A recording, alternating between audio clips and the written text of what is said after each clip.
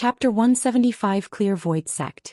Chapter 175 Clear Void Sect. After he clearly saw the two people's appearances, Han Li inwardly sighed. They were unexpectedly the same as him, disciples who have cultivated to the 11th layer. One appeared old, but his eyes showed a trace of cunning.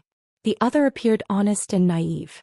It was clear that he was an inexperienced youngster. This strange pair had sought him, causing Han Li to truly feel a bit surprised. However, Han Li faintly guessed their purpose in coming after some slight thought. Is there something on these senior martial brothers' minds? Han Li coldly asked from courtesy. But he used an unintimate tone, undoubtedly revealing his attempt to have them retreat from an awkward situation. Clearly, this senior martial brother Xiang's face was far thicker than Han Li imagined. Not only did he not mind Han Li's 1,000 miles distant tone, but actually used a familiar and enthusiastic tone. Hee, does junior martial brother Han have a good plan for tomorrow's trip to the forbidden area? Our magic power is quite meager. It's quite possible that we will be the first to fall in a fiery melee with the other sects. Wouldn't it be better for us to negotiate and think of a countermeasure? When Han Li heard this, he blinked his eyes several times and didn't speak. Nevertheless, he was completely certain of the other party's intentions. Their words were pretty close to his own guesses. It seemed this old schemer planned to rope in a few disciples with feeble magic power and have them move and fight together, increasing security by much as well as greatly increasing their odds of survival. However, Han Li clearly understood that this action came with both advantages and disadvantages. If people were to concentrate in one place, the area they could search would be considerably less, greatly decreasing the amount of spiritual medicines they could find. As for how the spiritual medicines would be distributed in the end, that was also hard to say. It would probably be decided by strength. Han Li naturally hadn't the slightest interest in an alliance. Not only would there be no advantages, but he was also more than likely to be used as cannon fodder. As for this old schemer, he probably held no good intentions and was certain to take advantage of a crisis for personal gain by resorting to self-serving manipulations. The old man saw that Han Li remained speechless after he finished speaking. He couldn't help but feel anxious, so he flusteredly said, "I actually have an idea. Perhaps junior martial disciple has heard these words before, but this idea will absolutely ensure that everyone survives safely through the trip." The old man put up a profoundly mysterious expression and squeezed the wrinkles on his forehead for a moment. Han Li found his appearance to be quite humorous. The yellow-haired youngster next to him seemed to greatly admire this old schemer. Although he didn't say anything, he exposed an expectant expression towards the old man. Since he absolutely wasn't going to join their alliance, Han Li was unwilling to be tangled any further and bluntly rejected. "I am sorry. My humble self is not accustomed to working with others. I also do not intend to do so this time as well.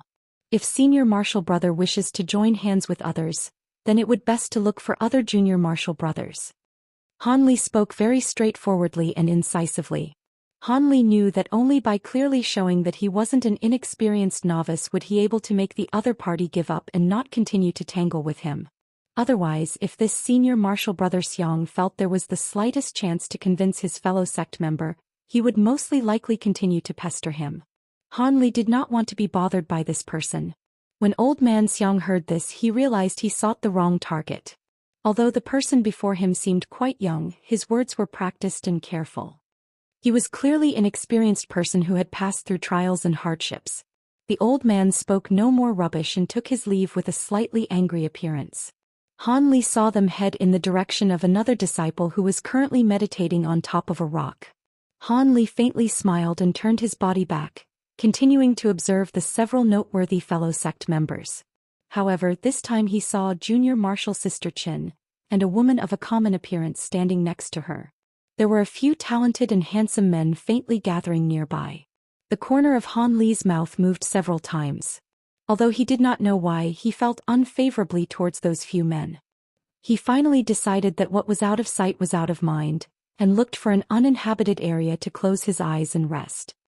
Like that, the next morning had arrived.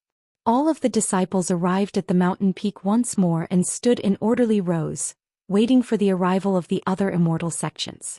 After waiting for several hours, they had yet to see a single person, causing Han Li to inwardly rain endless curses. He almost suspected that the other sects were doing this deliberately as to consume the physical strength of everyone from Yellow Maple Valley. However, what caused Han Li to feel even more distraught was that, as chance had it, junior martial sister Chen had been assigned to stand to his right. With the familiar scent of her body occasionally entering his nostrils, his imagination was somewhat let loose, as if he was returning to that extremely alluring night. In order to cover up the oddities from his face, with no better option left, Han Li lowered his head and feigned the appearance of great unease. However, his heart was filled with great and unending complaints.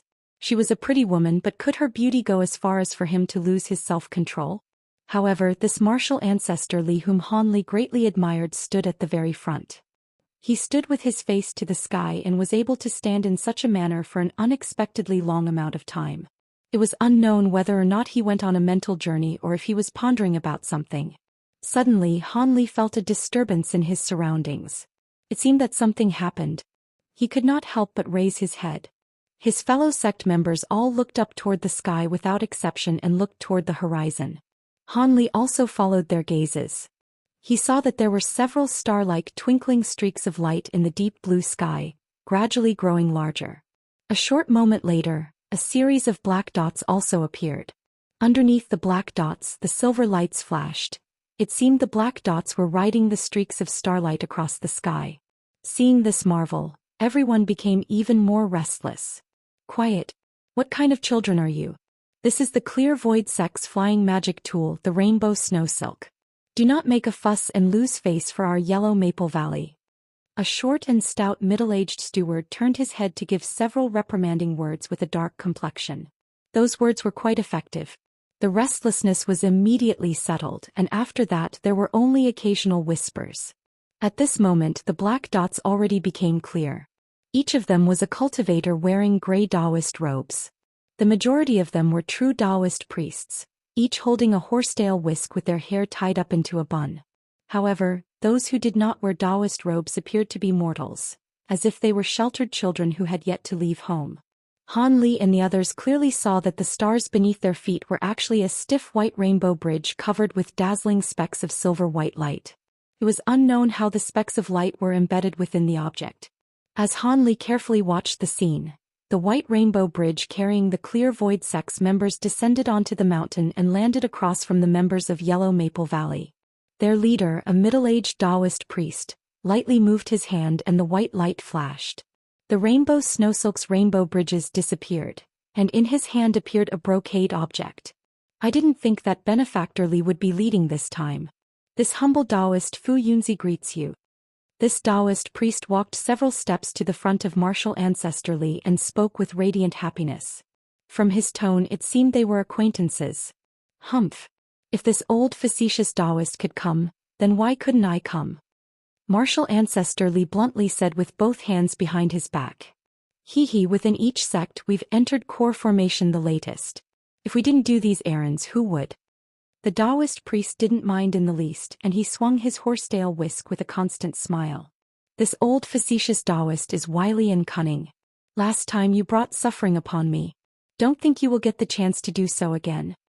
What is Benefactor Li talking about? Recognizing lost bets is a right and proper matter. Who is possibly wronged? The Taoist priest laughed. When martial ancestor Li heard this, a cold light flashed through his eyes. It seemed that he was about to be angry, but he immediately thought of something and stepped down with grandeur, unwillingly saying, after that chunk of iron essence was refined into your great azure sword, its power greatly increased. This Li spent 10 years purifying it but nonetheless had to cheaply give it away to this old facetious Taoist. His words contained great grievances. It was clear he felt much heartache over that iron essence. So it turns out that the renowned immortal Master Li actually cared so much about a mere piece of iron essence. Fine, this time I will produce another item, one definitely greater than that iron essence. If you win this bet, you will be able to make up for your previous loss. The Taoist priest said with a smile as he twirled his beard. Chapter 176 Making a Bet. Chapter 176. Making a bet? No bet. Absolutely not. Do you think that I would do the same thing twice? Martial ancestor Li shook his head as if he were beating a drum and voiced his refusal. No bet. Benefactor Li's standards are actually so high. Does the blood from the inner core of a demonic flood dragon not even enter his eyes? The Taoist priest wore an astonished expression as if he couldn't believe it. However, when Han Li saw his expression, he felt it was very false. Blood from a flood dragon's inner core? Although martial ancestor Li originally intended to absolutely refuse to be pulled into a relationship with the Taoist priest, when he heard the name of the item, his expression abruptly changed and his words somewhat trembled. Yes. If Benefactor Li wants to know about this item, I shall explain. 30 years ago, at the dangerous rapids of the state of Yuanwu's coiling dragon river, I paid a great price for this item so I could procure it for Benefactor. The Taoist priest calmly and leisurely said while eating up the other party's expression. Impossible. How could the blood of a flood dragon be acquired, not to mention blood kept in its inner core? This is not something that can be said without thinking. Are you making fun of me? Martial ancestor Li sobered up from his excitement and exposed an appearance of doubt. Is this humble Taoist not a monk? I would not lie. Benefactor can take a look for himself. The Taoist priest did not want to waste time explaining and merely flipped his hand, revealing a white sphere filled with wisps of blood. Martial ancestor Li's eyes widened, wishing he could rush over and grab it. If Benefactor's horned silver python were to consume this core and undergo secluded cultivation for 10 to 20 years, in all likelihood it would leap from the middle stage of foundation establishment to the late stage. With another 100 years of bitter cultivation, it wouldn't be impossible to enter core formation. The Taoist priest's words were filled with enticement. When martial ancestor Li heard these words, he coldly snorted and stiffened his face. It seemed he was unmoved, but his indefinite and flickering gaze exposed the restlessness of his heart. With such a rare wager, why is Benefactor hesitating for so long? Could it be you truly don't think very highly of the strength of your valley's disciples? The Taoist priest curled his lips, goading him to accept. To say the disciples of our Yellow Maple Valley are inferior to those of your Clear Void sect is overcritical. Martial ancestor Li wore a displeased expression. He swept his eyes past the party behind the Taoist priest and immediately gained a rough estimate of the Clear Void sect's disciples. Their strength was about the same as that of the Yellow Maple Valley's disciples. Fine, I will gamble. However, what treasure of mine would you have me wager? After a moment of consideration from martial ancestor Li, he felt that his odds of winning were 50%. With the addition of his extreme longing for that inner core, he eventually nodded and agreed. However, he still cautiously asked that question. This humble Taoist isn't interested in any of Benefactor's other treasures. If he happens to luckily win, then he desires Benefactor to give this humble Taoist 2 equivalent chunks of iron essence 20 years from now. The essence of Benefactor Li's true fire is clear. It is quite famous among the 7 great sects. For you, this is surely a trivial matter. The Taoist priest said with squinted eyes and a smile. Even so, a faint trace of treachery was contained within his words. You want 2 equivalent chunks of iron essence? Martial ancestor Li's complexion was unsightly and he almost jumped immediately after hearing these words. You old facetious Taoist, you plan to have me toil bitterly. How is that? So long as you win, you aren't required to. This is the inner core of a grade 2 demonic beast, equivalent to that of us initial core formation stage experts. It is absolutely worth the price. The Taoist priest said while shaking his head. Martial ancestor Li's complexion grew uncertain. After a moment, he eventually extended his palm and coldly asked, Are we following the same rules as last time? Which sect gathers the most spiritual medicines, followed by the quality, and lastly the number of people who leave the forbidden area alive? Of course, it will be the same as before. The Taoist priest was greatly happy and hastily extended his palm. He struck it against the other parties, officializing the bet. A sharp pop. Sound out. Although the Taoist priest struck his palm, he wasn't happy in the least and was actually grieving. The palm he struck was not martial ancestor Li's, but rather a different, filthy hand. This hand strangely appeared between the two and was covered with grease and filth. Nobody knew when it had last been washed.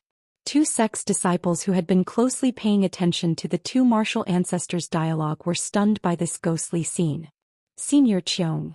The Taoist priest and martial ancestor Li yelled at the same time with a green complexion. Who is a senior? I don't dare to be regarded as such. I am at core formation much like yourselves. It's just that I happened to enter it a few years earlier. The lazy voice that came from between them was spoken by a queerly dressed man. This person wore a blue garment with several patches and had short hair that was several inches long. He had an azure cloth bag at his waist that had been washed pale. Even though his bag made it seem like he was a person who loved cleanliness, his face was smothered with dark grease to the point where his true face could not be seen. A few years, more like several hundred. After clearly seeing the person's appearance, martial ancestor Li and the Taoist priest bitterly smiled. They both let out a regretful sigh. It was this person as expected. However, they didn't dare to show the slightest disrespect. Not only was this eccentric a step into the nascent soul stage, but his age alone was large enough to scare people.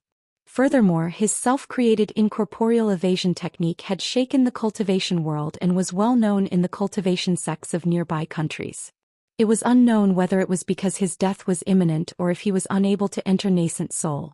But in the past 100 years he had become more and more eccentric and became very fond of teasing other core formation experts. Nearly all of the tens of these high-level experts had been pranked to exhaustion. However, there was nothing even his sect's great martial ancestors could do to him. With regards to the deepness of his magic power, this person was number one among core formation experts. As for background, he was a member of the strongest sect among the 7 great sects, the Masked Moon sect. The current cultivation arts you've learned are actually the spoils of war from back then. This was the period when our 7 great sects established ourselves as the lone great powers in the state of you. If there are still righteous or evil sects that wish to invade this place, our 7 sects will immediately join hands and repel them. We will absolutely prevent them from establishing themselves. As a result, the cultivation arts our 7 great sects teach include those from both righteous and evil sects along with a few unique ones as well. In the dispute we could be regarded as neutral. When martial ancestor Li said this, he couldn't help but wear a content expression. Previously, you all continuously and bitterly cultivated in the valley. Whenever you left the sect mountains, you've all traveled around the large area of the state of you but have never met with the true world of cultivation, nor have yet experienced the dark and bloody side of the cultivation world. However, during earlier periods on the sides of righteousness and evil existed the 5 great cultivation schools side by side: Buddhist, Taoist, Confucian, devilish and demonic. The degree of chaos during that time exceeds your very imagination, making it seem as if pillaging and genocide were simply common occurrences. With this said, his expression grew completely solemn, but soon after his face relaxed. Then he coldly added, "All right, I'm going to wake you all up a bit to prevent you all from becoming arrogant. Remember that in the world of cultivation, if your strength does not equal another's, don't blindly speak respectful words. This so-called respect can only be given to those experts far above the rest. Otherwise you'll be bringing about your own destruction." I wonder how many of you will live to truly comprehend these words after a few days. When Han Li and the other disciples had heard this, they were already at a loss for words and were exceptionally shocked. The words spoken to these disciples were far too surprising. You should have heard the wager we made previously. This particular wager, however, is quite significant to me. So long as I win the wager, I definitely won't treat you all unfairly. Those disciples who help me win will be heavily rewarded. As for the one who contributes the most, I will personally take him as a disciple after he reaches foundation establishment. The Yellow Maple Valley's disciples who still hadn't comprehended the sincere advice, were suddenly excited by the grand promise following it. To be able to become an apprentice to a core formation expert, those who received this privilege were but a few tens. This was a golden opportunity that only occurred every 1,000 years. Seeing the crowd before him excited with eagerness in each of their eyes, martial ancestor Li faintly smiled and was greatly satisfied. So long as he won this wager, to remember 3 or 4 disciples' names was a trivial matter. At most he would simply settle down in some area and pass down some superficial cultivation arts. Wasn't that matter easily resolved? Chapter 178. Masked Moon Sect. Han Li was moved after hearing the reward. He knew clearly that on the path of cultivation he could definitely go through less trouble if a master could guide and point him in the right direction. This would benefit his cultivation. But at the same time, this martial ancestor Li was definitely not someone he could lie to easily. Han Li had plenty of secrets himself. and if he was in contact with him for too long, Han Li was afraid that he would sense that something was wrong. If martial ancestor Li questioned him, it would be Han Li seeking his own death. Moreover, hearing those pieces of advice he gave earlier, this person must not be someone who cherished the relationship between a master and a disciple. He would most likely use the discipleship to have others prey on the weak and kill for the treasure. After thinking about it carefully, Han Li's somewhat enticed mind calmed down right away. The other Yellow Maple Valley disciples didn't have these kinds of misgivings. They were each rubbing their palms as their morale rose greatly. Now they not only had to battle for their survival, but they also had to fight for their own future. Han Li unconsciously took a look at junior martial sister Qin and saw her blushed cheeks, her fists that were held tightly and her shining eyes. It looked like she had made her decision. Han Li sighed to himself and didn't bother to keep paying attention to other people from the Yellow Maple Valley. Instead he looked towards the Clear Void sect. That Taoist priest was shooting off his mouth to the people of the sect. He acted very excited from time to time and made those young Taoist priests cheer each time. Each one of them was excited. It seemed like the brainwashing was successful. Of course, there were also some elder Taoist priests whose expressions remained calm all along, not affected whatsoever. Just as Han Li thought it was interesting and was enjoying it, someone suddenly yelled, "Look! The people from the masked moon sect are here. It's the heavenly divine moon boat." Hearing this, Han Li was stunned and looked up into the sky. A small bright white dot was shining in the sky, slowly approaching. Speed was extremely fast. No long after, it was in the sky above the mountain. It was actually an enormous ship sculpted from green jade. Outside the wall of the ship was a delicate drawing of a dragon and a phoenix, making the ship seem extremely luxurious. There was even an incredibly large white shield surrounding the ship. The ship was filled with a large crowd, half of them men and the other half women, all of whom were clad in white. The one leader was an attractive young woman who was well dressed. Each of her movements was amorous and stirred people's souls. After this woman got off from the jade ship and removed the white shield, she opened her almond-shaped lips lightly and said, "Two martial brothers, martial Uncle Cheong, here is Anai Chang's greetings." Martial ancestor Li and the Taoist priest couldn't dare to keep her waiting and immediately returned the courtesy. On the other hand, that senior Cheong grinned on contrary, when suddenly his figure became blurry. He disappeared into the air, leaving a sentence and some prideful yet strange laughter. 7 days from now I will come back here. Prepare the wager beforehand. This time I will surely win. The Taoist priest and martial ancestor Li looked at each other. They didn't know why this old man had such confidence. They checked earlier, and even though the masked moon sect's disciples were indeed stronger than their two sects, there was no reason to boast. The young woman's beautiful eyes looked around and she asked out of curiosity. After finding out the details of the bet, she couldn't help but laugh. Her laughter could shake a flower's branches and suck in people's hearts and souls. Chapter 179. Breaking the barrier. While the leaders of every sect gathered together to discuss how to open the forbidden area, Han Li was not idle. He was sizing up the vicious characters of each of the sections.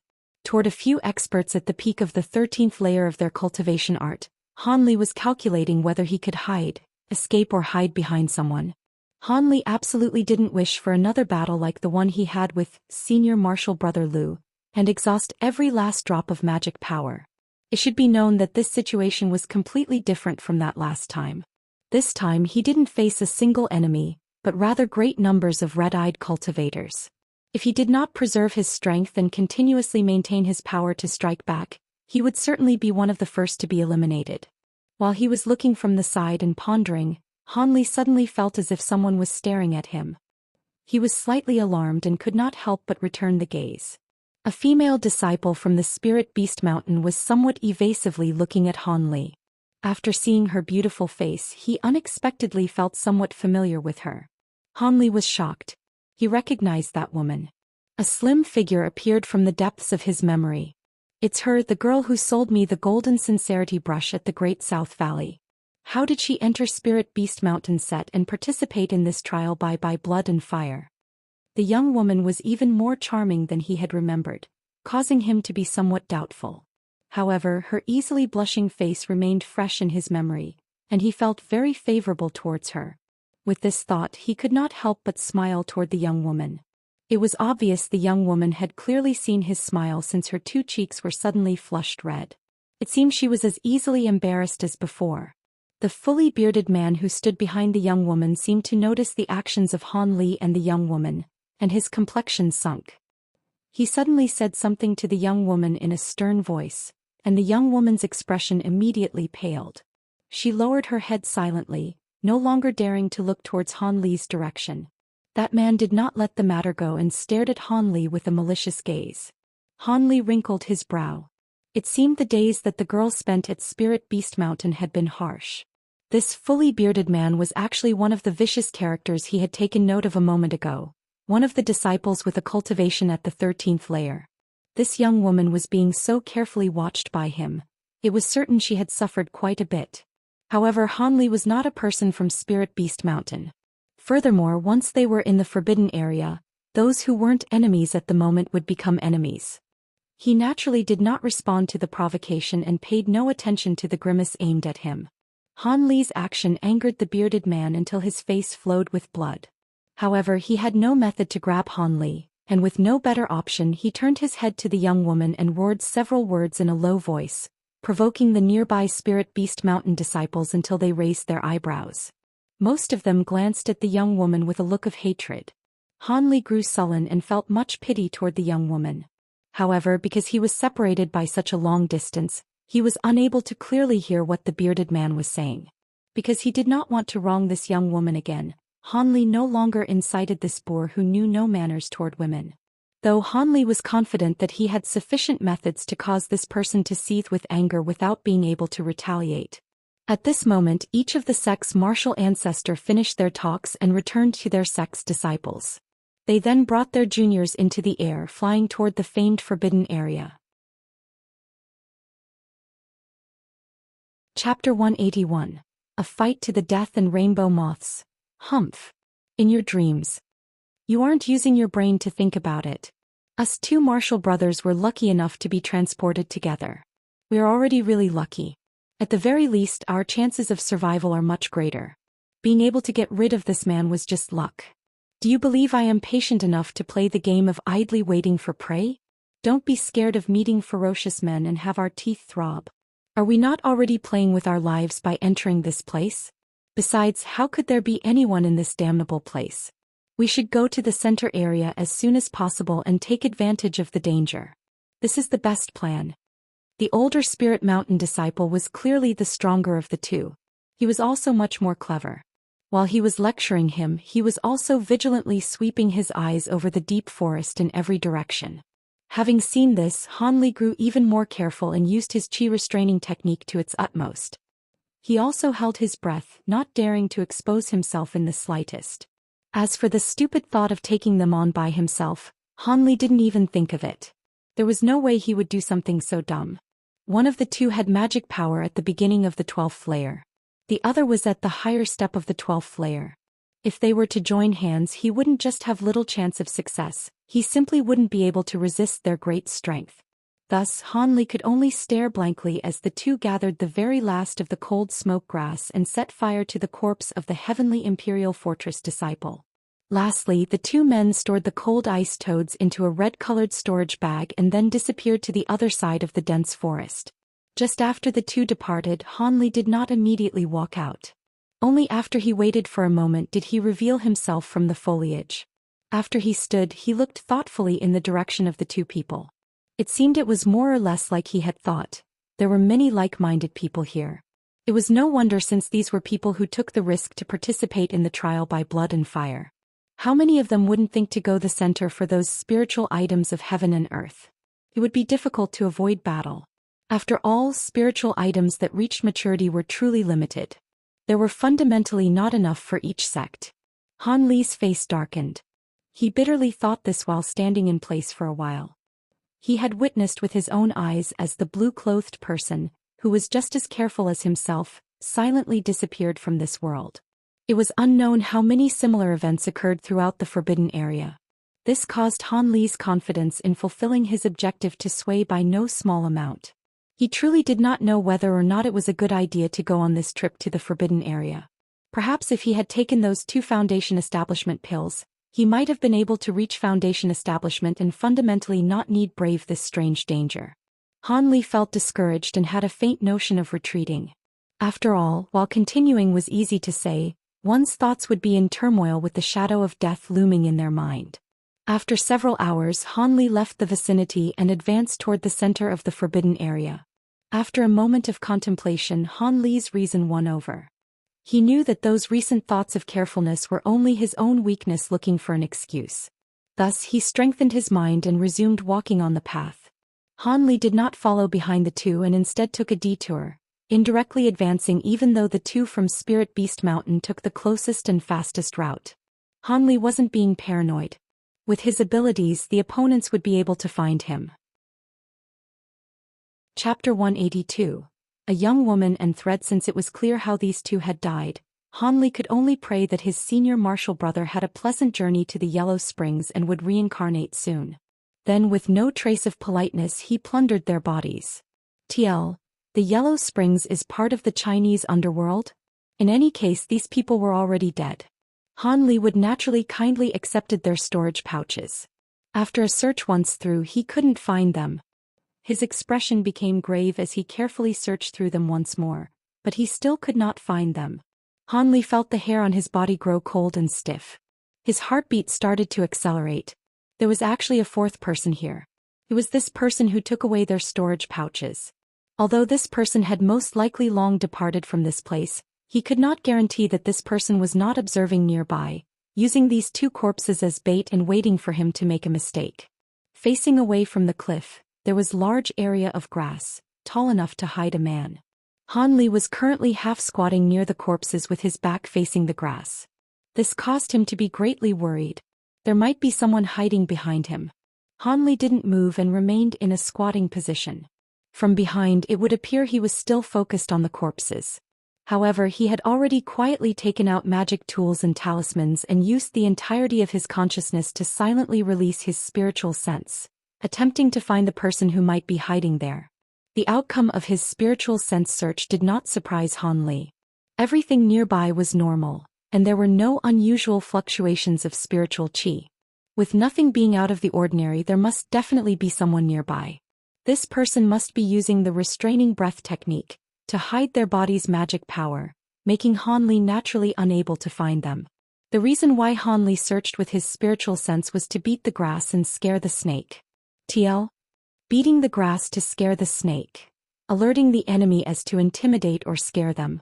At the very least, the opponent who existed in his thoughts wouldn't dare to act blindly. The outcomes he truly expected was either that he had scared himself with groundless fears and there was nobody here, or the person who had restrained their breath this entire time and was spying on him would see no opportunity to take advantage of him and therefore would not plan to act. After a moment, Han Li stood and turned around to the large area of tall grass. After he sized up the area several times with a cold glance, he suddenly leapt away without saying a word, transforming into a black dot as he gradually grew farther away. When Han Li's figure had completely disappeared without a trace, rustling suddenly came from within the originally peaceful tall grass. A slim figure walked out. It was actually a young girl with fluttering white clothes. This girl appeared young, only about 15 to 16 years old. However, her appearance was pure, and her face appeared innocent and adorable. In this place of life and death, such a fairy-like charmer had appeared. It was truly hard to believe. From the look of her clothes, she should be affiliated with the masked moon sect. The young woman looked the direction Han Li disappeared and smiled with pursed lips. With a voice overflowing with age, she said to herself, "Your bravery and wisdom isn't bad. It's your magic power that's a bit lacking. It seems there is also a large problem with your aptitude. There isn't much potential that can be drawn out. If not for that, you would have surely been one of those who would make it out alive." Regardless, the technique he used to run away seemed to be Qinggong from the mortal world.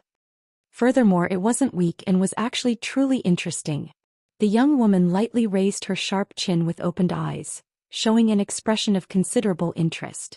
If Han Li had heard those words, he would only be stunned with fear. Her words were far too accurate.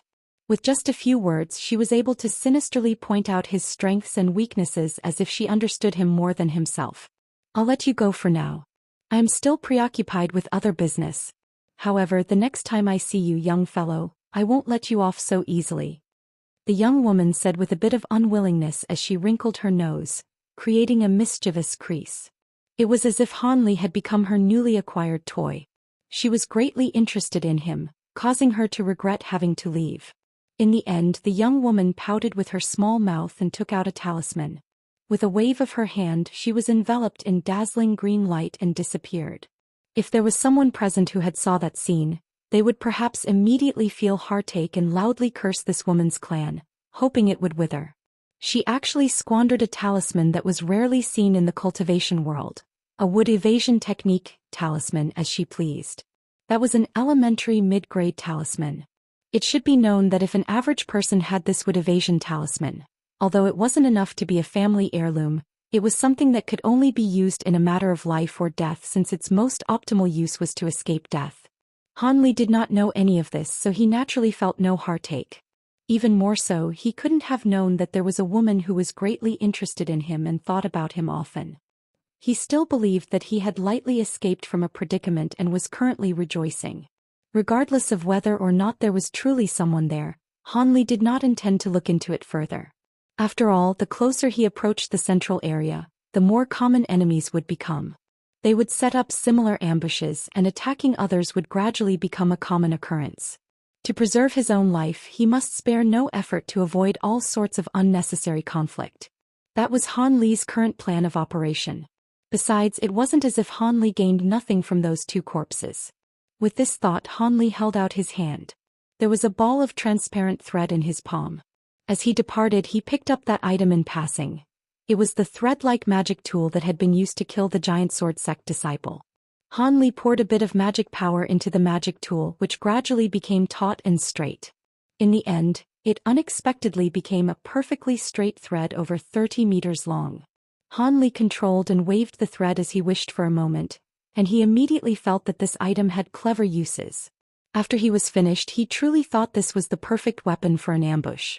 Because of its near-invisible properties and its incomparably sharp and completely flexible cuts, Han Li could confidently behead his opponents without them even knowing. Chapter 183 Harmonic Spiritual Talisman. Chapter 183 Harmonic Spiritual Talisman. Han Li tasted some bitterness from his mouth. He did not think that as greatly careful and tremendously cautious as he would still be ambushed. Furthermore, it was one of the worst possible circumstances between two people. Currently, he was in a zone called the Skyline. Its environment was extremely dangerous. If one did not use flying magic tools, the entire region only had a narrow small path that led to the central area. Lining the two sides of the small path were incomparably steep cliffs. Although Han Li was not weak in the light body martial arts of the mortal world, he would not dare to rashly climb them. As for flying directly over with flying magic tools, the idea was even more absurd. It would be a suicidal action, openly allowing others to launch an attack. Why even think of it? None of the sect's disciples would ever perform such folly. Furthermore, the bitter experiences of his predecessors taught him that flying was an absolutely prohibited action in the forbidden area, else one would leave a corpse. When Han Li entered the vicinity, he hesitated for quite a while. However, he ultimately didn't dare to take the shortcut by flying over the mountain peak. As a result, he was forced to openly follow the small road on foot. Naturally, Han Li was completely wary of the dangers in this area. On the entire way, his nerves were tightly strung. But even so, just when he had walked through the path opening, his path was blocked from the front and back by two people without even the slightest warning. When Han Li saw the bearded man's fierce expression, he knew that to talk arrogantly at this moment was of no use at all. First he slapped the defensive water barrier talisman on his body, and then he brought out the flying dark iron shield. Additionally, he took out the magic tool gold beetle swarm blades, and his few elementary high-grade earth prison technique talismans. The fully bearded man and the person behind him looked at Han Li's actions with cold eyes without the slightest intention of stopping or attacking him. It seemed the two were completely confident. They felt entirely certain that they could handle Han Li and appeared calm. This was no surprise. The person behind him was already at the peak of the 12th layer. Not to mention the fully bearded man had already cultivated to the 13th layer. Facing an 11th layer fledgling such as Han Li, they naturally felt that it would be a trivial matter. When Han Li saw this, he licked his dry lips and inwardly sneered to himself. Since his opponents were so negligent, he would naturally exploit this opportunity. Thus, remaining completely calm, Han Li faced his body to the side so that his enemies were to his right and left, as if they were horns, to avoid being attacked in the back. As expected, these two did not take the opportunity to attack jointly. These were the strongest enemies he had ever faced since he entered the world of cultivation. Even so, Han Li wasn't fearful of them in the least. Although he did his utmost to avoid fighting with others, it wasn't because he had no confidence in himself. Even though Han Li's magic power was greatly lacking and would be a disadvantage in a battle of attrition, the top-quality magic tools and the treasure talisman he possessed were enough to make up for this deficiency. Furthermore, if it truly did not work out, he could take out the Heaven's Lightning Child and eliminate a person. Was that not an easy matter? But whether or not he was willing to use it was an entirely different matter. However, Han Li had a bit of doubt. Why would the fully bearded man and the Heavenly Imperial Fortress disciple not fight one another and instead team up? If they were disciples from the same sect, it would be an ordinary matter. Although I heard the odds of success is 50%, the price of the talisman was exceptionally more expensive than ordinary elementary high-grade talismans. But in the end, we were able to wait in that location and successfully ambush several disciples who passed through. It was a great harvest. Besides, I am not foolish. Spending such a large price to brave the strange dangers of the forbidden area, was it not in order to openly kill and plunder the many individuals who were covetously gazing at those spiritual medicines? There will be great harvests without any repercussions. This one is convinced that so long as us two join hands and don't come across those fierce experts, our objective will be easily and effortlessly accomplished. Then when it is near the end, we will pull back and find a place to hide. We'll stay there until it's time and safely leave. This is truly a flawless plan. Only I could have thought of it. The Heavenly Imperial Fortress disciple thought of his future prospects after he left and could not help but think beautiful narcissistic thoughts. His mind naturally did not think of the great battle that was about to occur. At this moment, the fully bearded man took out a green leather pouch and sent Han Li an evil grin as he approached. It seemed he wanted to dispose of him. However, it was unknown if it was because of his good friend's warning, but he used a talisman halfway. He became covered in a green-colored light barrier that increased his defense. Seeing these circumstances, Han Li wrinkled his brow. He had a bit of a headache. He was originally going to act fearful of the Spirit Beast Mountain disciple's actions and prepare to make use of this person's negligence, getting rid of this person first. But now that his opponent released a defensive magic technique, this was no longer something he could do in a short amount of time. Naturally, if he used Heaven's Lightning Child, this person wouldn't be able to do anything even if he had other methods. However, this was a one-time use consumable. If it wasn't a crucial moment of life or death, Han Li would not use it. Since using it was out of the question, Han Li naturally planned to attack the Heavenly Imperial Fortress disciple instead. He saw that the person had both hands behind his back with his head raised to the sky. He was currently pondering about something, not taking note of anything happening at all. Han Li was exalted. He knew there was an opportunity to exploit. Without taking the time to think, he used the Earth Prison Technique talisman in his hand, throwing it toward the fully bearded man. As a result, the talisman turned into a stream of yellow light in midair, fiercely shooting toward his opponent. It actually covered the barrier of the fully bearded man's defensive magic technique. It took the shape of a larger yellow barrier and firmly trapped him within, not allowing him to move an inch forward. Chapter 184.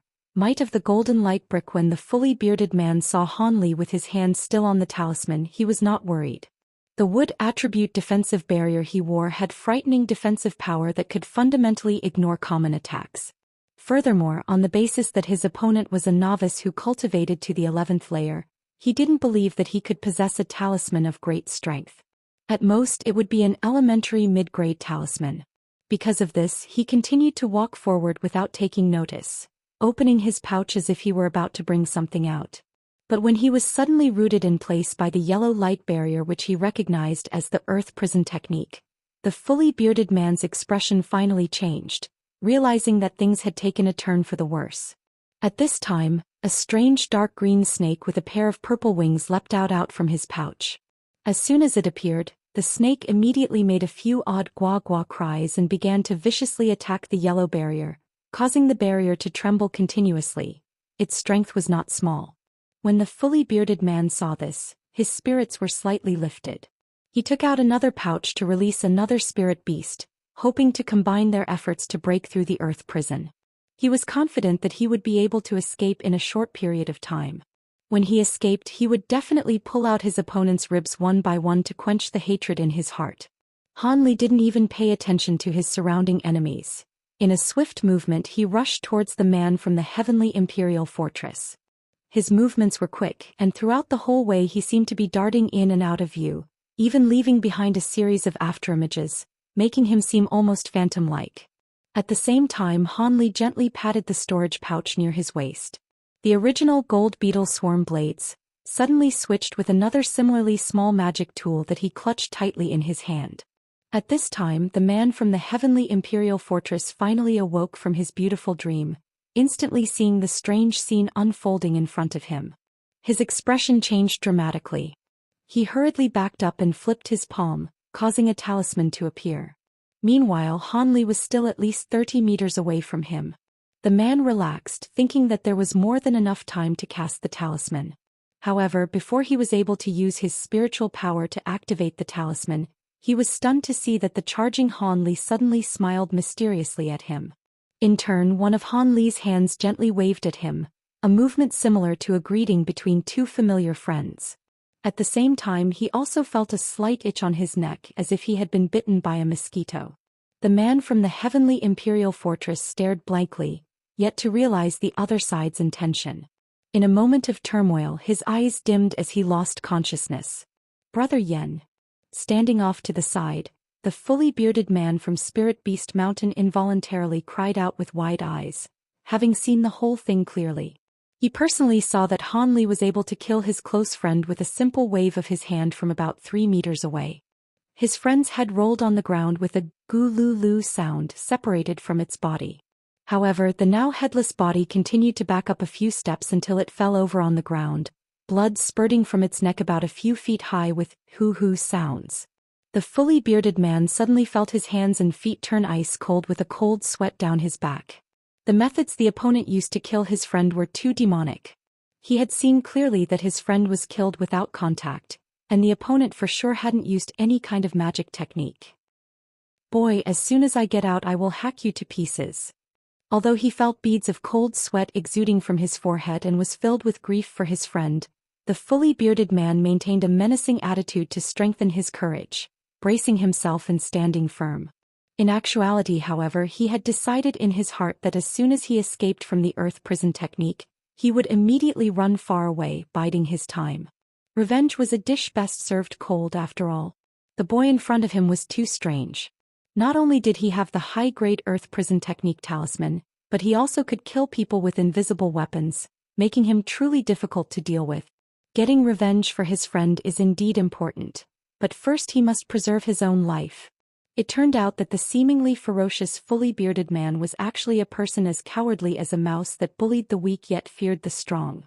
Most people would be surprised by this. Of course, Han Li had no way of knowing his opponent's thoughts. All he saw was that the opponent had released another pangolin-like beast that, along with that strange snake, had begun to fiercely attack the yellow barrier. The fully bearded man had also taken out a pair of iron rod-like magic tools to aid the two beasts in smashing the barrier, causing it to flicker with light incessantly. The earth prison technique could not be maintained for much longer. As soon as Han Li realized this, he took out his golden light brick treasure talisman with one hand, bringing it in front of his eyes and staring at it intently in order to activate it. If he were to use any other normal magic tool, he simply could not feel at ease. His opponent, after all, was a 13th layer expert. If he was unable to kill him with one blow, there would be big trouble when his opponent escaped. Until now, he still remembered the exhausting battle with Senior Marshal Brother Liu, and at that time Senior Marshal Brother Liu had only been at the 12th layer. Despite this, he had not expected that he could actually use the transparent thread to finish off a 12th layer opponent. However, the fully bearded man was already on guard and would not be defeated so easily. The fully bearded man under the earth prison technique, seeing the weird movements of the talisman in Han Li's hands, felt his heart tense. He tightened his grip on the pair of black iron cudgels. But the yellow barrier of the earth prison technique was extremely strong. Even if it had changed shape and darkened to the point of being in danger of fracturing, it continued to maintain its integrity. Upon seeing this, the fully bearded man became so angry that he almost vomited blood. At this time he suddenly felt a gust of an astonishing amount of spirit power rocketing up from Han Li's direction. He couldn't help but slowly turn his body and look in his direction. He saw Han Li's hand emitting a strong golden light, and a lustrous, shining golden rectangular object slowly rose up, floating in midair. Treasure talisman. The fully bearded man's expression changed dramatically, and he began to yell in terror. He had realized the nature of the golden light brick. What he didn't know, however, was that Han Li's face at this moment was also deathly pale with alarm. The floating object was furiously draining all of his inner magic power steadily, without any way of stopping it. It seemed as if it would suck him dry. The quietly complaining Han Li, as he was suffering, began to curse the store that had sold him this item. How is this a treasure talisman? It's clearly a leech that wants to kill me. However, when a third of his magic power had been drained, the treasure talisman finally stopped its wild movements and calmed down. Control over it once again returned to Han Li. At this time Han Li did not hesitate and pointed, causing the golden light brick treasure talisman to immediately shoot out. It flew straight towards the fully bearded man who was still trapped under the earth prison technique. His face became ashen from fright. The golden brick began to expand, and in the blink of an eye, it became as large as a room. Spiritual chi revolved around it and radiated golden light in all directions. Its pressure was truly astonishing. When it reached the fully bearded man's forehead, the golden brick was like a small mountain in size, and it came down with a violent clap. Ah! After the loud sound and fully bearded man's blood-curdling scream, the entire earth shook violently. Han Li was both surprised and happy. His expression was somewhat strange. Was it really possible to eliminate a 13th-layer disciple that easily? Han Li had some doubts. As soon as he retrieved the treasure talisman, the golden light brick immediately returned to its original form and flew back into Han Li's hand. An extremely large crater had formed in the place where the golden brick had slammed into the ground, almost 30 meters wide and a meter deep. As for the fully bearded man and his spirit beasts, they had become a pile of mud indistinguishable from one another. The fully bearded man really had been killed. Han Li was at a loss. It was as if he couldn't resist a single strike in the slightest. Was it that the fully bearded man was too weak, or that the golden light brick was simply too strong? Han Li was unable to decide. However, after generating such a loud noise, it was no longer safe to stay in this place. Han Li quickly became sober. After he destroyed the two corpses, he took the 5 or 6 storage pouches and left the area, leaving the skyline. Continuing to walk forward would most likely have led to a large forest, which was incidentally also an ideal place to ambush and kill people. Perhaps after entering the forest there would be another fierce battle waiting for him. Thus, before entering, he decided to find a place to rest a little and restore his magic power in order to protect himself. Chapter 185 The Strong. Chapter 185. The Strong. While Han Li was on the outer edges of the forest, he found a dense, large tree. When he jumped on top of the tree to recover his strength, the entire forbidden area had reached the first climax of the Trial of Blood and Fire's massacre. Various strong individuals revealed their fangs one by one and began to purge the nearby weaklings. The closer they were to the center of the area, the more frequent and bloody the massacres became. Of course, experts of equivalent strength would occasionally run into each other. They would look past the other person and reach a wordless, mutual understanding, simply brushing past one another. It was not time for them to do battle yet. With this said, of the many disciples from various sects in the forbidden area, the majority could be divided into 3 types of people. One kind were those who were extremely weak, people whose cultivation were only around the 11th or even 10th layer. They all had very different reasons for entering this forbidden area. If it wasn't because of hardships against their will, it was because they were forced, or it was because they were hopeful in their luck to take advantage of a crisis for their own gain. Regardless of their reasons, they were all part of the bloody massacre's lowest level, only able to play the role of being slaughtered. Often after the first day in this forbidden area, Apart from a few people with the most clever and particular self-preservation methods, these weaklings were almost completely purged by others. Of course, people like Han Li could rely on strange treasures and fierce incisiveness, but he could be considered an exception. The second kind were those like the fully bearded man. Although their magic power was not weak, their self-regard and strength could not compare with the experts, and they were aware that to obtain a spiritual item was beyond hope. They were unwilling to battle with the highest layer experts inside the forbidden area for the spiritual herbs, instead turning their attention to the first type of people. They intended to use this opportunity to kill these people and steal their treasures, quietly becoming very rich. These kinds of people inside of the Trial of Blood and Fire for the first 2 days were quite active. When the third day began, however, the remaining victors would automatically lie low in the forbidden area, refusing to reveal themselves anymore. This was because they were very clear that after the third day it was time for the experts to have showdowns with one another. If these middle-strength people ran into such an expert during this time, it would absolutely be a one-way trip to death.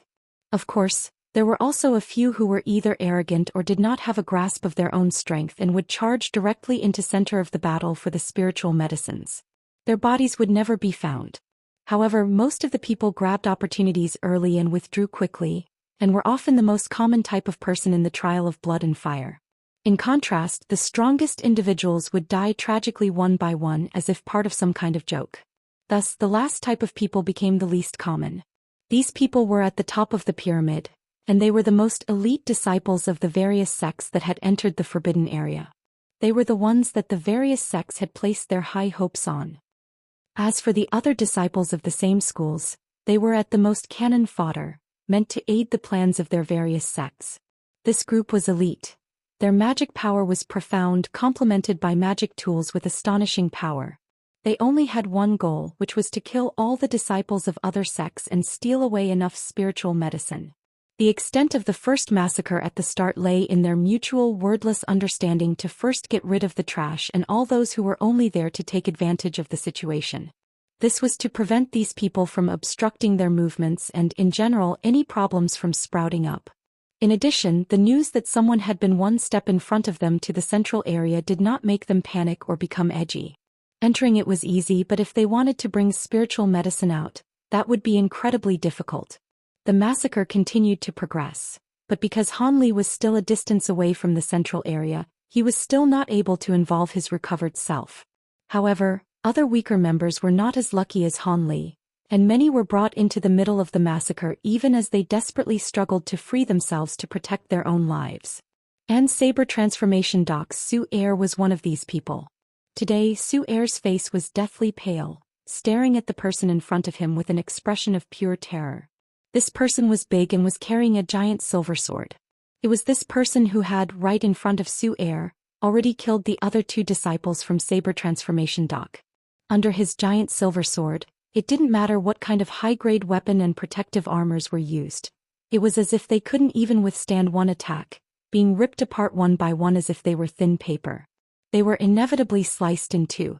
However, it was because there were those 2 other disciples from the same sect that Su Er, seeing that the situation was far from good, seized the opportunity to slip away, falling into confusion as he ran.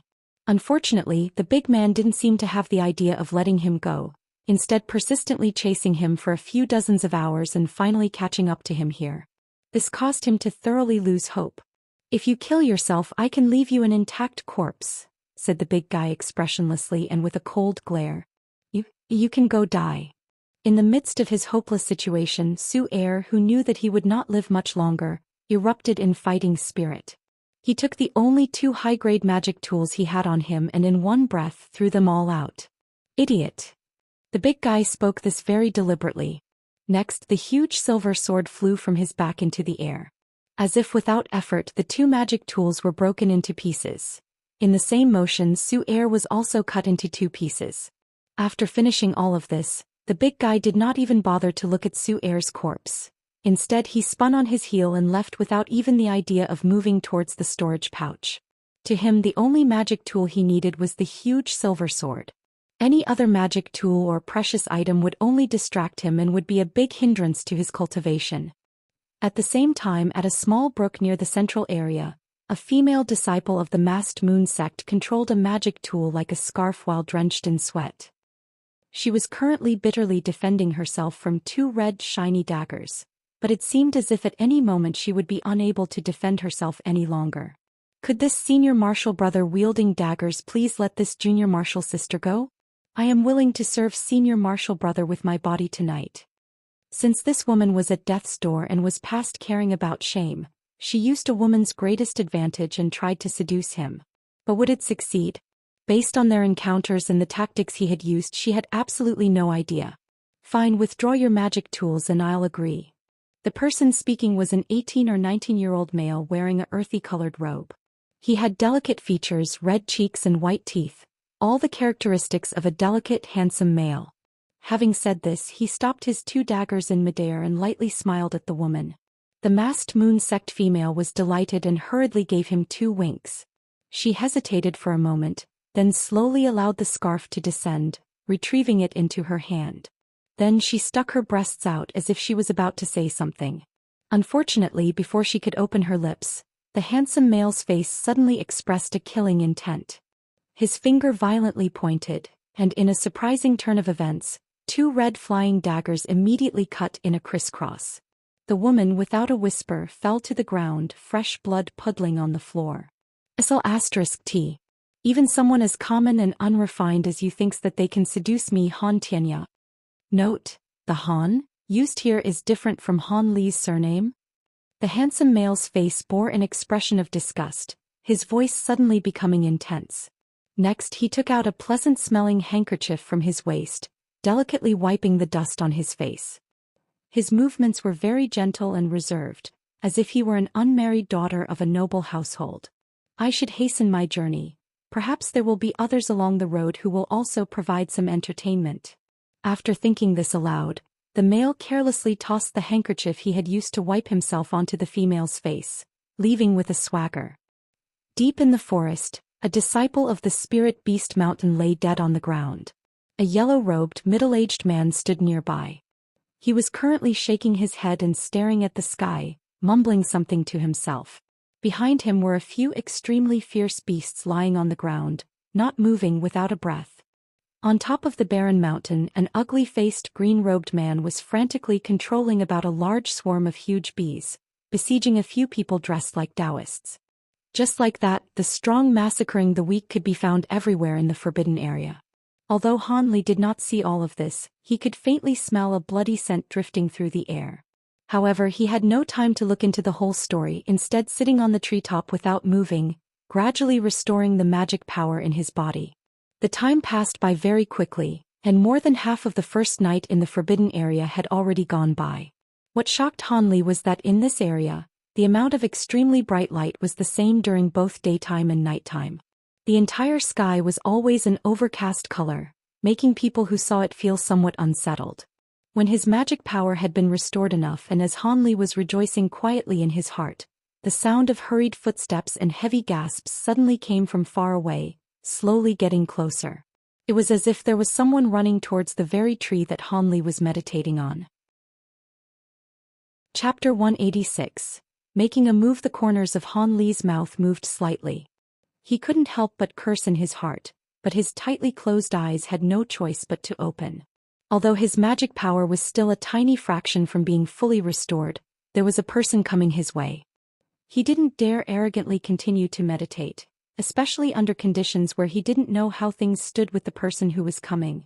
Which senior martial brother is here? Quickly save this little sister. A woman wearing yellow robes came running out from the nearby forest, staggering to the bottom of the tree where Han Li was. She wore an expression of panic and raised her head to the treetop, calling for help. It was as if she had determined that up there was her own knight in shining armor. Not too far behind her, a person's white shadow walked over unhurriedly. Their behavior sharply differed from the woman's terrified appearance, as if they were feeling quite leisurely. Seeing all this, Han Li rolled his eyes. He was very unhappy with this woman's behavior of inviting disaster. As for her ability to discover the location of his hiding place, he did not find it surprising. Before all of the Yellow Maple Valley disciples had departed, sect leader Zhong Lingdao made use of a type of pulling magic that allowed these disciples, within a certain range to perceive each other's position. Of course, this magic had a time limit on it, being only effective for 10 days.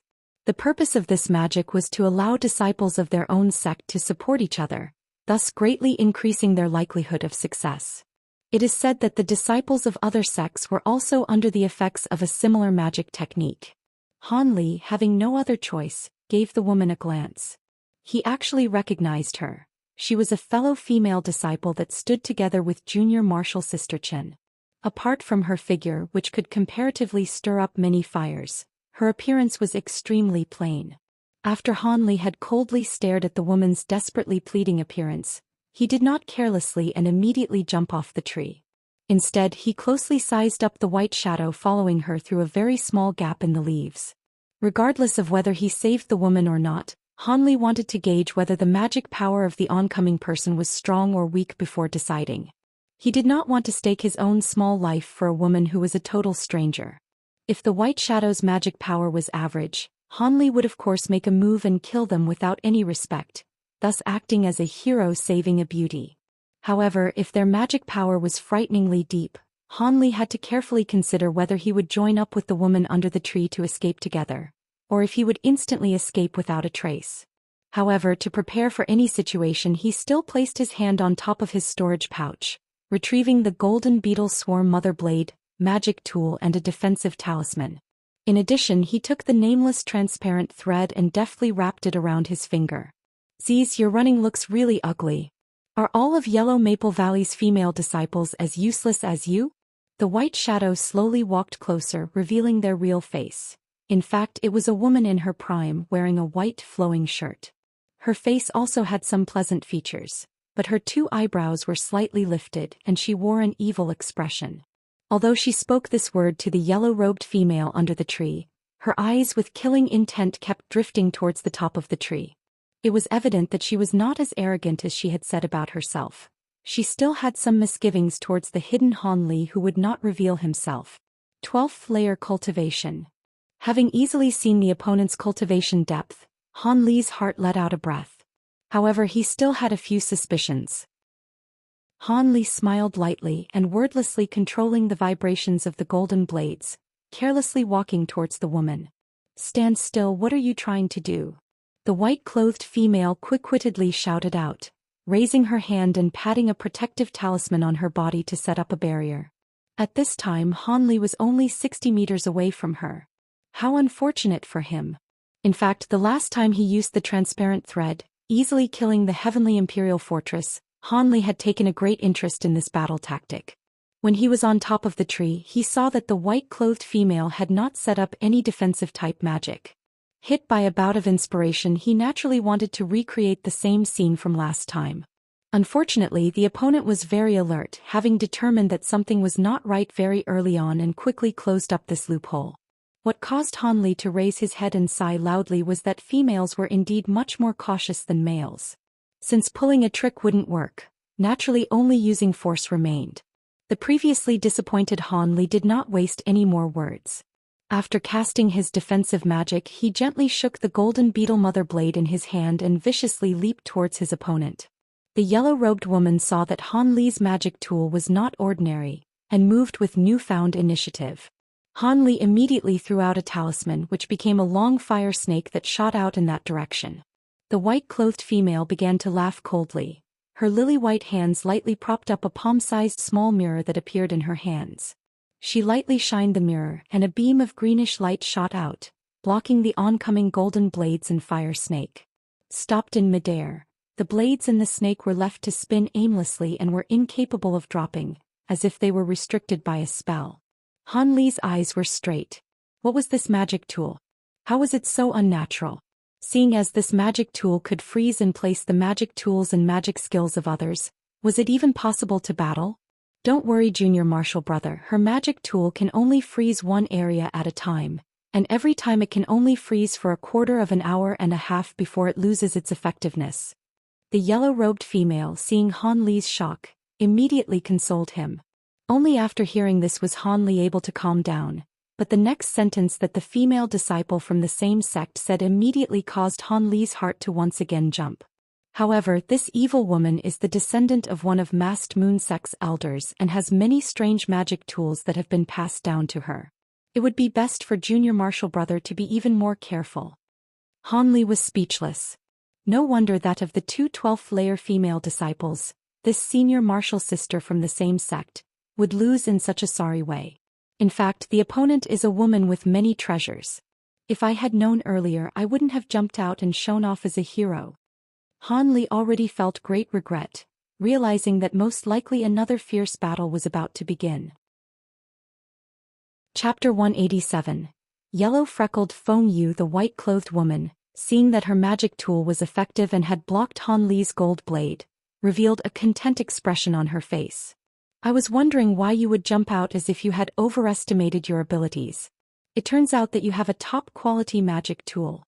She laughed derisively. However, without hesitation she flipped her hand again, revealing a pink-colored crystal ball. She held it out and pressed it on her forehead. Not good, this crystal ball can corrode other people's magic tools. Junior martial brother, stop her quickly. All of my magic tools were destroyed in this manner, the yellow-robed female hastily warned as her face's color greatly changed. Han Li's heart thumped once and he raised his hand without thinking, throwing out the silver hook that he had just wrapped in his hand. The hook became a streak of silver light and flew towards the female's crystal ball. The white-clothed female's mouth slightly slanted, and her 10 fingers pinched together a strange incantation gesture. She hit the crystal ball on her forehead with a streak of red light. As a result, the crystal ball that had sucked in the magic power began to emit large amounts of red light and began to spin on its own. Then it spurted forth streams of pink liquid, which took the shape of a liquid cloud with the round ball as its center. Although it was only a few zhang wide, it covered the space above the woman in a bright red sheet. Han Li hesitated for a moment, unwilling to allow the silver hook to shoot into the red liquid so easily. Instead, he maneuvered it into dipping downwards, heading directly for the white-clothed woman underneath. At the same time, he also took another high-quality magic tool, an azure rope. He quietly threw it out as sneakily as if it were a spirit snake. The rope stuck closely to the ground and silently advanced forward. Decay. The white-clothed female suddenly pointed the crystal ball, and the cloud of liquid immediately split off a small piece, which flew to the ground. In an instant, it wrapped up the white light passing from below into itself and caused it to decelerate enough to reveal the silver hook's original shape. Seeing all of this, Han Li grew anxious in his heart. However, he bluntly decided to abandon the silver hook. Soon after, he hurried the azure rope to stealthily and securely tie up the white-clothed woman, temporarily tying both her and her barrier into a large sticky rice dumpling. Although the white-clothed woman had numerous magical treasures, she was caught up in a moment of flustered confusion and was unable to immediately struggle free. At this very moment, Han Li fished out the golden light brick treasure talisman without hesitation. Although Han Li had no idea how long the azure rope could bind the opponent, he could only take a risk and attempt it. Hopefully, he could use the treasure talisman to kill the opponent before she was able to escape from being bound. The yellow-robed female, although she appeared to be plain, was actually somewhat quick-witted. Although she no longer had any magic tools or strong talismans left, she still continued to use small magic spells such as a few large fireballs or ice hammers and the like, continuing to attack the liquid binding the silver hook without stopping, as well as that small mirror. She hoped that she could save a few of Han Li's magic tools in order to increase their chances of success. Unfortunately, these kinds of attacks were at most attempts at ineffective solutions and had little effect. Humph, you want to bind me with trifling high-grade magic tools? In a moment I will make you recognize your own idiocy. Despite being bound by the azure rope, the white-clothed woman still spoke this with unrivaled arrogance.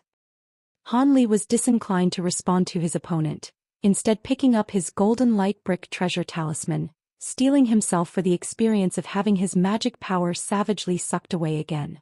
But at that moment, from the thick forest behind the woman suddenly exploded a huge amount of spiritual chi from a terrifying source. Han Li stared blankly. Before he was able to react to what had happened, a yellow tip streaked by flashily, shooting out from the depths of the forest like lightning. In an instant, the streak shockingly penetrated through Han Li's azure rope, the woman's barrier, and the white-clothed woman herself. Before the white-clothed woman was even able to cry out, her body had already toppled over where she had stood. Han Li's initial reaction to this scene was one of shock, but he quickly thought of something and wanted to act. However, it was already too late.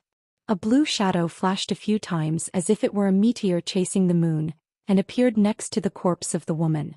In one swift motion, he ripped off the storage pouch on her waist and began laughing loudly, revealing an expression of ecstasy. Having already been a step too late, Han Li sighed, vexed. However, thinking of his own small life, he still strongly braced himself, coldly gazing at this person's every move. The arriving person was a middle-aged man whose face was full of scars. His 2 eyebrows were slender and he had a nose hooked like an eagle's beak. His whole body contained an evil qi, causing people who saw him to immediately tremble and want to show respect from a distance. Han Li, upon seeing that his cultivation was actually at the peak of the 13th layer, felt a heaviness in his heart. Feng Yu, you are the savage Feng Yu of the Heavenly Imperial Fortress. Unexpectedly, before the blue-clothed person was able to open his mouth, the yellow-robed female yelled out in dismay. The expression on her face was as if she had just met one of the scariest demons. She was even much more afraid than when they had been chased by the white-clothed female. Hee. I didn't expect that this girl would recognize this uncle and obediently stand there. After uncle sees how the harvest is, I'll come to deal with you. The blue-clothed person merely glanced at the yellow-robed female before lowering his head and searching through the storage pouch right before their eyes. Han Li rubbed his nose and dully watched this person as his eyes flickered. Although he didn't know the great origins of this person, he was greatly displeased with the senior martial sister's habit of making a big fuss out of nothing. As far as Han Li was concerned, it didn't matter who the oncoming person was. His own position could not become disordered. The stronger the enemy, the more he had to remain calm. He glanced at the magic tools that were now free and stretched out his hand, causing the golden blade and silver hook to return to him. The golden blade was still all right and was as new as it was before, but the silver hook's appearance gave Han Li quite a fright. The previously shiny silver magic tool was stained with spots of rust and was riddled with holes. It was now similar to a ruined edge and had lost much of its spiritual qi, drastically reducing its usefulness. It was at this time that Han Li realized what the yellow-robed female had meant when she had talked about magic tools being ruined. The pink liquid the crystal ball had spurted out was incredibly ruthless. If anyone's magic tool touched it, it would likely need to retreat 3 feet. The regretful Han Li was attracted once more to the dazzling yellow light in front of the blue-clothed person. This was a weirdly shaped small blade with a shaft. The shaft was at least a foot, but the blade was only about 3 or 4 inches. The whole blade was translucent and incisive, releasing a glaring yellow light. It was this type of strange object that had hit and slain the white-clothed woman in one hit. Han Li stared intently at this item. His expression slowly became gloomy, figurative black clouds gathered overhead on his face, and his mouth was tightly pressed together. However, the 2 words treasure talisman kept flashing through his head unstoppably. Judging from the small blade's power, which approximately matched that of its radiant appearance, and its frightening explosion of spiritual qi, all the evidence pointed to the item being similar to his golden light brick. It was a treasure talisman that possessed the power of a magic treasure. This realization filled Han Li's mouth with a taste of bitterness. He raised his head and gazed at the mixed yellow sky. Although he could not tell what period of time it was, he was confident it was already the morning of the 2nd day. He was wondering if his own luck had been wasted all during the 1st day so that on the morning of the 2nd day, he would run into such terrible luck. First, he encountered a senior martial sister from the same sect, forcefully turning him into a shield and causing him to become the opponent of the female from the masked moon sect who had many treasures. In the end, her top-grade magic tool had been powerful beyond compare, and he almost had no way to deal with it. Now, some madman Feng Yu had also arrived. Not only was his magic power much higher than his own, he also had a treasure talisman on him. All of these made him more powerful than the jade-stealing woman by a significant amount. How could he possibly escape from this situation? He didn't reckon that this madman would spare the 2 of them merely because of a good mood. It seemed like he could only fight with all his might. As Han Li was thinking this, the opposing Feng Yu had finally finished thoroughly searching the storage pouch. He lifted up his head with an expression of light happiness. It seemed that his harvest was not small. He laughed maliciously and was about to say something to Han Li and the woman, but then he noticed the small mirror and crystal ball that had fallen on the ground. His eyes flashed with greed and he waved his hand, wanting to suck the two magic tools into his hand. Unfortunately, before the two magic tools had taken flight, a tiny fireball came flying over from far away and disrupted the movement of retrieving the magic tools. This forced him to back up a step and, in one wave of his hand, release a similar fireball to attack it. This caused Feng Yu's to become extremely angry in his heart, and his face revealed an extremely ferocious look. This fireball had been released by Han Li. After seeing the power of the small mirror and the crystal ball, how could he allow them to land in the opponent's hands? The yellow-robed female, on the other hand, had been frightened by Han Li's movements, almost crying out. Feng Yu slowly turned to look at Han Li. The scars on his face began to move as if they were individual living earthworms, causing people to tremble with fear. How do you want to die? Is it for me to cut you into pieces, one piece at a time, or do you want me to cook you inch by inch with a large fire? When the yellow-robed female heard this, her body trembled, and her face became deathly pale beyond comparison. She could no longer withstand the fear in her heart, and she secretly looked around to her left and right, beginning to come up with other ideas. I want you to die. Han Li replied with a light smile. His smile was very natural and light-hearted. Chapter 188. A bad reputation. Feng Yu's ugly face was extremely unsightly. He had never imagined that the opponent would actually dare to mock him. The rage in his heart suddenly began to soar. Although he wasn't yet foundation establishment, by relying on a few decent magic tools and cruel, savage methods, his fearful name was widespread among the lower-level disciples. One should know that in order to get revenge, he shut other cultivators into some dark room and tortured them constantly for 3 days and 3 nights. Their piteous cries rang out day and night without stopping before they were viciously slain. Normally, when ordinary disciples heard his name, their faces would become deathly pale, and they would immediately retreat far away. With this evil reputation, he should have long been finished off by foundation establishment experts who found him displeasing to the eye. However, he was also extremely clever. Although he was incomparably savage to lower-layered cultivators, he would flee as soon as he caught wind of someone whose power greatly surpassed his own. He would escape back to the Heavenly Imperial Fortress and hide out. The people in the Heavenly Imperial Fortress, to protect their reputation, naturally would not deliver him up. As such, those pursuing him often would refrain from harming innocents to chase him. They could only stare at him, watching him act freely and leisurely. After waiting for those pursuing him to lose interest, Feng Yu would again arrogantly exit the fort, continuing to cruelly treat other cultivators. After this had happened a few times, those experts could only pinch their noses and were disinterested in involving themselves again. Feng Yu also knew his place and would not attack those from important backgrounds and those intimate to them. Pinch their noses means to ignore it like a stinky smell. As such, Feng Yu's behavior within the 7 great sects became increasingly ferocious and bold, and his evil name spread far and wide. This made his personality even more unrestrained, and he became incredibly conceited, adopting an arrogant and violent attitude. He did not have a shred of respect for any of the low-layered cultivators other than a few disciples from his sect whose reputations were not below his. But today Han Li, an 11th-layer rookie, went so far as to say he wanted to kill him. How could the arrogant and accustomed Feng Yu contain his rage? You're courting death. The agitated Feng Yu was not willing to allow Han Li to speak for even one more second. He touched the small blade in front of him and it became a streak of yellow light, flying directly at Han Li's forehead. He had decided to cut off the opponent's head in one move. He believed that, although the opponent had set up a blue water-based barrier, the barrier would break under one attack of his own treasure talisman, and the person inside it would die. Han Li, of course, would not allow the opponent to do whatever he wanted. He sneakily raised his hand, throwing out a small black shield that began to expand on its own after leaving his hand. The yellow streak was firmly blocked outside at roughly a distance about 6 meters away.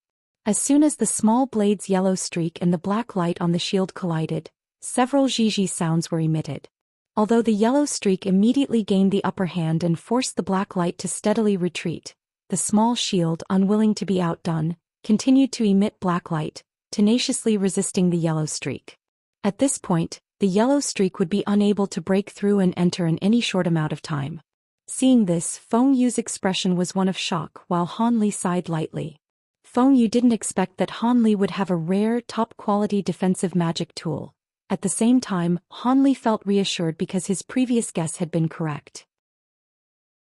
Before she died, perhaps she regretted her rash decision to leave Han Li's side, but there was no medicine for regret that she could eat in this world. Based on the fact that the opponent had no more magic tools or strong talismans left, Feng Yu, having just slaughtered the yellow-robed female at close range, removed his hand and purposefully licked the blood still dripping from his finger. Then he smiled maliciously at Han Li. When the Han Li hiding inside the shield saw this, his face turned green and he pressed his lips tightly together. Although he didn't yell out, he had definitely been scared out of his wits, Feng Yu delightedly thought. In reality, the reason he had been able to win against his opponents so easily in the past was mostly due to his fearsome reputation. When people who fought against him thought about the fate worse than death that they would suffer at his hands, they would already be fearful even before they fought. Naturally, their fighting abilities would suffer greatly and losing became inevitable. Today, Feng Yu saw that although Han Li's cultivation was not very deep, the magic tools he had were quite strong. Thus, he intended to use this kind of scare tactic to weaken Han Li's fighting ability and gain the upper hand.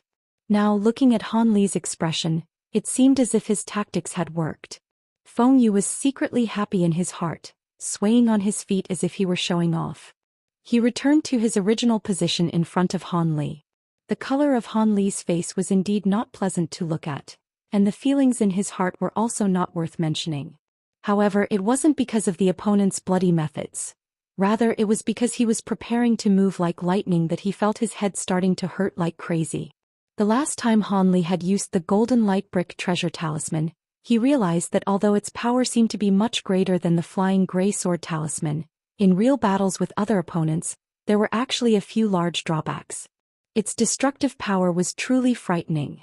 If one was hit by it, lower-layered cultivators would be obliterated no matter how many magic tools or protective barriers they had on them. They wouldn't make a big difference. However, this treasure talisman's drawbacks were also incredibly apparent. It could only be used after sucking up a large amount of the user's magic power, and its lack of speed or mobility would leave people speechless. If it was possible to bind the opponent beforehand, this treasure talisman's surprising function would be greatly increased. It would be the best tool for killing people. But if someone were to use only the golden light brick to kill their enemies, it would be an unthinkable thing to do. Unless the opponent's magic power was depleted, using a few random supportive techniques would allow someone to easily dodge this treasure's attack. Thus, this golden light brick treasure talisman was actually not like the flying sword treasure talisman or Feng Yu's small blade treasure talisman in the sense that it was not meant for a dogfight. Instead, it was purely effective for generating huge amounts of destructive power, similar to the official magic treasures of core formation experts from the Heavenly Imperial Fortress. Because Han Li no longer had any magic tools that could bind the enemy, his original plan was to use multiple golden blades to slow down the enemy, and then use the golden light brick to launch a surprise attack when the opponent was least expecting it. According to Han Li's reasoning, although success wasn't 100% guaranteed, there was still approximately a 50% chance. However, after seeing Feng Yu's movements, Han Li knew this plan was simply unrealistic. Based on the opponent's display of speed that was not slower than the shifting smoke steps, it would be easy for him to escape from the magic tool dogfight at any time. Han Li was extremely vexed, but he was also somewhat bewildered. Could it be that this Feng Yu was the same as him, having origins from Jianghu? Chapter 189.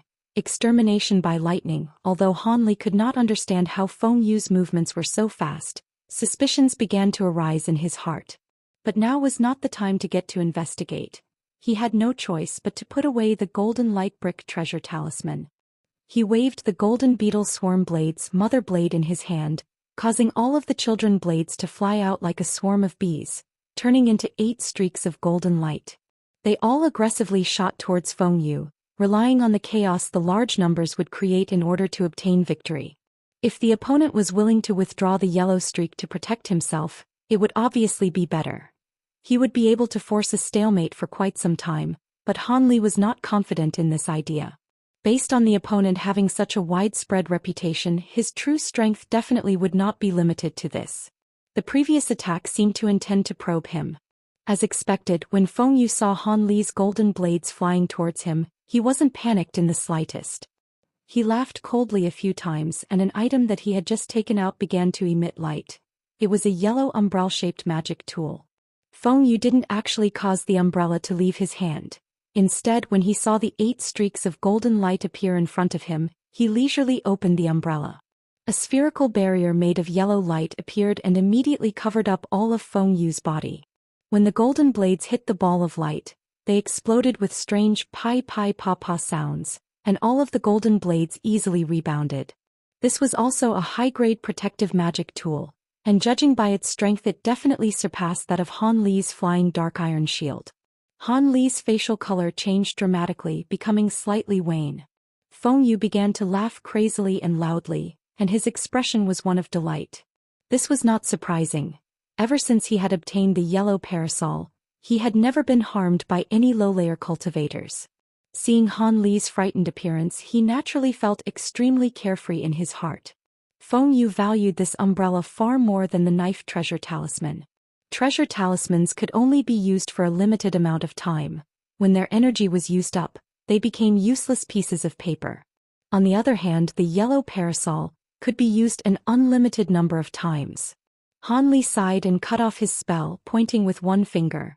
All of the golden blades were summoned back to him and returned to their original shape upon landing in his hand. Feng Yu didn't know what Han Li planned to do, but since he was still being protected and felt carefree, he focused all of his attention on controlling the yellow streak. Based on protective ability and scope, the flying dark iron shield possibly was much worse than the yellow parasol. However, what Feng Yu didn't know was that in terms of flexibility, this small shield definitely was much better than most normal defensive magic tools.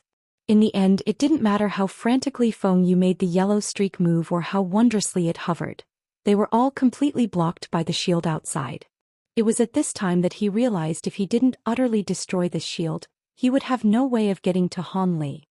His face revealed an expression of resent, and he was forced to return to his old tactic of using the yellow streak of the knife to slowly wear at the iron shield. Despite the fact that the black light being emitted from the shield had already been decreased by a significant amount, the remaining light was enough to resist for a short period of time. At this time, Han Li, seeing that there was no way for him to secure victory, clenched his teeth and made a heart-wrenching decision. He returned the golden blades to his storage pouch and switched it out for a small azure-black gourd. He raised the gourd high into the air and 7 or 8 black spheres flew out from it. These spheres flew towards Feng Yu light as a feather. Feng Yu was naturally aware of Han Li's movements, and thus he stared blankly for a moment. This was because the gourd magic tool was simply too common. Lower-layer cultivators all knew about these cheap magic tools, and almost all of them had tried using such items before. It didn't matter whether the tool that contained the spheres was a gourd or a bottle or a pot, although the spheres that came shooting out of it were very enticingly called primeval beads. Their strength as compared to top-quality magic tools was simply too small. But it was also because of this that Feng Yu began to suspect something in his heart. He didn't wait for the spheres to come near him. Instead, he reached out and placed an ice spear technique talisman into his hand. Then he raised it, and the talisman immediately became a crystal-clear, brilliantly white ice spear, which he resolutely threw to meet the spheres. With a crisp ping, the ice spear knocked away 3 or 4 of these spheres before shattering. White fragments of ice dispersed in midair, as if they were flowers scattered by heavenly maidens. These fragments of ice became a small rain of hail, beautiful in an unexpected way. Seeing these circumstances unfold, Feng Yu finally began to relax, and he once again focused his attention onto Han Li himself. This was because at this time an azure banner had suddenly appeared. On this banner was the image of an azure dragon bearing its fangs and brandishing its claws.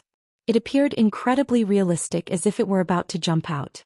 Feng Yu's experience was very abundant, and with one glance he knew this definitely was a top-notch high-grade magic tool. He could not afford to underestimate its strength. Meanwhile, Han Li was controlling this flag, allowing its surface to begin to accumulate azure-colored spiritual light. This light was very dazzling and its strength was truly not small. Although Feng Yu was completely confident in his yellow parasol, his prudent and cunning personality caused him to unblinkingly stare at this azure flag, afraid that this magic tool would have some kind of odd power and could break through his defenses. As for those primeval beads, he had long realized that those were red herrings meant to disturb his line of sight, and so he ignored them. Based on the pitiful destructive force of the primeval beads, even if they were to hover around the yellow parasol for an entire day, it would be impossible for them to disturb his defenses even slightly. However, Feng Yu became increasingly distressed and bewildered after seeing Han Li take out one high-grade magic tool after another. He guessed that Han Li and that woman with many treasures were the same and that he was the disciple of some expert. His desire to kill Han Li became even more urgent. He feared that if the opponent was able to survive, it would cause him no end of trouble. Even more so, the opponent had witnessed the entire process of him killing people and stealing their belongings. If the elder of the woman with many treasures came looking for him, he would have a lot of trouble on his hands. Right as Feng Yu was attracted by the azure flood dragon banner and his killing intent was rising, those primeval beads flew in front of him and ran into the barrier created by the yellow parasol.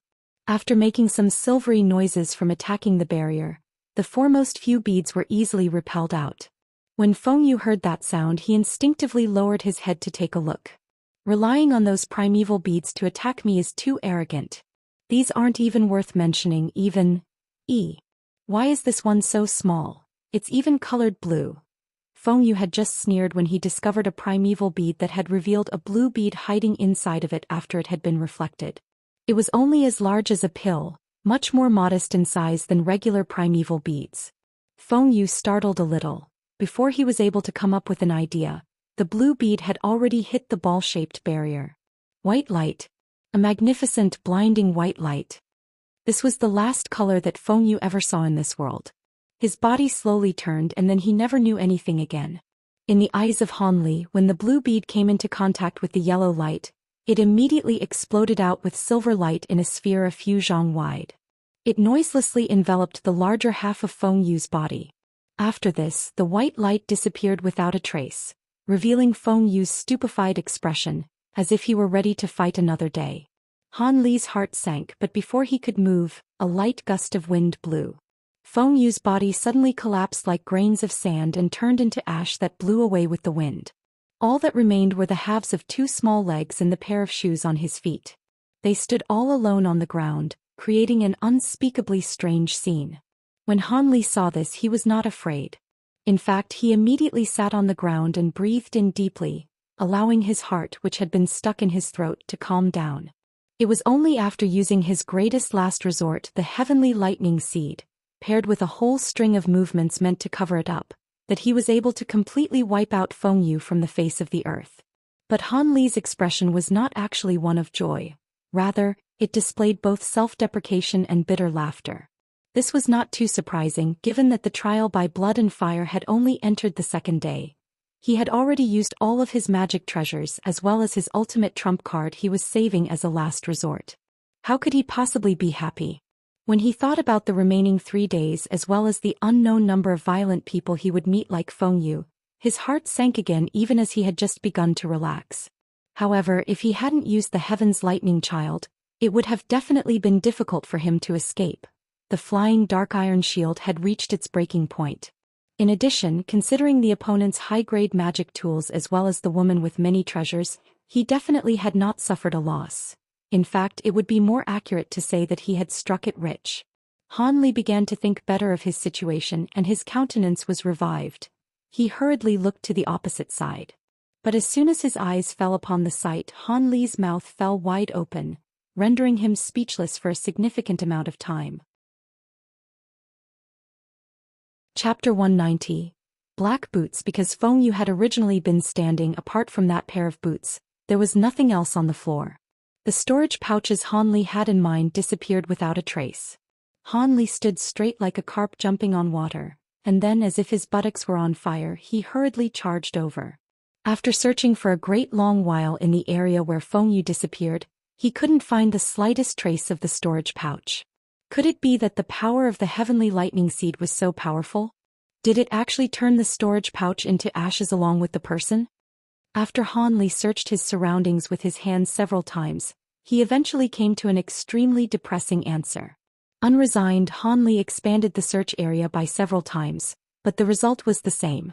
However, he was actually able to acquire the rich girl's small mirror and crystal ball.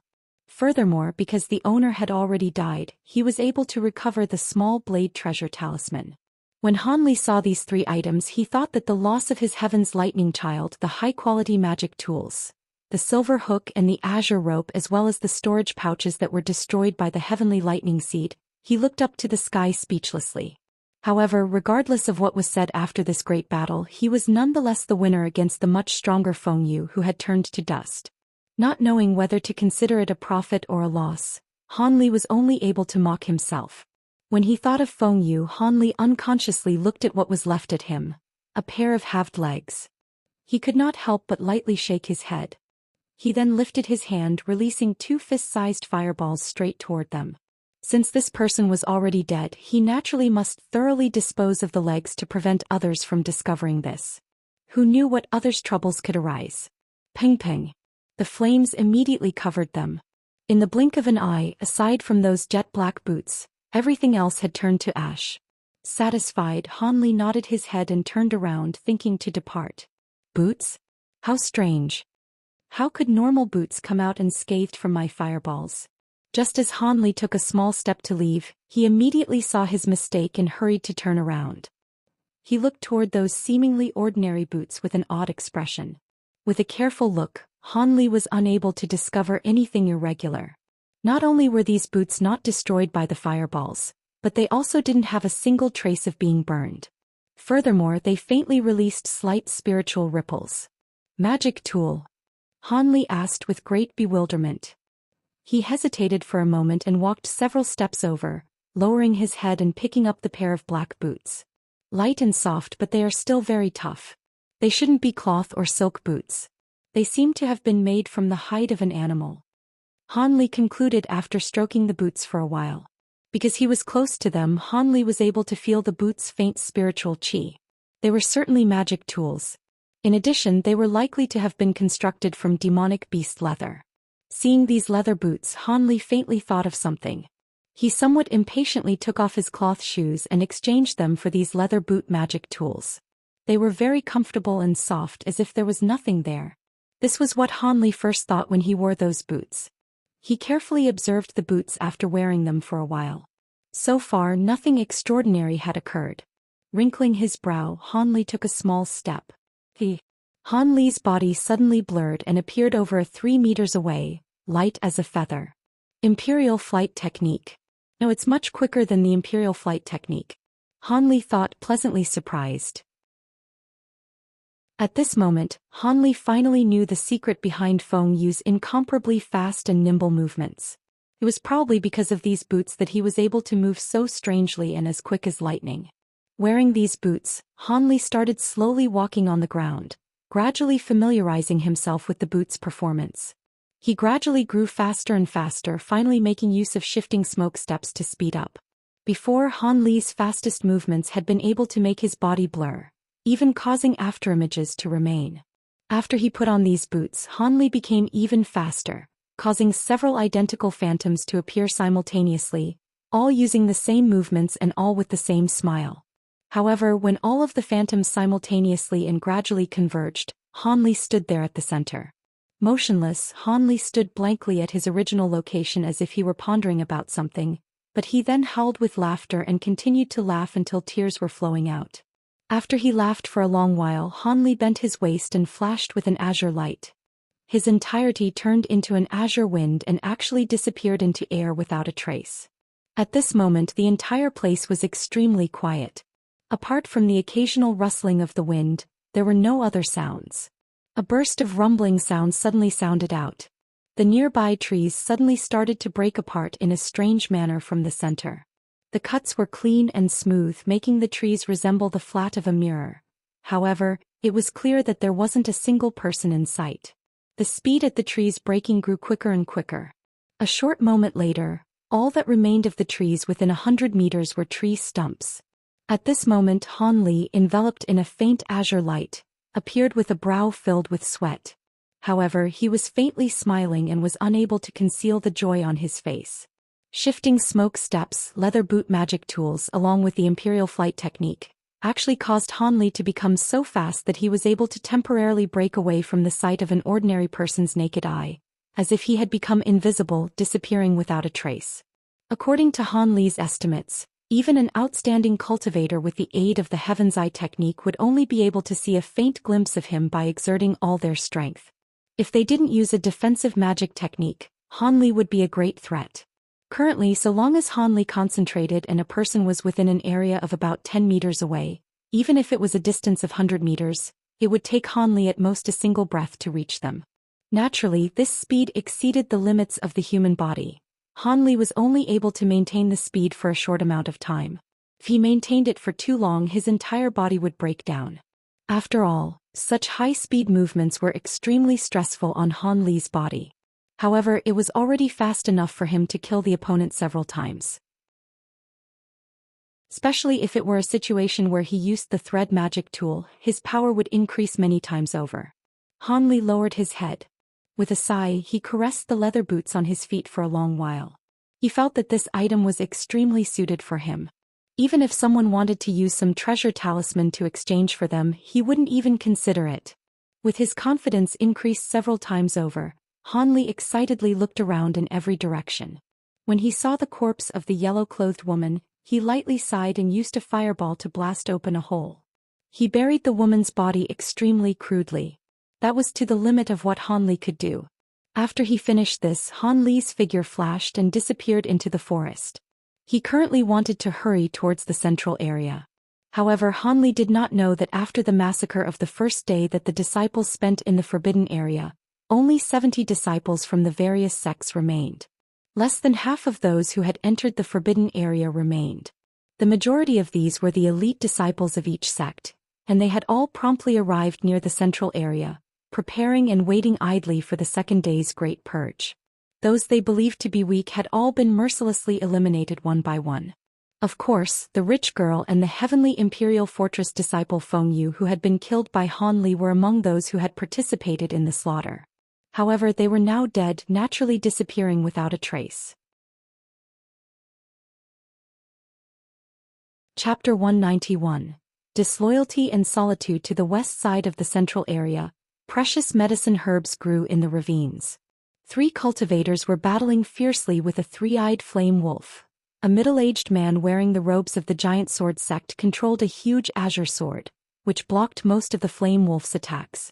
At the same time, a yellow-robed old man and a young man wearing a gray Taoist robe provided supporting attacks from the sides. In a short time, the disciple from the giant sword sect went all out and beheaded the wolf's body in one fluid swing, getting hit by a huge fireball in the process. Then he sheathed his giant sword and began to laugh while looking into the sky. Brother Meng's magic power is truly profound, capable of killing even this 3-eyed flame wolf in one slash. You are worthy of being called one of the giant sword sect's rising stars. Upon seeing these circumstances, the yellow-robed old man immediately ran over diligently and began to unceasingly fawn over him. His face bore no traces of flushing. If Han Li was there, he would have recognized this old man as the one who had initially invited him to form an alliance with the weaker members. His name was Xianxia. However, the young disciple from the same sect as him was no longer there. It seemed that when they were being transported he had strayed off.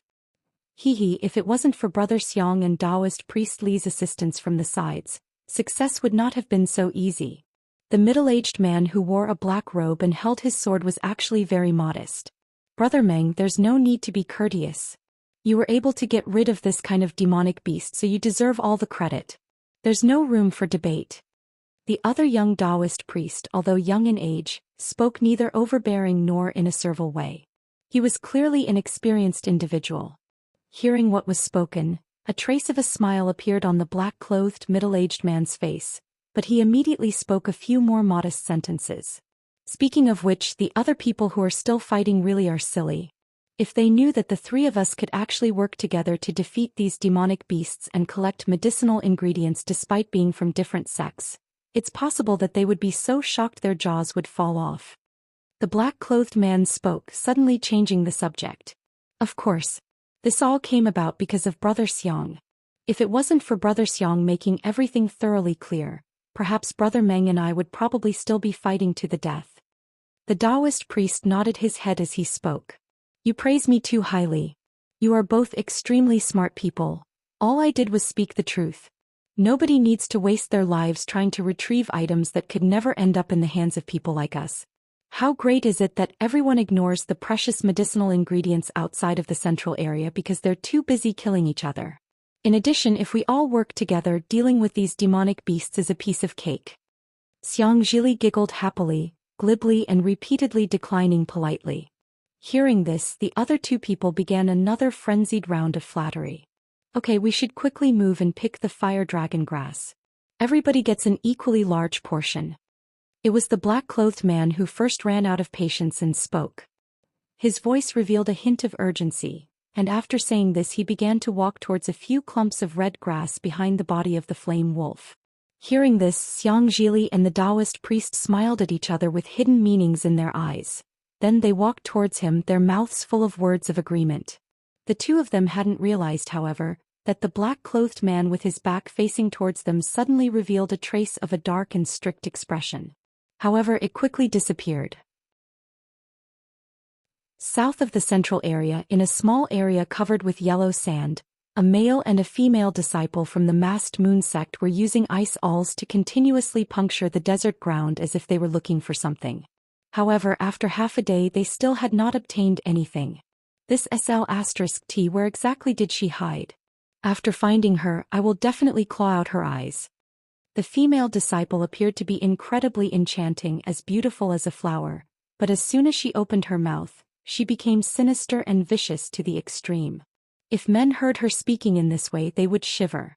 Junior Marshal sister, let's just let it go. The time that the sect arranged is about to pass. If we don't leave now, we'll be late. The male disciple weakly said. It seemed as if he was very scared of this junior marshal sister. Humph. It's the fault of a worthless piece of trash like you. You couldn't even keep track of a 10th layer cultivator girl. She actually slipped away from right underneath our noses. If this spreads, people will make laughingstocks out of me and my sister, the masked moon sect's twin beauties. But words were just words in the end.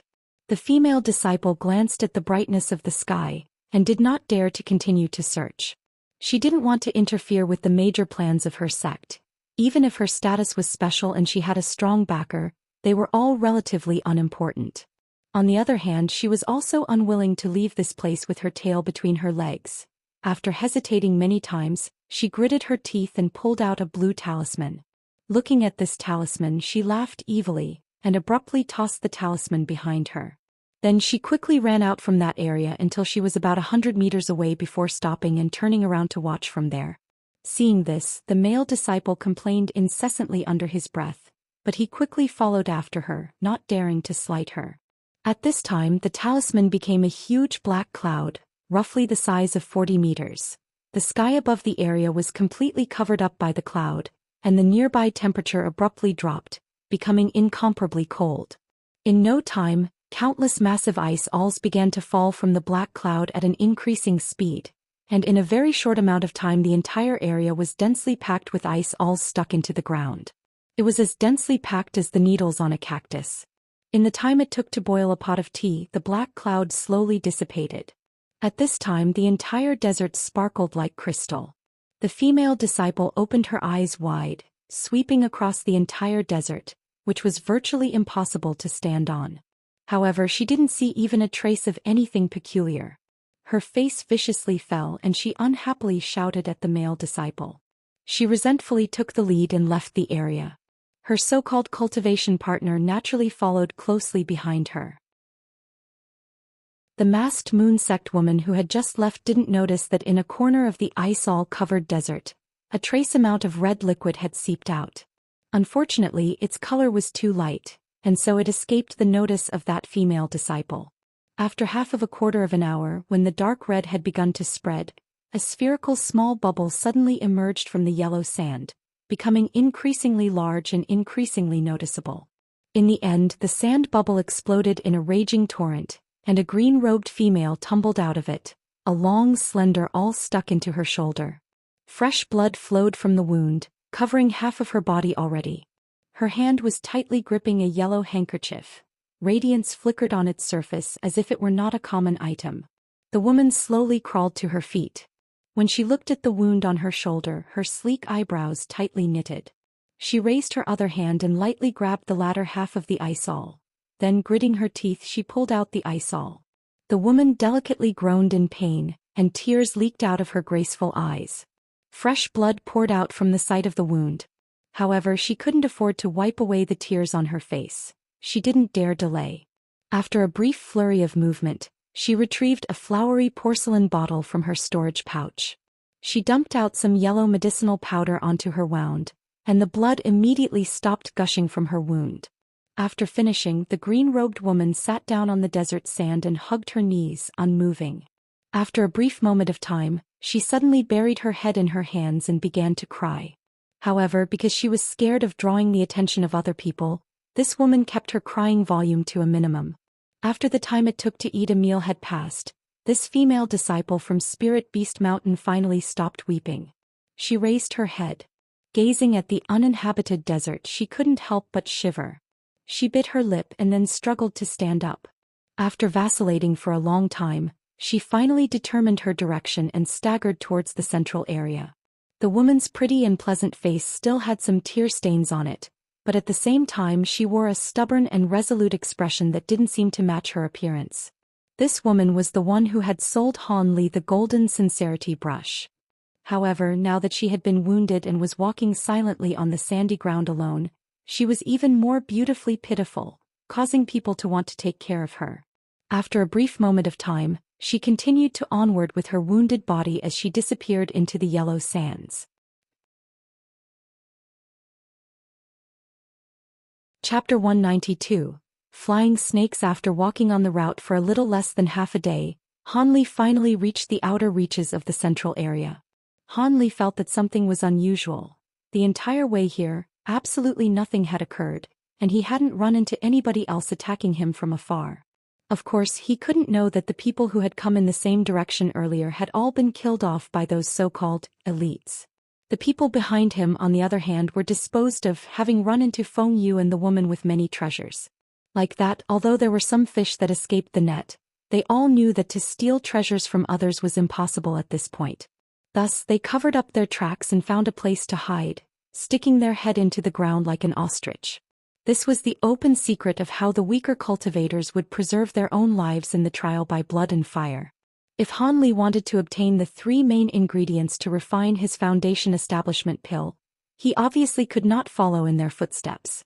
That was why he currently stood in front of a stone wall about 10 meters high, intently looking at it with a strange expression.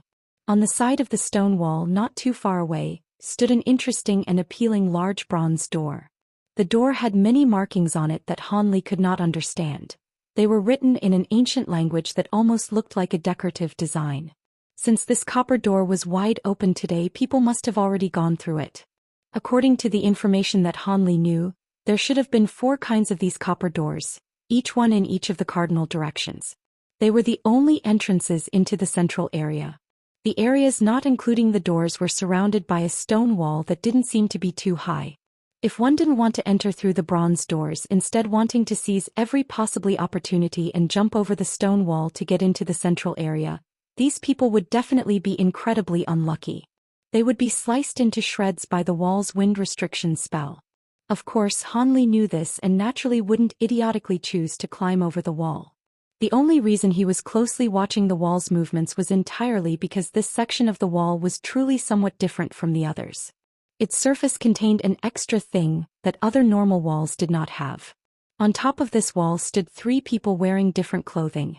They had been impaled by a thick ice awl, their limbs nailed together to form the Chinese character large, which hung on top of the wall in a row. Seeing that there was no odor at all, they must have already been dead for a long time. The fresh blood that poured out of the 4 wounds coagulated into a purplish-black solid. This solid was all over the place, both on top of the wall and nearby. According to Han Li's speculations, at the time that these people had been nailed on top of the wall, the majority of them had not yet died. However, they had later tragically died on the wall due to blood loss. There were no clues or trails left next to the three corpses, but if one thought about it carefully, anyone could realize that these people were killed to make an example of. The goal was to scare away people arriving later from entering through this door. Han Li very carefully inspected the painful expressions of the three corpses, then licked his somewhat dry lips and walked expressionlessly towards the copper door. It was as if the miserable fates of those three people had not affected him that much. In reality, however, Han Li knew his own feelings quite well. The previous scene had really left him apprehensive. It was apparent from the way those three people died that their killer most likely was someone whose heart was twisted. If he were to fall into that person's hands, he would be a bit more fortunate if he hurried to kill himself. However, Han Li had already come here. Naturally, he wouldn't flee from here simply because of a little fear. Today in front of him were the true extreme dangers. He would have to summon up his own courage and barge in this time. Like this, Han Li walked through the door, carrying a stomach full of uneasiness.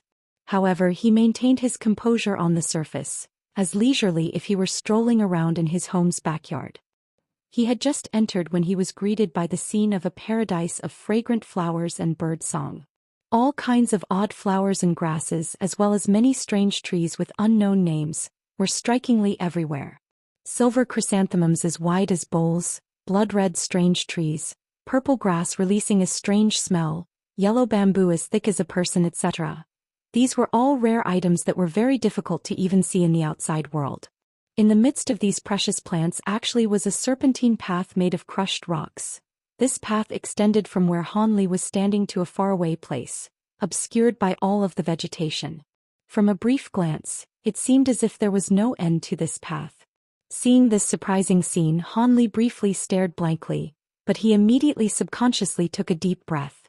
What dense spiritual qi! The dense, heavy, and mixed smell of plants contained a spiritual qi that just soaked into a person's lungs, causing Han Li's spirits to rise. This kind of paradise, no wonder it could bring forth all the spiritual medicines that exist. Han Li was deeply moved. Boy, have you gawked enough? Who is it? Sounding like a broken gong, a noise suddenly came over, causing Han Li's heart to shiver with fear. He couldn't help but cry out. Hee. Since you've seen it already, you can die in peace.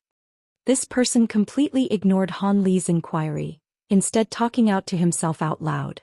At the same time, two green shadows slyly streaked out from a flower patch on the side, silently charging towards Han Li's back. Although his back was facing these green shadows, they were not concealed from Han Li's spiritual sense, who was already on guard. His expression grew grim. His upper body had not moved at all, but his body had already automatically shifted laterally a few feet, causing these two green streaks to pass by him both in front and behind him. In the middle of the chaos, Han Li glanced at the green shadows. They were straight, thin, and long like chopsticks, and their entire bodies were green and had some faint black characters on them. Their appearances were truly somewhat strange. However, in the chaos, Han Li had no time to look closely at them. Even though he had easily neutralized the opponent's attack, his expression was still solemn, and he didn't dare to be careless. The miserable appearance of the three people outside the door was still vivid in his mind. He did not want to end up with a fate similar to theirs. Thus, the cloudy-faced Han Li's eyes began sweeping in all directions, flickering without stopping in order to find the hiding enemies. However, at this time a strange whistle suddenly came out of that person's mouth. Hearing it would make one's heart extremely uncomfortable. When Han Li heard it, he briefly froze. Just as he was trying to figure out what the opponent's intentions were, his facial color changed drastically, and he flew backwards at an almost inconceivable rate. This time Han Li flew at least 10 meters away before stopping. What caused Han Li to move in such a manner had actually been those green streaks that had only narrowly missed him. Because they weren't very far in front of Han Li, they suddenly began to twist around, at the same time unfolding a pair of pale green translucent wings. They were actually two flying snakes with wings. When they had attacked Han Li, their bodies were always stretched tightly, causing Han Li to mistakenly believe that they were inanimate objects. With a gentle flap of their wings, their bodies rapidly turned around 180 degrees as quickly as lightning. In fact, they were not slower than Han Li, who had used the shifting smoke steps. How could this not make Han Li incredibly cautious? These two flying snakes reared their heads, and 4 small green eyes released an ice-cold chilliness. They were baring their fangs at Han Li, about to take another attacking stance against him. Boy, you run pretty quickly. But even if you were quicker, could you be quicker than these 2 jungle mountain flying snakes? It would be better if you obediently allowed my lovely snakes to bite you once, and you would feel no more pain. The person with the rough throat was somewhat astonished by Han Li's movement speed, but he clearly had more faith in his flying snakes, which was why he mockingly said what was spoken above. Rubbish. Han Li cursed in his heart, but he didn't actually speak those words out loud. It wasn't because of fear of the opponent that he didn't speak, but rather, those 2 strange snakes had already become 2 streaks of green, charging forwards in a blur. Halfway there they suddenly split into 2 and wordlessly agreed to slash out in arcs, flanking from both his left and his right. Seeing this, Han Li naturally could not afford to talk back apart from quietly cursing in his heart for a few moments. His body nevertheless could not be much slower than the green streaks as he shot backwards. In the blink of an eye, he and the green streaks had flown in many circles in this small area, as if he was unwilling to stop his feet for even a moment. At this point in time he completely relied on the spiritual boots on his feet to run, but he didn't use the shifting smoke steps or the imperial flight technique. It wasn't that Han Li was being negligent and purposefully looking down on his opponent. Rather, after encountering 2 fierce battles in a row, and adding on the fact that he had just reached his limit when practicing with these boots, his energy had not completely recovered. Thus, if he had not reached a life-or-death crisis, Han Li was unwilling to use the energy-squandering shifting smoke steps. As for the imperial flight technique, it was the same principle. Having already obtained good fortune in getting the spiritual boots, adding on the speed boost of the imperial flight technique would cause the burden on Han Li's body to be too great and would not aid the recovery of his energy. Of course, Han Li would also not allow the 2 flying snakes to chase after him to no end. Although Han Li did not dare to carelessly wear a barrier and cause himself slow him down, to test whether the barrier or the strange snakes were stronger, he still had many methods to get rid of the 2 small snakes. It was only that most of his attention had been focused on the hidden person controlling the snakes, who in the end had never come out, thus allowing the 2 flying snakes to attack him. Seeing that this person had seemingly decided to completely rely on these 2 flying snakes to kill him, Han Li naturally would not continue to be polite. Han Li's decision had been made. He flipped his hand and a flame serpent talisman appeared in it. 2 of his fingers pinched this talisman together, and he was about to excitedly throw it out and start a wild game barbecue. Cloud step boots. Stay your hand, I have something to say. The person with the rough throat recognized the spiritual boots on Han Li's feet, and he immediately yelled out to ask for a pause in the battle, sounding full of incredulity. He stopped the 2 green streaks with an unknown method of yelling. The 2 snakes paused in midair and flew backwards along the original route, slipping into the vegetation and disappearing without a trace. Upon hearing this, Han Li knitted his eyebrows. After slightly hesitating, he decided not to throw out the talisman in his hand, but he kept his hand cautiously resting on top of his storage pouch. Chapter 193.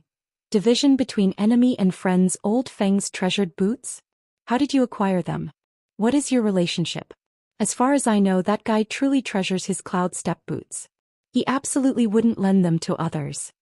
Following these few words, a gaudily dressed person came out from an unknown place and dropped down from a huge flowered tree more than 60 meters away from Han Li. He had a medium stature, eyes of different size, and a black pocked face. He appeared to be about 40 years old and had 7 to 8 different pockets of various sizes. However, his unbearably ugly face was shocking. His 2 eyes were rigidly staring at Han Li's spiritual boots. It seemed he did not dare believe that Han Li was wearing the cloud step boots. Who is your esteemed self? Why have you attacked me? Han Li did not reply to his question and instead bluntly asked this question. He truly didn't wish to be led by the nose and be suppressed by the other's presence. When the ugly man heard this, he was surprised but immediately grew angry, his ugly face turning vicious. He raised his hand, wanting to immediately teach this brat before him a lesson in appreciating the kindness of others. However, he soon thought of something and immediately restrained his wrath with great effort, lowering his hand. He still very fiercely said, "Boy, don't believe that just because you wear Old Feng's spiritual boots, I won't dare to teach you a lesson. When that old fellow Feng Yu gave you those spiritual boots, did he not mention the name of Spirit Beast Mountains Zhongwu? Regardless, I am quite baffled. You are obviously someone from Yellow Maple Valley. How could he give those boots to you? Could it be that you are old Feng's illegitimate child? No, you don't look quite like him. As the ugly man said this, he was sizing up Han Li with a peculiar gaze. This time it was Han Li's turn to be angry. He snorted with an unsightly expression and coldly said, "Will your esteemed self refrain from wantonly making casual contact with others? That guy Feng Yu has already long been dead. These boots were peeled off his corpse." Dead? That madman Feng Yu? The ugly man's originally overbearing closeness, after hearing Han Li's words, jumped 3 feet into the air and became unceasing bewilderment. Soon after, he couldn't help but fall back several steps, once again measuring up Han Li. "You killed him." The fiendish man let out a deep breath as his eyes spun, asking with a harsh voice. He ceased becoming cruel and vicious. "That's right. Do you want to avenge him?"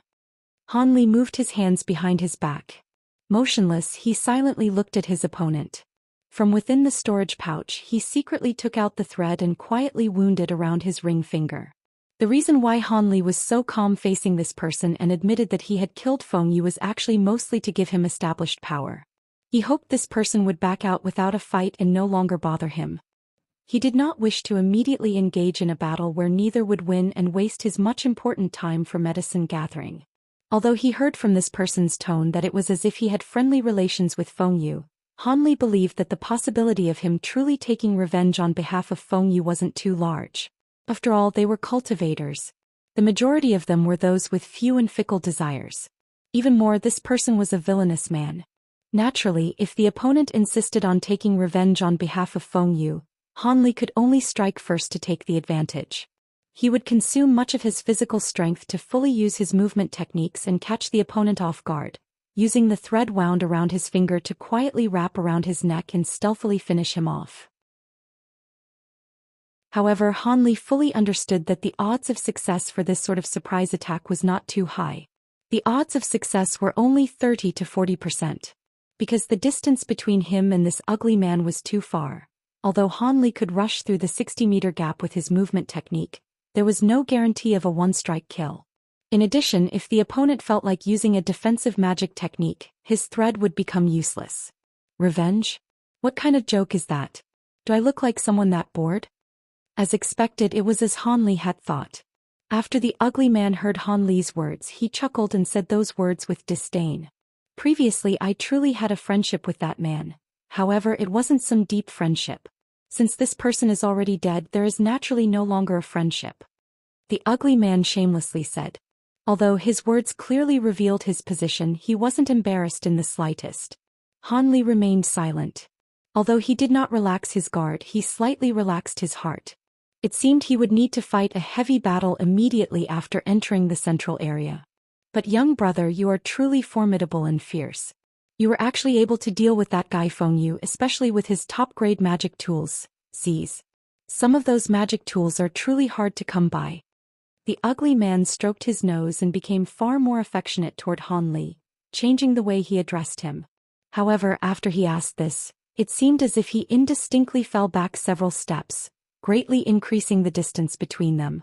Having seen this scene, Han Li couldn't help but bitterly smile to himself. According to Han Li's estimations, if they were to immediately have a falling out and fight, the odds of success just declined, making success unlikely. If this expert was as cunning and experienced as Han Li expected, he wouldn't be easy to deal with. Furthermore, he guessed that the opponent most likely believed that he obtained all of Feng Yu's magic treasures. As a result, he faintly showed off the appearance of being afraid of retaliation. After he became aware of this, Han Li smiled but did not speak. Since he didn't say whether he obtained the magic tools, he didn't need to say it, causing this evil man further annoyance and a greater fear of retaliation. That masterpiece on the wall in front of the gate, is that your esteemed self's doing? Han Li faintly asked, thinking of the scene in front of the gate. Nonsense. That was the work of that demon from the saber transformation. Han Tianya. I definitely wouldn't have done such a pointless thing. It was a great pity of such blood and flesh that was wasted. It would have been better if I fed it to my little ones. I heard the flesh of cultivators are a great supplement for them. As Han Li listened, he couldn't help but faintly smile. However, when the ugly man said those words, he took out a large pouch from behind his back and threw out a bloody chunk of flesh, causing Han Li's smile to become forced. There were even faint signs of his expression breaking. The evil man peeked at Han Li's current expression and couldn't help but secretly reveal his intentions. In the end, this Yellow Maple Valley disciple was far too young and far too soft. With just a few of his words, he caused his mind to become restless. If a true battle broke out, this definitely would have been a significant mistake. However, for this person to be able to kill that Feng Yu, he could truly be cause for surprise. But how could he see or think that such an extremely common appearance could truly be such a ferocious character? It could be said that with this guy's young age and meager magic power, even if he had several good magic tools, he wouldn't be able to beat Feng Yu's yellow parasol and his great quantity of top-quality magic tools equivalent to the cloud step boots. Still, that guy Feng Yu nonetheless fell underneath this boy's hand. This matter was truly a bit strange, but he did wear the cloud step boots. This was undeniable. Could it be he really didn't kill him but was able to acquire them from some other fortunate occurrence? Zhong Wu pondered about this, but he was still confused. He was unable to accurately judge Han Li's true strength. This caused him to take the initiative to test this with his own hands. If he tried to kill him but couldn't, naturally such a clever man as himself wouldn't take such a dangerous action. After the ugly man remained puzzled and gave much deliberation, he took out his cloth pouch and blinked his uneven eyes several times. With a face full of smiles, he said to Han Li, "Oh wait, I still haven't asked. What is young brother's surname? Do you think you could tell me?" Yellow Maple Valley's Han Li. This wasn't something worth concealing. Han Li calmly replied with an improved complexion. So it turned out to be Brother Han. I previously hadn't heard of young brother's great name. Surely, your distinguished self is one of Yellow Maple Valley's new and rising stars? How much does Brother Han understand about the central area? Zhong Wu appeared very cordial, as if he were speaking to a friend he hadn't seen for many years. I don't know much, but Brother Zhong is many years my senior. He surely must know much more than Han Li. Han Li did not know what the other party was planning, but he grew greatly vigilant. He. Brother Han, if you were to trust this one named Zhong, wouldn't it be better for us to exchange our information on the central area? How about it? This is something that would benefit the both of us. After Zhong Wu hesitated for a moment, he eventually spoke his true intentions with a soft voice. After Han Li heard this, he was startled and inwardly contemplated this. Although it was strictly stated in the rules that exchanging his sect's information without the approval of sect elders was not allowed, in reality, it was an act that disciples did much of. Thus, after a short moment, he wore a smile and said, "Sure. After we exchange resources, we will each greatly benefit." Haha. That's great. I knew it, Brother Han isn't some overly careful person. Come, we'll put our information into jade slips and then exchange them with each other. Zhong Wu's face, full of pockmarks of all sizes, was glowing with excitement as he continuously rubbed his hands. It seemed he was greatly expectant of Han Li's information. When Han Li saw this, he greatly sneered several times. However, his external appearance was naturally in complete agreement. To create a copy of information was a very effortless task. After the time it took to make a cup of tea, they finished making their copies and threw the jade slips to each other. When they each had the jade slips in hand, they both roughly examined the contents. After they confirmed it seemed to be information of the central area, they both looked at each other with a smile containing an ulterior motive.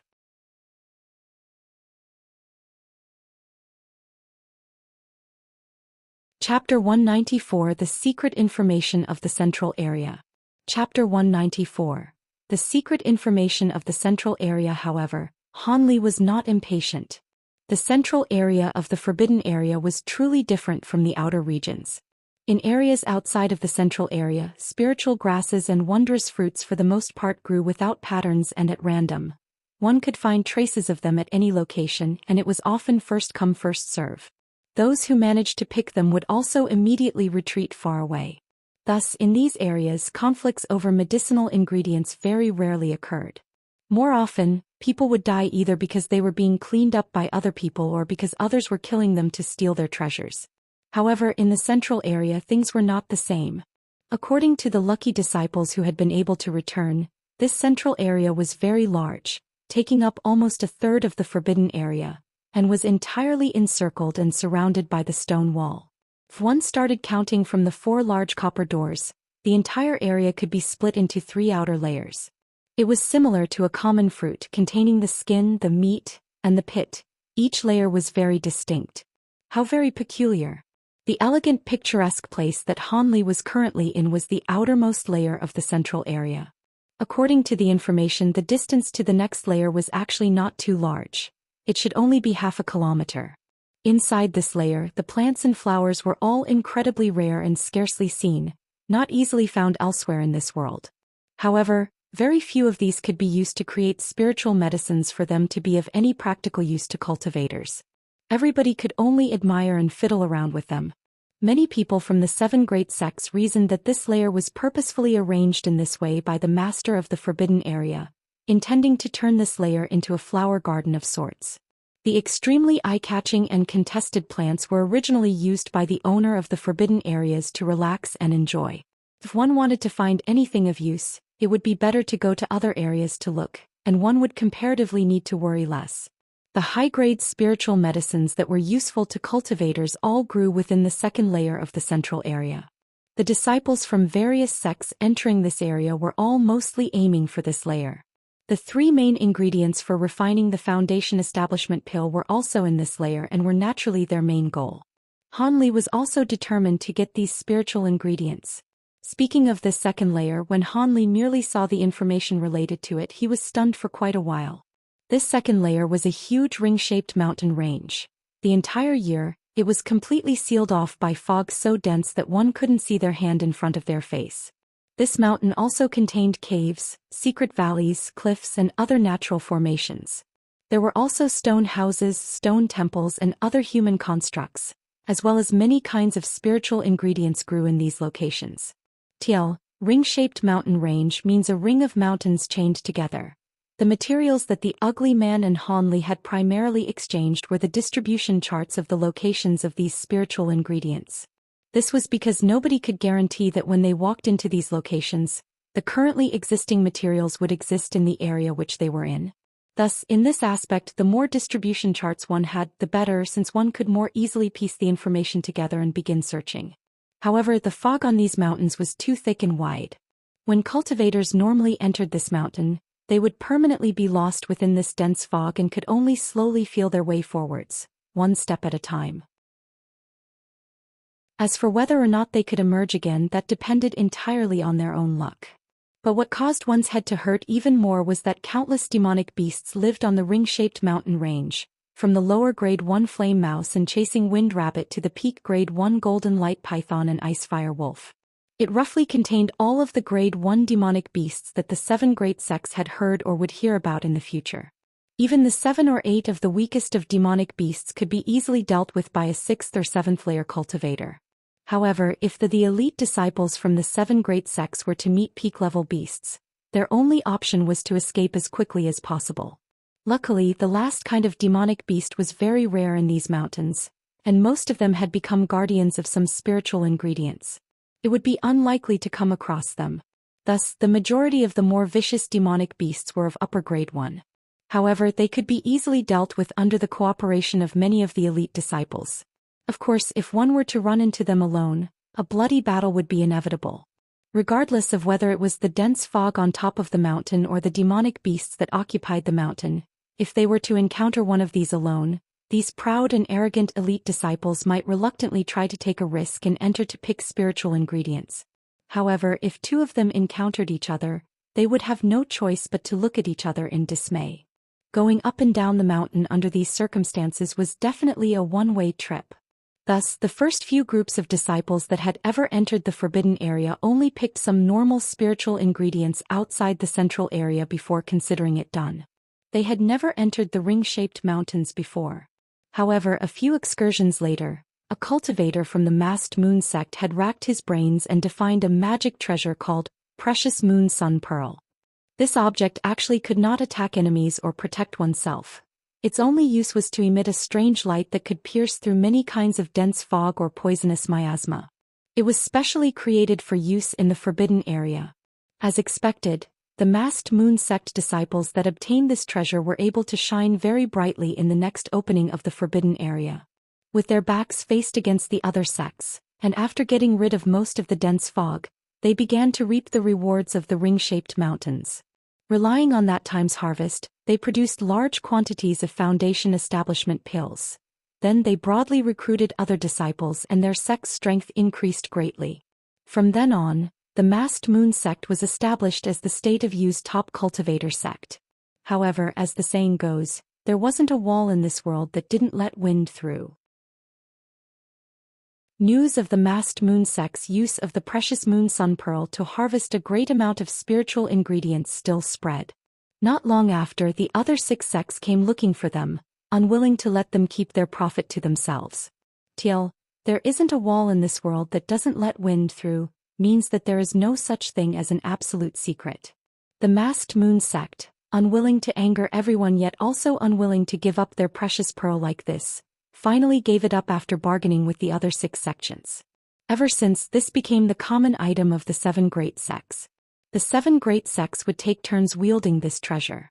After every trip to the forbidden area, the sect holding the precious pearl would have to hand it over to another sect for preservation.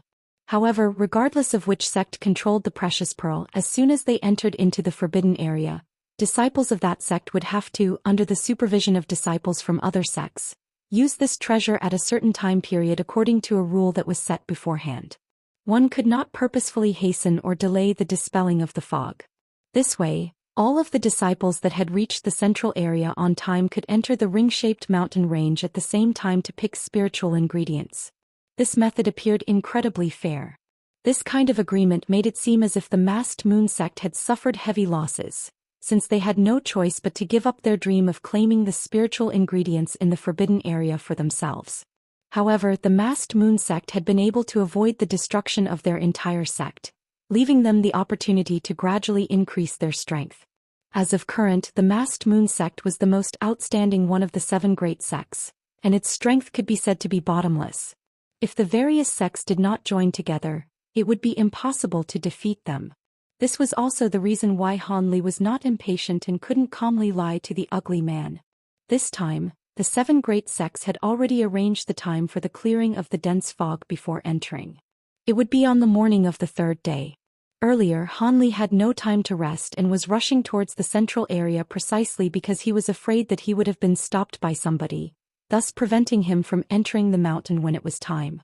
Now, since he had already entered the central area, there was no need to be anxious anymore. If he were to rush to the 2nd layer now, he would only be there to stare at the dense fog. As for the 3rd layer within the center of the forbidden area, it was even more mysterious. As long as one stood at the peak of the ring-shaped mountains, anyone could clearly see that within the vast area contained by the 2nd layer, there was a huge, soaring pagoda roughly 300 meters tall erected in the central area. Surrounding the pagoda was a dense, green forest, causing the water flow to be obscure around the pagoda. This place was the supposed 3rd layer and was also the centermost part of the forbidden area. When the elders from the 7 great sects heard the descriptions given by their own disciples, they immediately knew that it was the dwelling of the owner of the forbidden area. They truly coveted the items inside of this pagoda. However, at the border between the 2nd and 3rd level, there was a strong restrictive barrier with an unknown name still operating, a layer that stopped all of the disciples who tried to barge their way in through it. This restrictive barrier was not one that could be broken by a chi condensation cultivator, and even foundation establishment cultivators and above also had no way of entering that section of the forbidden area. Thus, the items contained in this pagoda were still a complete mystery. Han Li had no interest in the huge pagoda in the 3rd layer. To him, being able to find enough spiritual ingredients in the 2nd layer and then immediately being able to retreat was already cause to thank the heavens and gods for their blessings and protection. Han Li coped with the ugly man in front of him for a full quarter of an hour before he finally freed himself from his nagging, entered a patch of vegetation on the side and immediately disappeared. Before disappearing, he glanced at the opposing person and saw that Zhong Wu continued to lazily stand in the same spot, as if he didn't have the slightest intention of leaving. It seemed as if these experts, would not rest until they had gotten rid of the vast majority of the disciples who had come to take advantage of the situation for their own gain. Most likely, the other 3 doors would have people who were doing the same thing. As Han Li thought this, he began to search for something in a place far away from the copper doors. Underneath a giant tree, Han Li discovered an inconspicuous tree hollow, causing his heart to become happy. After slipping in headfirst, he prepared some small protective measures at the opening of the hole, and without thinking about anything else, he proceeded to fall into a deep sleep. Han Li needed to rest well because when the fog around the ring-shaped mountains was to be broken early next morning, only the heavens knew what would happen. He first had to recover peak condition before completing his business. However, he believed that those who could stand in front of the ring-shaped mountains tomorrow morning, waiting for the dense fog to be broken, would definitely not be very numerous. Each one would likely not be easier to deal with than that Feng Yu. Han Li slept very soundly. It wasn't until early in the morning of the second day that he started to slowly awaken. The most important day in the forbidden area finally was drawing near.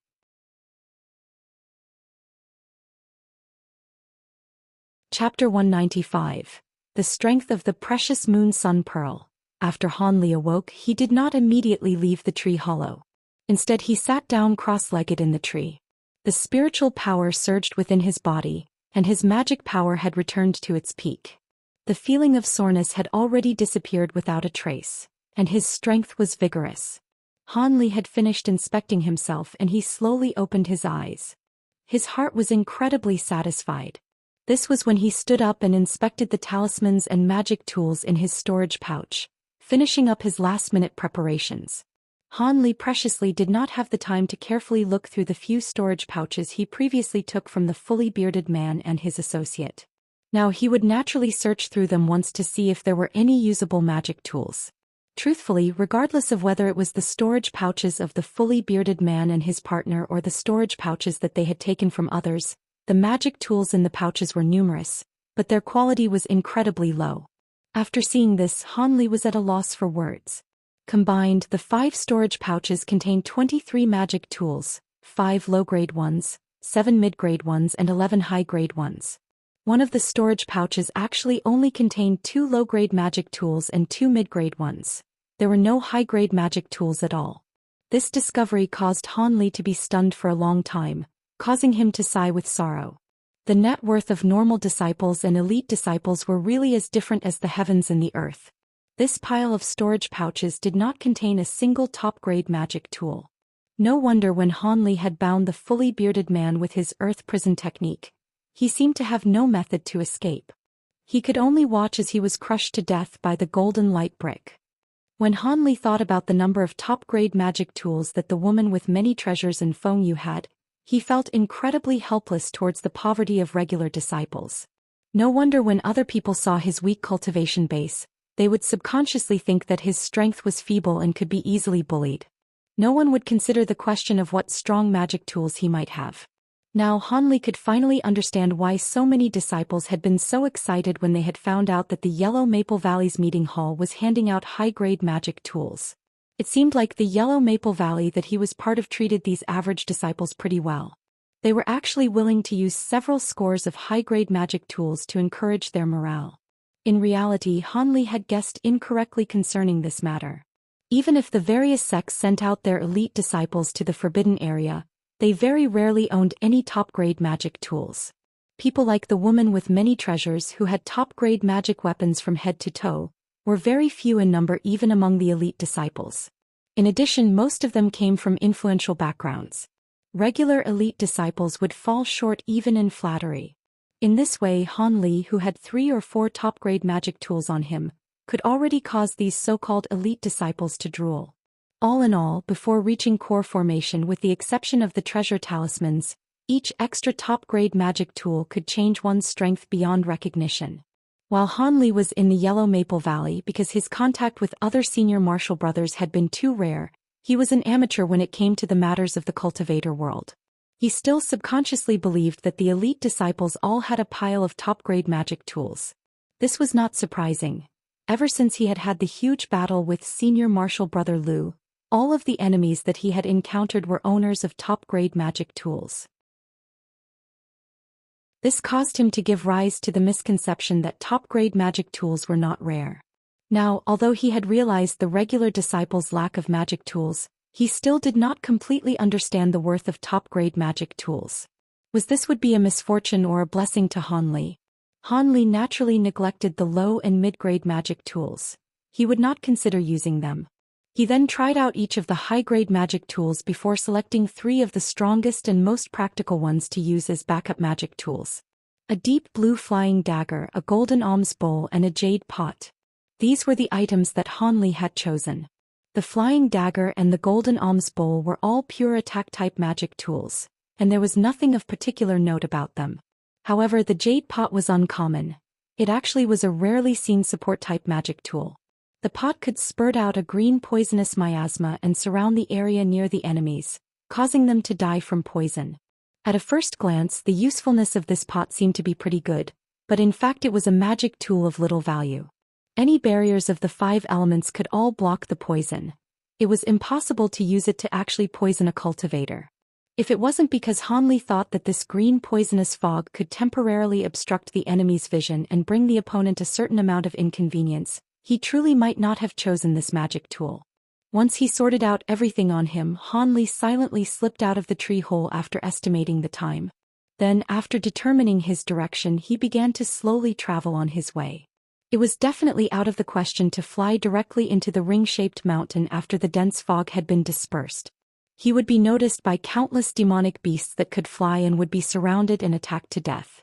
In bygone years, there had been a few small paths to safely enter the ring-shaped mountain. Han Li directly headed towards the closest tunnel. The entrance to the tunnel was not too far, and with a bit of effort Han Li hurried to the location specified by the information. After hiding behind some large tree, looking at the limitless fog considered to be as big as the sky, Han Li was truly stunned. The misty fog virtually covered the heavens and the earth. One could forget about seeing the entrance to the ring-shaped mountain. Han Li could not see clearly even 1 zhang into the thick fog. No wonder nobody had dared to climb this mountain before the precious moon sun pearl existed. When he thought about the fact that inside this fog one would have to suffer constantly from the attacks of various demonic beasts that would come and go without warning, he was speechless for quite some time. Since the fog was still so large, it seemed as if the heavenly imperial fortress disciples in possession of the precious pearl had not yet begun to activate their spell and dispel the fog. Thinking in this manner, Han Li stood behind the tree and began to silently wait. Directly facing the large fog, the place where Han Li was waiting was overgrown with lots of wild trees and wild brush. There was no problem for 10 or so people to hide in them. Although Han Li had not discovered the existence of other people all around him, he also knew that other people were definitely nearby. After all, there were only a few of these routes going up the mountain. It was only because the time for entering the mountain was imminent that other people hadn't paid any attention to his arrival. Time passed by hour. After Han Li had bitterly waited 3 to 4 hours, he suddenly felt a frightening spiritual power coming from his southwest direction. Next, a soaring white pillar of light flew into the sky at a faraway location. In the skies above the boundless sea of fog, the light aggregated into a huge sphere of light. Although the light sphere had been formed, the light pillar didn't seem to have any intention of stopping and continued to incessantly pour energy into the sphere.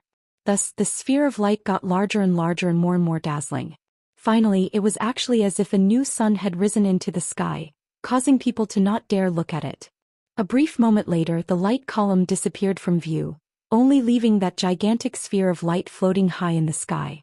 However, the duration of the sphere of light was pitifully short. In the blink of an eye, it began to distort its shape and its surface began to depress like a piece of dough.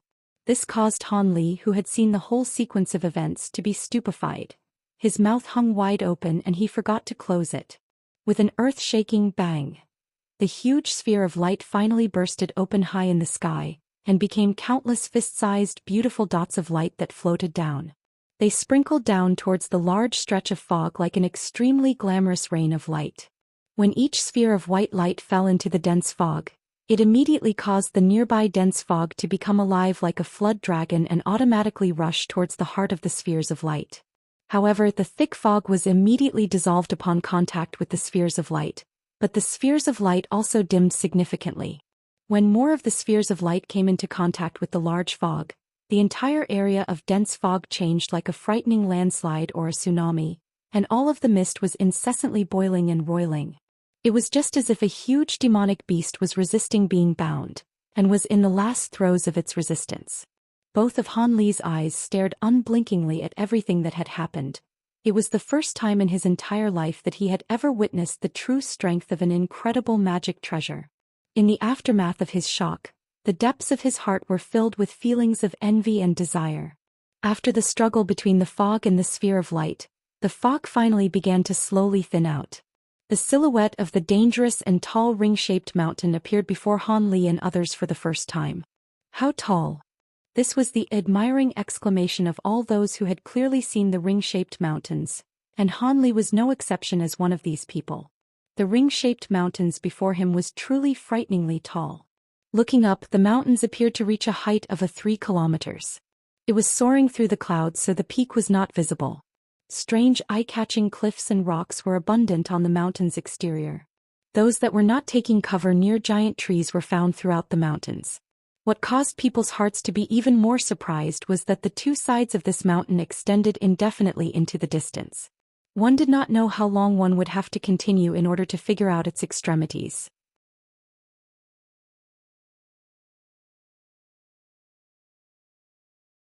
Chapter 196. Han Li's plan in a short amount of time. A blue-clothed youth wearing an expression of cold indifference, an elderly Taoist priest with an entire head of white hair, and an azure-clothed gorgeous young woman walked out in succession. They all reached a tacit understanding and chose different locations to enter the mountainous forest. Han Li continued to wait for about another quarter of an hour. Seeing that no other people appeared, he performed a last-minute check on the items he had and, copying the people before him, chose a direction that nobody had yet walked into and silently dived in. What Han Li didn't know was that, not long after he entered, the ugly man Zhong Yu that he had seen just yesterday appeared in front of the tunnel. He gazed at the dark road to go up the mountain and coldly laughed a few times. He released 10 or so yellow dots that flew into the mountainous forest, then calmly followed after them. At this time, within the forbidden area, near the broken restrictive entrance, the people that the 7 great sects had left behind as guards looked worriedly in the direction of the forbidden area. Han Li's martial ancestor Li was one of those people. However, it could not be known whether he was worried about the success of his own disciples or if he was more worried about losing his bet. The mood of the other core formation Taoist priest from the Clear Void sect was not much better. Speaking of which, ever since that senior eccentric Cheong from the Masked Moon sect had forced his way into the bet, he no longer had any self-confidence in the bet that they had made beforehand. In an instant, it became apparent he was somewhat worried about his own gains and losses. This was not surprising. The blood of a flood dragon's inner core had been incredibly difficult to obtain. He had basically spent all of his family fortune to obtain it. If he lost it so easily to someone else, even if his attained mental state had been higher, perhaps he would be unable to sleep for a number of years in a row because of heartache. The Taoist priest stealthily sized up the only person in this group who had a composed expression: the young female leader Celestial Ni Chong from the Masked Moon sect. The sole female in the midst of these 7 great core formation experts had not revealed any trace of worry ever since the disciples from the 7 great sects had entered the forbidden area. The more the Taoist priest watched the woman's smiling appearance, the stronger his anxiety became. When he connected this to strange Senior Cheong's expression of having a card up his sleeve when making the bet, he felt the blood of the flood dragon's inner core seemingly fly away from his own pocket and had already become the possession of another. As he thought this, the concerned expression on his face became even more strong. People who didn't know this would have truly mistakenly believed that he was deeply worried for the disciples from his sect inside the forbidden area. After some more time, the Taoist priest finally could not endure it any longer. Taking advantage of a moment when no one was paying attention, he quietly moved closer to Martial Ancestor Li, asking with a concerned expression, "Martial Ancestor Li, the Yellow Maple Valley disciples that you sent out this time should be pretty talented. Even so, the people from our 2 sects might really lose to that strange Senior Cheong. Still, this Taoist priest has some faith in the disciples from the Clear Void sect that entered the forbidden area. What are you trying to say? Does Taoist brother look down upon our Yellow Maple Valley?" Martial Ancestor Li began to display an expression of displeasure upon hearing this. Haha. Of course not, this Taoist priest just feels a little peculiar about the disciples that the masked moon sect sent out this time. I just can't feel at ease. The Taoist priest laughed, explaining himself with a big smile. You're not the only one. This Li also perceives that something is fishy. In previous times when half the disciples the masked moon sect sent out been so young. And they are all in male-female pairs. Could it be because they think this trip to the forbidden area is for the brats to play house? Martial Ancestor Li said sullenly. Apparently he had also been unable to feel at ease concerning this time's bet. When the Taoist priest heard what Martial Ancestor Li said, he incessantly and repeatedly nodded his head, apparently very much in agreement with what he had just said. However, this fellow Taoist should be at ease. Since Li dared to make this bet, he definitely has some trust in the disciples from his sect. Their strength will definitely not be lower than disciples from your sect. Martial Ancestor Li said slowly after giving the Taoist priest a glance filled with deep meaning. His voice contained some heroic spirit. Heh. Since Benefactor has said this Taoist priest feels much more relieved. Then I will not disturb you anymore. The Taoist priest's expression immediately relaxed upon hearing the answer that his heart wanted, and he laughingly took his leave. He returned to his original location and sat down to regain his composure, quietly waiting for the results to come out a few days from now. Martial Ancestor Li, after following the Taoist priest as he left with his eyes, suddenly snorted softly. Using only a voice that he could hear, he faintly said to himself, Fu Yunzi, you old facetious Taoist, don't think that I wouldn't know whatever plan you come up with. Aren't you hoping that our two sects will join hands to triumph over the masked moon sect, only to have your clear void sect come to pressure our yellow maple valley? Heh. Although I don't know what kind of impressive disciples the clear void sect has sent into the forbidden area, but this time our valley has sent out the top 3 chi condensation disciples like a hive of bees. Otherwise, do you think I would have made this bet with you all? As Martial Ancestor Li spoke, his face revealed a bit of cunningness. No trace of the concerned expression from before could be found. Clearly he was also an old fox who kept things hidden. Han Li naturally did not know of the scheming of the 2 core formation experts outside of the forbidden area. His path was currently being blocked by a brown, massive wild boar. This wild boar, apart from its skin color and huge body size as well as being many meters tall, appeared to be exactly the same as a normal wild boar. However, as soon as Han Li saw this beast, he immediately recognized that it was one of the most commonly seen demonic beasts on the ring-shaped mountain, the mountain-pushing hog. This demonic beast, other than having rough skin and a slightly larger strength, only knew an innate stone skin magic. Its intelligence was also incredibly low, so it would not be hard to deal with. At this time the mountain-pushing boar huffed deeply a few times, and in a flash of yellow light, its entire body was covered by a shining white stone armor. In turn, it aggressively charged fiercely in Han Li's direction. Han Li's expression did not change. He stood in the same place and quietly waited for the charging attack of this beast right until it was only about 20 meters away from it. He then waved his hand and his figure flashed. He had already shifted behind the demonic beast. Mountain-pushing boar.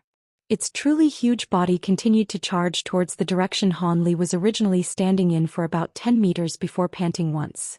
Then its entire body from the tip of its nose to its tail, neatly split into 2 in one moment, and its multicolored internal organs spilled all over the ground. It had actually been completely cut open by Han Li's thin thread magic tool. Han Li retrieved the transparent thread. Glancing at the dead mountain-pushing boar, he gently shook his head and immediately jumped on top of a tree to leave this location. This was because he knew that soon the smell of blood from the demonic beast's corpse would attract a huge wave of demonic beasts with extremely acute senses of smell. It would still be best for him to slip away luckily as early as possible. It had already been a few hours since Han Li had entered the ring-shaped mountain's dense forest. However, in this short amount of time he had unfortunately encountered 4 demonic beasts. Of these 4, 3 had been low-level ones, and Han Li naturally slaughtered them in one blow without the slightest bit of courtesy. However, that medium-level flying feather peacock had 5 colored tail feathers that could independently chase after and injure both people and defenses, causing Han Li's head to hurt quite a bit. Luckily, although it was classified as bird kind, Its speed was not actually fast. Thus, afterwards Han Li decided he might as well practice his movement technique, and in one breath he left it behind, disappearing without a trace. It was only in this way that he had avoided this pointless battle. Today Han Li incessantly sighed as he leaped around from tree to tree as if he were flying. Now he finally knew the extent to which the ring-shaped mountains were populated with demonic beasts. For the time being he was still in the outer fringes. The majority of the demonic beasts he had met had been in the low level and were not too hard to deal with. But in another period of time, when he had entered into the deeper parts of the ring-shaped mountain, perhaps medium or high-level demonic beasts would appear in waves. At that time, other than fleeing in a panic, Han Li was truly unable to think of any other tactic for escaping. No wonder the amount of information on the hiding locations of these spiritual medicines was so little. Perhaps the disciples who had entered this mountain before had spent the greater half of their energy hiding from these demonic beasts, and the remaining time could only be used to search those 7 or 8 locations once. However, this was still not enough to guarantee a harvest every time one searched. It looks like my chances of gathering enough spiritual medicines is not too high, Han Li thought with melancholy. The direction Han Li was currently darting in was the concealed cave where the purple monkey flower grew. Based on the information, this location shouldn't have any large value. Because this cave had been harvested once only in the past 100 or more years, the only things inside should be some seedlings close to becoming ripe. There was no way to use them to concoct pills. A seedling. When Han Li thought of this, he couldn't help but lightly smile for a moment. What Han Li needed was this seedling that these bystanders would not touch. The reason why he dared to take the odd risk of entering the forbidden area and why he was so sure that he could snatch food from the jaws of a tiger in the midst of all these experts, to obtain the spiritual medicines of heaven and earth. The main reason was that from the start he had set his sights on the yet-to-ripen seedlings. Only in this way could he avoid clashing with disciples from other sects as much as possible.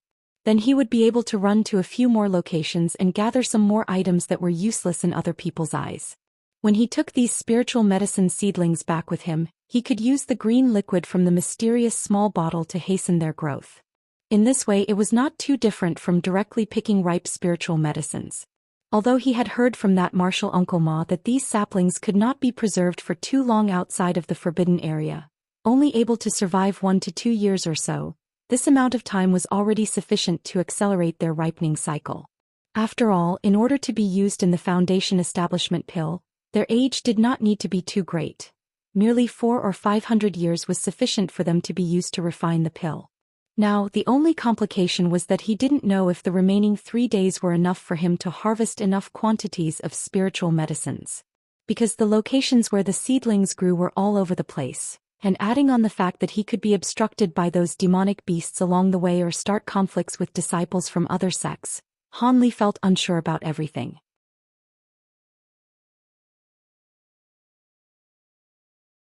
Chapter 197 Demonic Beast Giant Centipede. Chapter 197. Demonic Beast Giant Centipede, I've arrived. Which cave is this? After 4 hours Han Li stood on a black rock about half a person high. He was sizing up a cave opening that was several meters tall. It seems to be nothing out of the ordinary. Han Li didn't rashly enter but instead carefully observed the surroundings for a while. Although it could be said he was running short on time, he would never carelessly put himself into danger. The secret cave mentioned in the information would appear quite unremarkable from the outside. As Han Li was traveling, he saw many similar simple caves in the wild that lacked even the slightest remarkable trait. He also didn't know how the original founders were able to discover this cave. This caused Han Li to admire them even more. After the time it took to make a cup of tea, Han Li was convinced that there weren't any demonic beasts or anybody laying in ambush nearby and carefully walked toward the cave. The cave was completely natural and consisted of a light azure mountain stone. There were no traces of artificial digging within. Han Li came to this conclusion after he looked at the cave walls as he walked toward the cave. Then Han Li's body flashed and stealthily walked into the cave. However, just as he walked about 10 steps, Han Li stopped. This was because after he turned 2 corners, his surroundings had already become pitch dark. Han Li wrinkled his brow and searched through his storage pouch, taking out a moonlight stone the size of an egg. After he took it out, a soft white light clearly illuminated the vicinity. When Han Li saw this, he could not help but shake his head. His original intention was to silently tread deeper into the depths of the cave and see whether or not there was a demonic beast guarding within. If there was one, Han Li would stealthily give it a lethal strike and save his effort. However, with the appearance of the Moonlight Stone, he became a clear target. How could he mount a sneak attack now? Han Li lightly held the shining Moonlight Stone in his hand. After a moment of hesitation, he used his other hand to slap on an earth attribute defensive barrier. Then he crouched and continued on with light steps. As the cave's interior was not spacious like the wilds, his fast movement technique was certain to meet restrictions. With a layer of protection on his body, he was much more at ease. Although his speed was greatly reduced, he obviously couldn't choose to have both speed and protection. Han Li clearly understood this and therefore had no complaints about it. This cave was very long and narrow. After Han Li walked for no less than a quarter hour, he saw no sign of reaching the end. This caused his heart to feel apprehension, and he could not help but doubt that he had found the wrong location and instead found a nest of top-grade demonic beasts.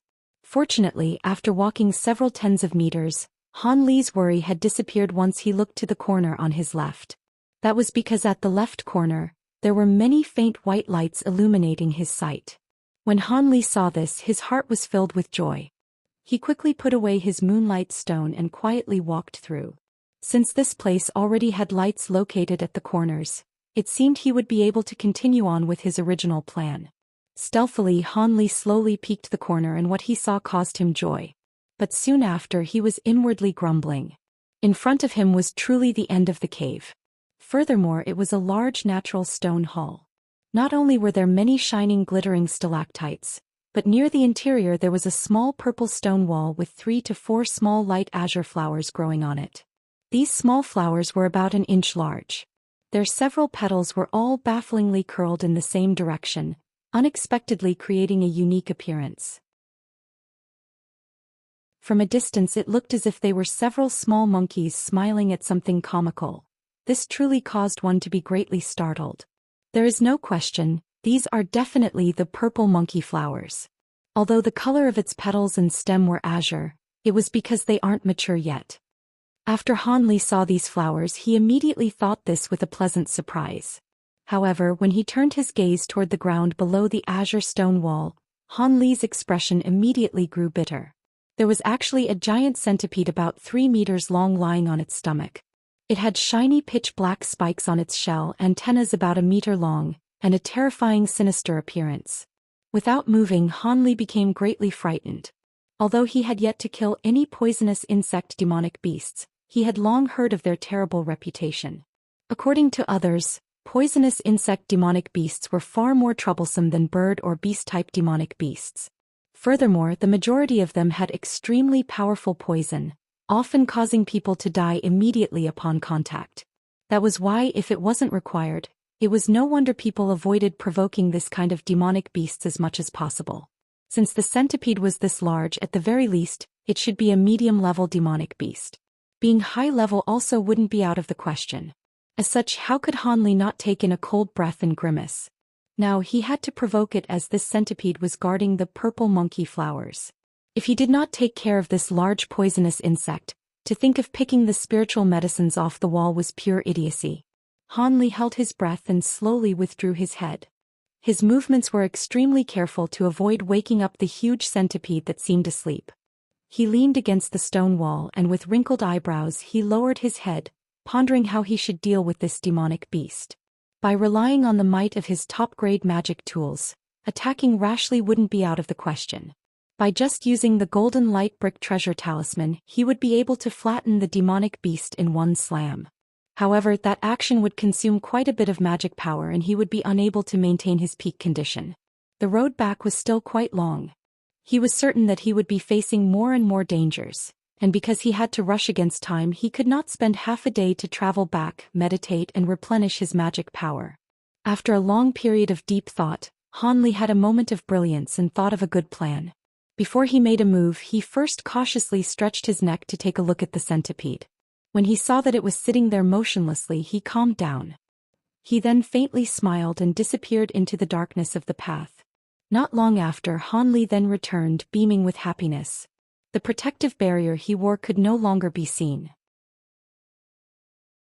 Furthermore, he did not continue moving stealthily but rather turned the corner with a swagger, walking into the large hall where the giant centipede laid. With Han Li's loud movements, how could the giant centipede not notice? If it hadn't, a better name for it would have been Stupid Beast, instead of Demonic Beast. When it saw Han Li, the several-meter-long centipede immediately grew vigilant and raised its head. It continuously waved two coarse long antennas that released strange and extremely frightening hissing noises. When Han Li saw this, he did not say anything and merely raised his hand. Several small fireballs flew toward it at extreme speeds and struck the beast's head, producing a series of explosions. After the blaze faded away, Han Li clearly saw the demonic beast's head remain a shiny jet black after being struck by the fireballs, and it actually hadn't left the slightest mark, leaving Han Li speechless. It seemed that what others had told him wasn't wrong. This poisonous insect demonic beast was truly troublesome. Although the huge centipede did not receive any injuries, it was thoroughly infuriated by Han Li's recent provocation. From its mouth two sharp teeth, it shot out a cloud of red poison mist, overbearingly surrounding Han Li. It seemed it wanted to drown Han Li in the poison. Han Li naturally wouldn't foolishly stay still and allow even the slightest of this incomparably strange poison to touch him. Without a protective barrier slowing him down as the tip of his feet touched the ground, he became faster than the poison mist flying around in the cave and turned around, running out of the tunnel. It appeared as if he was afraid of the demonic beast's poison mist and fled from defeat. The huge centipede naturally did not let Han Li easily leave, and it slithered extremely fast toward him. It followed him through the large hall as if it were a gust of wind. It seemed that its mad rush was not slower than Han Li's speed. When Han Li turned his head to take a look, he became shocked and quickened his pace, increasing the distance between them and disappearing into the passage. The giant centipede hissed strange sounds and followed without hesitation. The demonic beast had slithered through this passage countless times. It was naturally much more familiar with it than Han Li and was able to chase him down not long after. At this point it could already clearly see Han Li's back. The demonic beast centipede was greatly pleased. Its feet grew faster, fiercely charging forward. At this moment Han Li suddenly stopped. He actually turned his head around, looking at the demonic beast with a chuckle and no longer running any further. It seemed that he completely abandoned the idea of running. As such, in the blink of an eye the giant centipede leaped toward Han Li, who was only about 10 meters away. Just as it was about to joyfully tear and ravage the small human before it with its fangs, it felt a fierce pain from its abdomen, causing it to stop. It immediately fell to the floor from the pain as black poisonous blood spurted forth from its body. Although it did not know when, the huge centipede had unexpectedly been cut by an extremely sharp blade at its weakest part, the abdomen. Without knowing, it was neatly cut open and actually received a large wound. With such a mortal wound, it was no wonder the centipede was suffering this much. Standing to the side, Han Li naturally wouldn't let go of this opportunity to beat it while it was down. He raised his hand and released a sphere of golden light, and a sparkling blue wind blade toward the centipede's two antennas.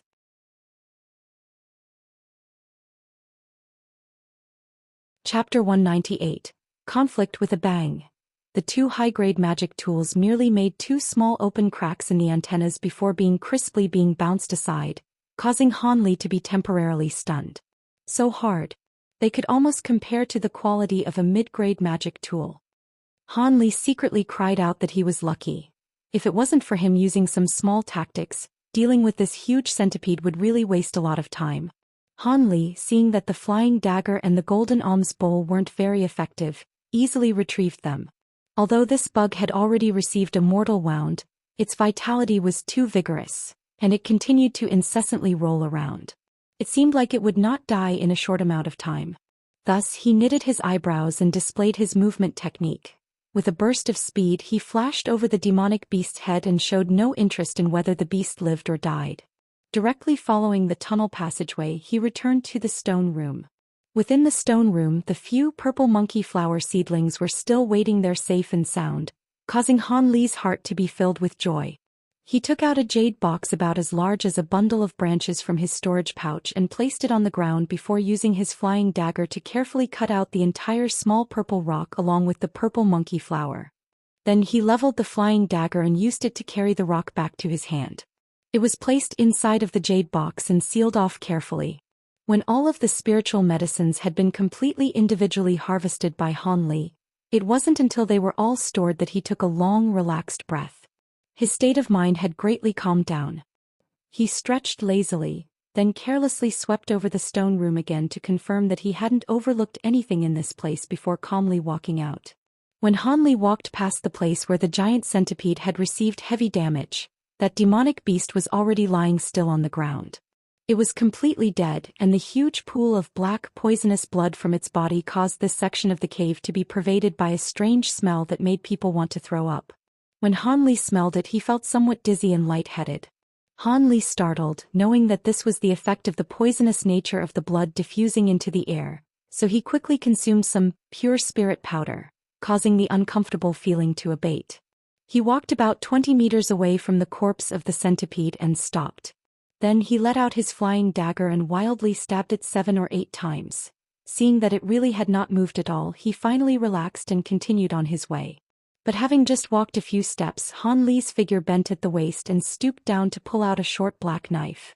He used 2 fingers to gently wipe off the black mud around the knife's edge, and the short knife immediately shone with golden light. In fact, it was one of the children blades of the gold beetle swarm blades.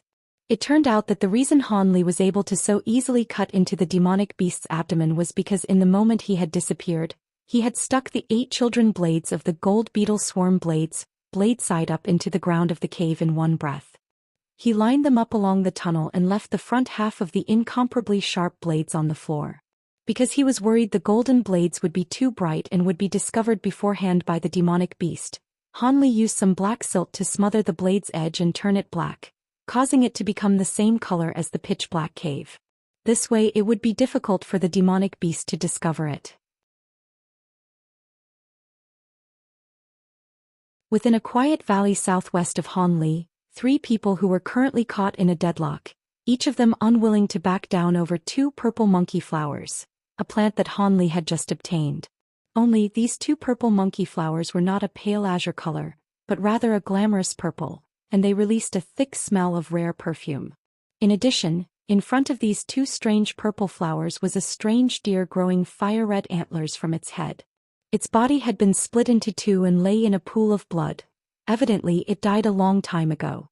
Not far from the corpse of the strange beast, there were 3 people standing in a triangle, each with different robes. However, none of them made a move, as if they were very afraid of the other 2.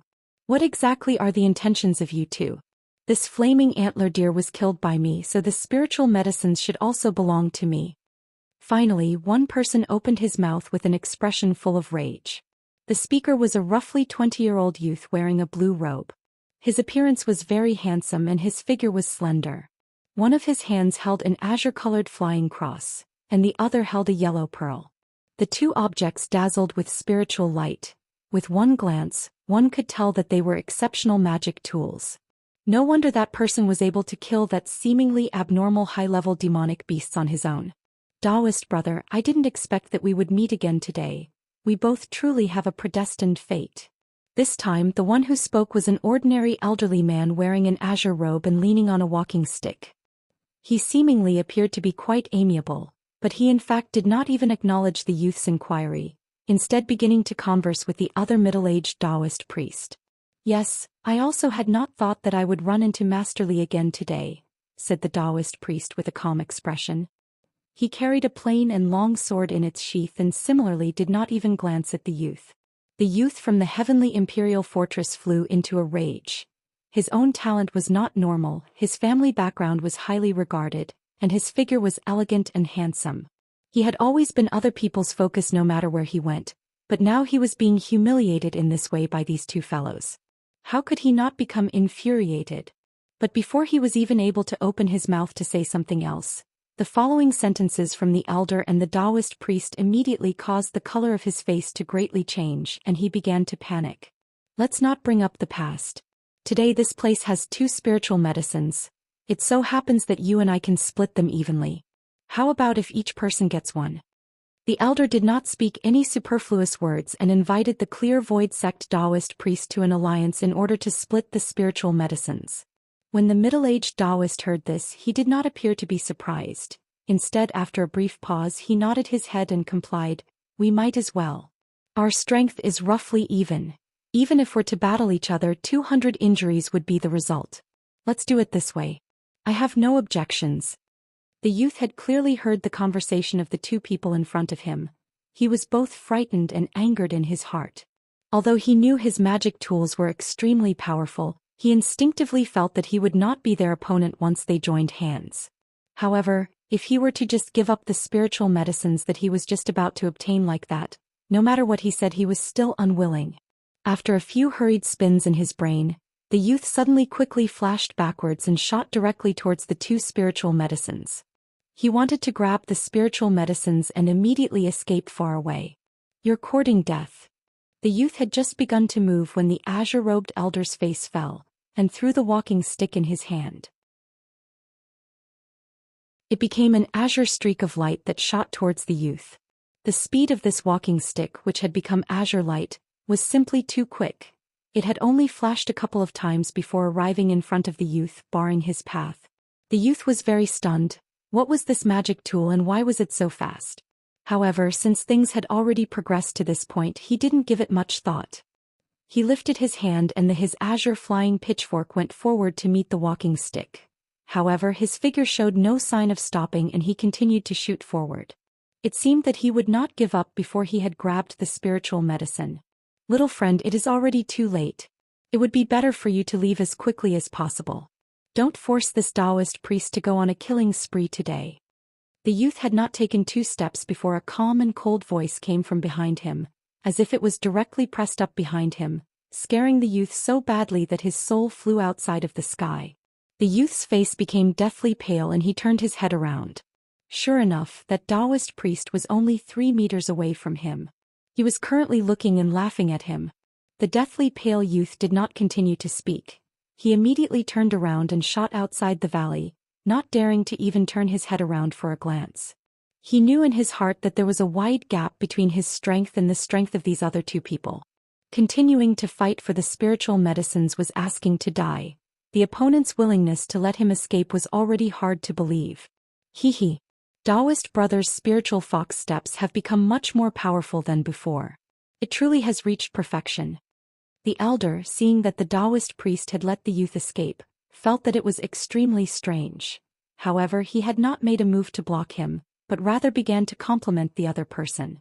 "It's nothing, it's only a minor accomplishment," the Taoist priest said leisurely as he glanced indifferently at the disappearing back of the youth.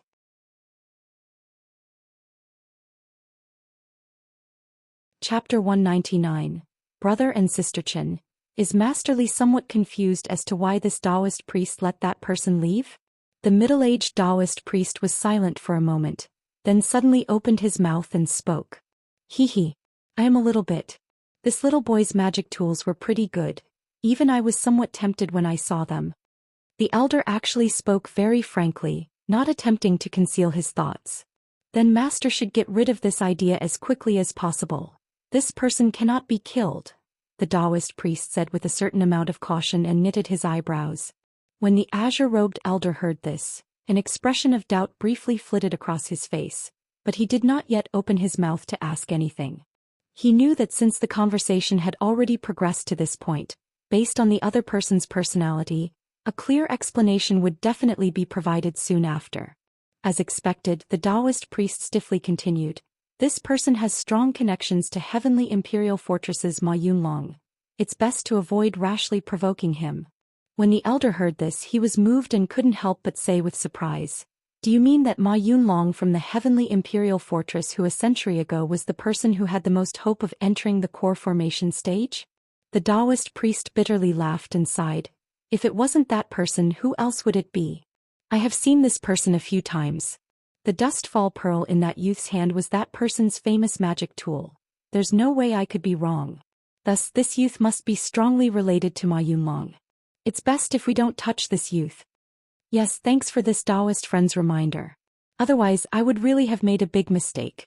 Sai, we had better harvest these spiritual medicines as early as possible. We don't want any other unexpected guests.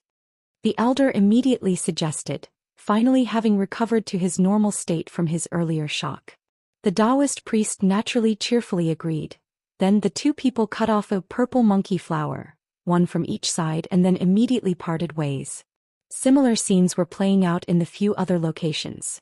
However, their conflicts far less peaceful, instead creating incredibly intense sparks as they clashed. To the side of a certain stone room on a mountain ridge on the ring-shaped mountain, 4 people from 2 different sects were battling while controlling many kinds of magic tools. Among these were a male and female, both wearing yellow attire. They were Yellow Maple Valley's disciples. The male of about 40 years had a scholarly appearance. He held a silver, shining, huge pen and a golden, brilliant book in the middle of his hand. With a wave of his hand, the silver marks and the sky full of golden light attacked the 2 opponents until their sweat stuck to their back and their faces had turned green. Although the pretty young woman also controlled a blue and yellow pair of flying swords, supporting off to the side, any discerning person could tell just from a glance that her strength was vastly weaker even when compared to that of the 2 opponents, not to mention when compared with her own partner. She was basically useless. Instead, her extremely powerful partner had to save her a couple of times. Their opponents, however, were not 2 people from the same sect. One of them wore a green mask of light and controlled a flying snake about as wide as a bowl and a swarm of huge wasps. The ugly male ferociously defending himself from the Yellow Maple Valley male's large-scale attack of gold light was actually Zhong Yu from Spirit Beast Mountain, who had exchanged information with Han Li. The other person was a pretty and gentle male youth completely clothed in azure. Most likely he was a saber transformation doc disciple. The 2 red flying daggers fluttering in front of him shot light out in all direction. Just from one glance one would know that they were not common magic tools.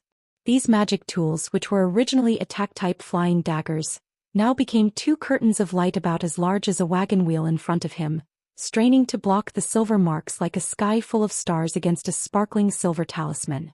Stay your hand, stop fighting, the 2 of us surrender.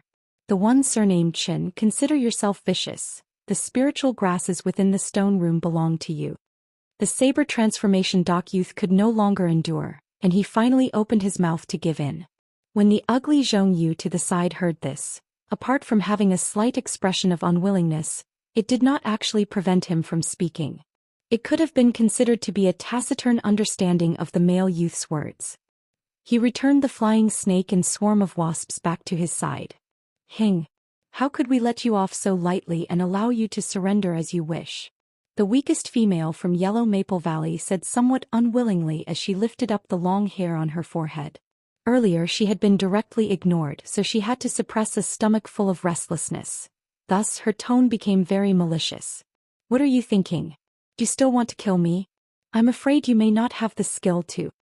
When the saber transformation doc male heard this, he began to screech in aggravation, like he was a girl who had just received a great fright. Thus the other 3 people couldn't help but get goosebumps. Of course we won't. My 7th little sister was only speaking out of anger. You 2 only need to worry about leaving. I will definitely not get in your way. The middle-aged Yellow Maple Valley male said, his eyebrows slightly wrinkled. He immediately glared at the female to prevent her from further speaking ill words and then spoke to Zhong Yu and the others with a peaceful expression. Hee. Brother Qin really is worthy of being called the Qin clan's prince. Your bearing is much different than those of certain girls. Then we will take our leave. The saber transformation doc youth suddenly became peaceful again, and his voice had returned to that of a normal male, in an instant seeming like he was a graceful, handsome prince. The great contrast would cause people to be very flabbergasted. After saying this, the youth and Zhong Yu glanced again at that stone room, unwilling to part with it, then left that place with some heartache, disappearing without a trace behind the rocks of the mountain. Big brother, why didn't you kill those 2 people? All we needed was to exert some more effort and we could have immediately wiped them out. After watching the 2 of them leave, the pretty female was finally unable to resist turning her head and asking the middle-aged male this. 7th little sister, I've discovered that ever since that incident, you have become somewhat extreme. You want to take other people's lives so easily, but do you know who these 2 people are?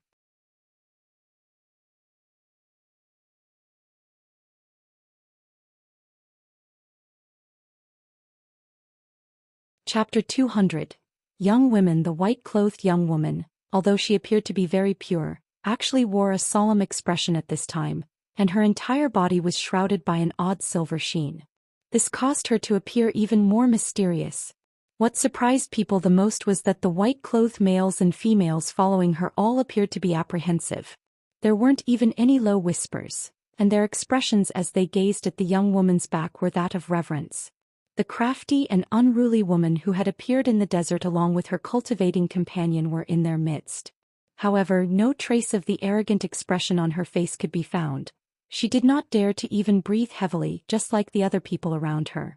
She appeared to be especially lovable and well-behaved.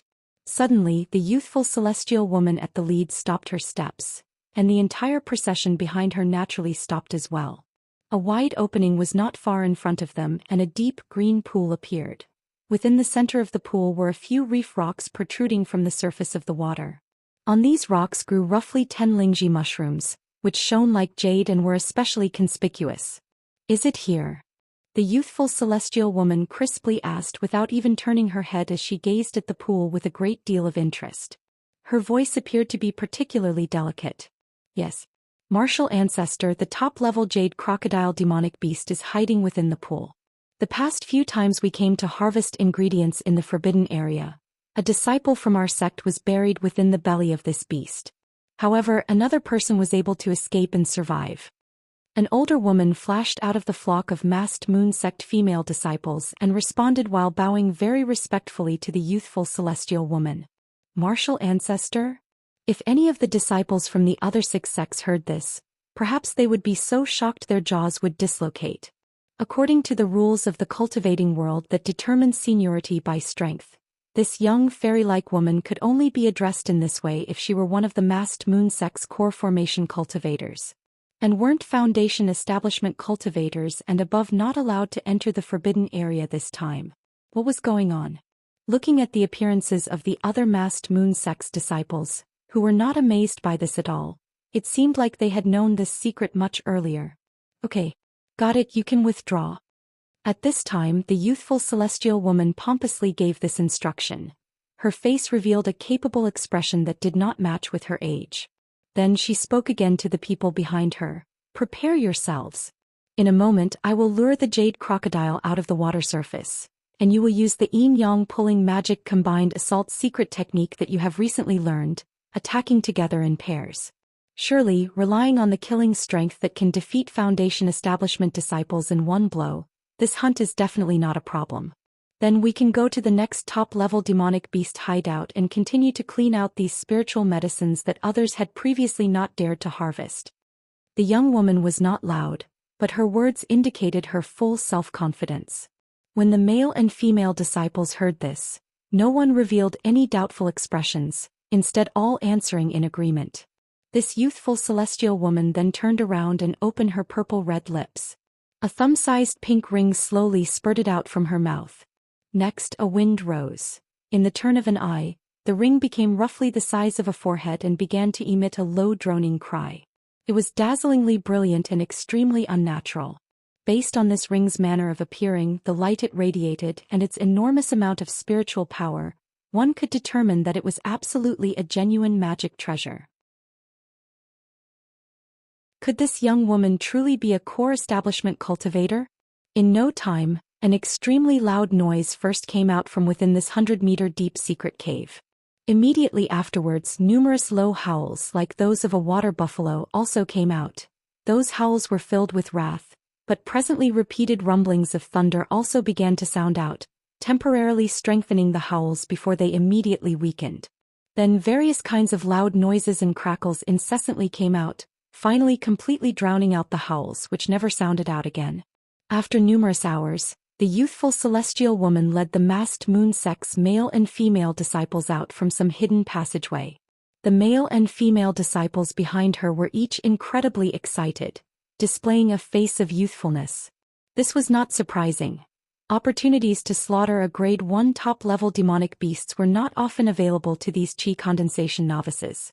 Today they had not actually expended much energy to kill that extremely mean and ferocious jade crocodile. How could they not be excited? Of course, if it weren't for the youthful celestial woman using her magic treasure, the ring, to block more than half of the demonic beast's attack, they could not have perfectly ended this conflict without any casualties, so their gazes at the young woman's back were even more respectful. The young woman's gaze towards the male and female disciples behind her had no trace of care, and she continued to indifferently walk in the front. It was as if killing a first-tier top-level demonic beast was not something that could faze her at all. After a short amount of time, the flock of masked moon sect disciples disappeared into the nearby dense forest without a trace. In other places just like that, scenes of disciples from various sects killing the demonic beasts to obtain the spiritual medicines continued to play out. Occasionally, conflicts would also occur over these spiritual medicines. Strangely, however, people being killed in these conflicts were actually very few in number. Usually, as long as people who understood they were no match for the opponent retreated, the person with the upper hand would also not use excessive force. Instead, they would hurriedly harvest these spiritual medicines and leave quickly for the next location. With regards to this kind of situation, most people were very clear in their hearts. This was mostly because everyone's remaining time was not much, and opportunities for these bloody battles were better spent going to other locations and seeing if there were any profits. The real time for everyone to kill each other and steal the opponent's spiritual medicines was on the last day, when everyone was returning from their rewarding journey. On that day there would definitely be blood, and wouldn't be like the previous 2 days, where one could lightly allow their opponents to escape. This caused Han Li to be completely astonished. This was because Han Li had already discovered that the young woman's cultivation base was extremely shallow when the disciples from the various sects had gathered together outside of the forbidden area. It was merely at the 10th layer. Thus, he expected that this woman, after entering the forbidden area, had either already passed away long ago, or she should have been quietly hiding in some location. But today he had seen her use a top-grade magic tool to fight to the death with a not-to-be-trifled-with disciple from the giant sword sect in the central area of the ring-shaped mountain. How could this not cause Han Li to feel incredibly shocked? Little girl, it's not too late to quit and leave. You should know that I was always being lenient with you. But I trust that someone who doesn't want to kill a female doesn't necessarily mean they won't kill a female. If you continue to nag me, you and that white eagle will share the same end. The barefoot man said, filled with killing intent. His expression was chilly and he was somewhat annoyed at this point. One should know that he had been annoyed by this young woman from Spirit Beast Mountain who had appeared from heaven's knows where for more than half an hour. His last shred of patience had long since been depleted. If the opponent continued to be unable to tell good from bad, he might actually kill a delicate flower. The young woman's face was deathly pale. However, after gritting her teeth, she said extremely stubbornly, "If you aren't willing to let me have the few fierce young blossoms inside, I won't leave even if I die."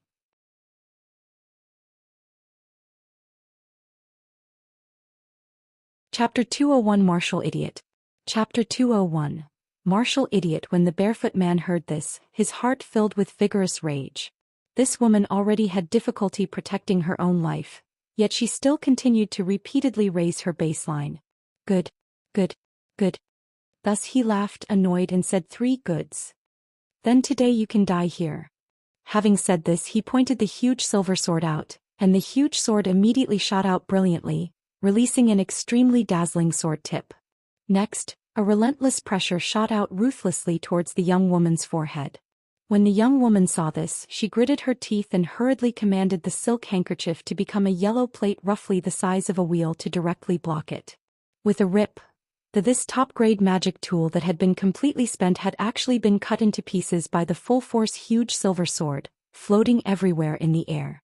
The silver sword brilliantly flashed, and under the control of the big man, it unhesitatingly continued to stab at the bitterly smiling young woman. With a clear dong sound, when the silver sword was 10 meters away from the young woman's forehead, it was blocked by a golden flying dagger that came shooting over from the side. Then it danced in the air as a ball of golden light above the young woman. It would not allow the silver sword to drop even an inch. "Who is it? Get out here." The barefoot man's face fell and he made a gesture, retrieving the silver sword. Then his eyes swept like lightning towards the side and tenaciously stared at a huge mountain rock, unwilling to let it go. This was because he had seen very clearly that the gold blade had flown out from there. Hee hee. The weather today is pretty good. Why would everybody fight and kill each other? It would be much better if we all sat down and had a nice, pleasant conversation. A figure flashed out from behind the rock and an average-appearing yellow-robed youth spun out. This person rubbed his head, then raised his head to look at the sky and spoke this with a laugh. However, this youth's face was filled with helplessness. It was precisely the Han Li who, seeing that the young woman's life was in danger, had no choice but to make a move and saved the green-clothed young woman. Han Li could only look at the sky and be speechless. He had actually made a move without thinking more about it upon seeing the young woman's gloomy countenance. This was truly breaking one of his rules to always play it safe. He had gotten himself into a troublesome situation for no reason. Truly, beautiful women brought disaster. However, Han Li also knew that this mostly was because the impression that woman had left on him was truly too deep. He was also unable to watch this person of whom he had a very favorable impression die right in front of his eyes and act indifferent. It seemed like his heart could not actually be considered hard. He really wasn't a vicious, merciless and ambitious character who wouldn't recognize his own family. Han Li bitterly laughed and let his imagination run wild for a while. However, he had already stirred up the trouble and could only strengthen his spirit and cope with it for a moment. Luckily, after experiencing the battles with the woman with many treasures and Feng Yu, Han Li had a bit more confidence in contending against these elite disciples. Thus, he was not panicking in his heart and had grabbed a few things in his hand much earlier. "It's you." The green-clothed young woman had now finally seen Han Li's face clearly and couldn't help but cover up her almond-shaped lips and cry out in surprise. She revealed an expression of disbelief. Seeing that the young woman had only just recognized who her savior was and appeared to be quite dazed, Han Li couldn't help but be in a good mood and think it was funny. However, on the surface he still only gently nodded at the young woman, then turned around and continued to say to the barefooted man, "How does this brother look upon my suggestion? It would be better if your esteemed self would let this woman go, and then you can go on your closed sun path while we can go our lonely wood bridge. Everyone can mind their own business, and thus wouldn't the peace not be disturbed." Han Li was still holding on to the thought that if he could avoid striking he would avoid striking, and so he spoke the aforementioned words. In addition, starting a fiery battle with an expert for no reason could perhaps also force him to take measure to preserve his own life. It truly would not be a sensible decision. But Han Li had never expected that the barefooted man in front of him would actually turn a blind eye to his words, instead staring with great interest at the gold beetle swarm mother blade.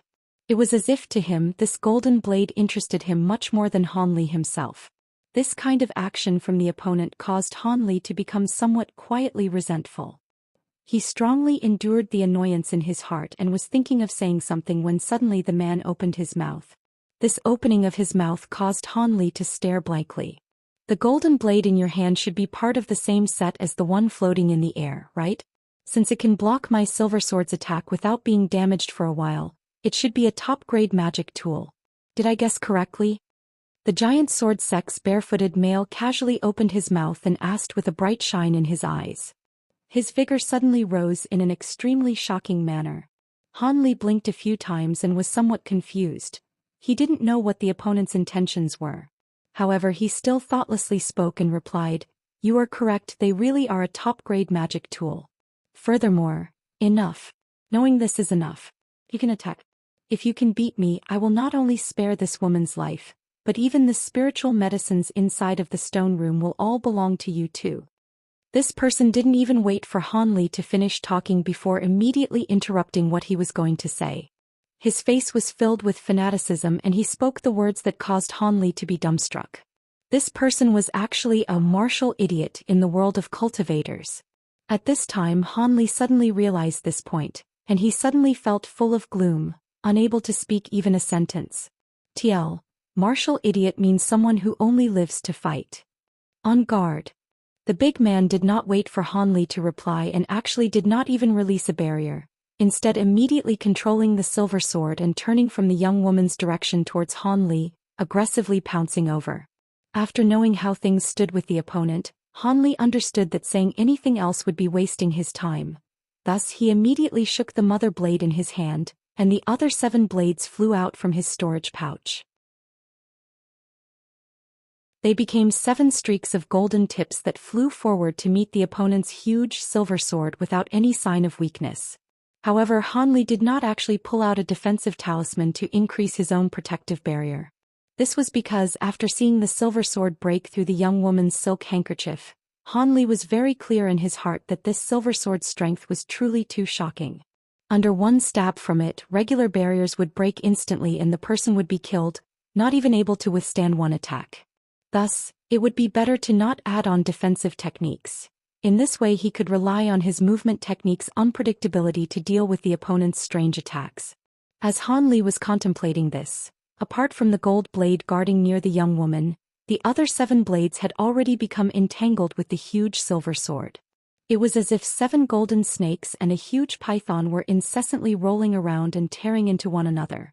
Both did not show any weaknesses.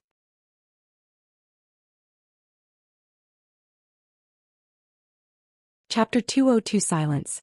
Chapter 202 Silence. Just as Han Li ordered the 7 children blades to intercept the silver sword, he soon immediately felt his opponent's strength. With only this single huge sword magic tool, the large man immediately and unwaveringly pushed down on all of the golden blades.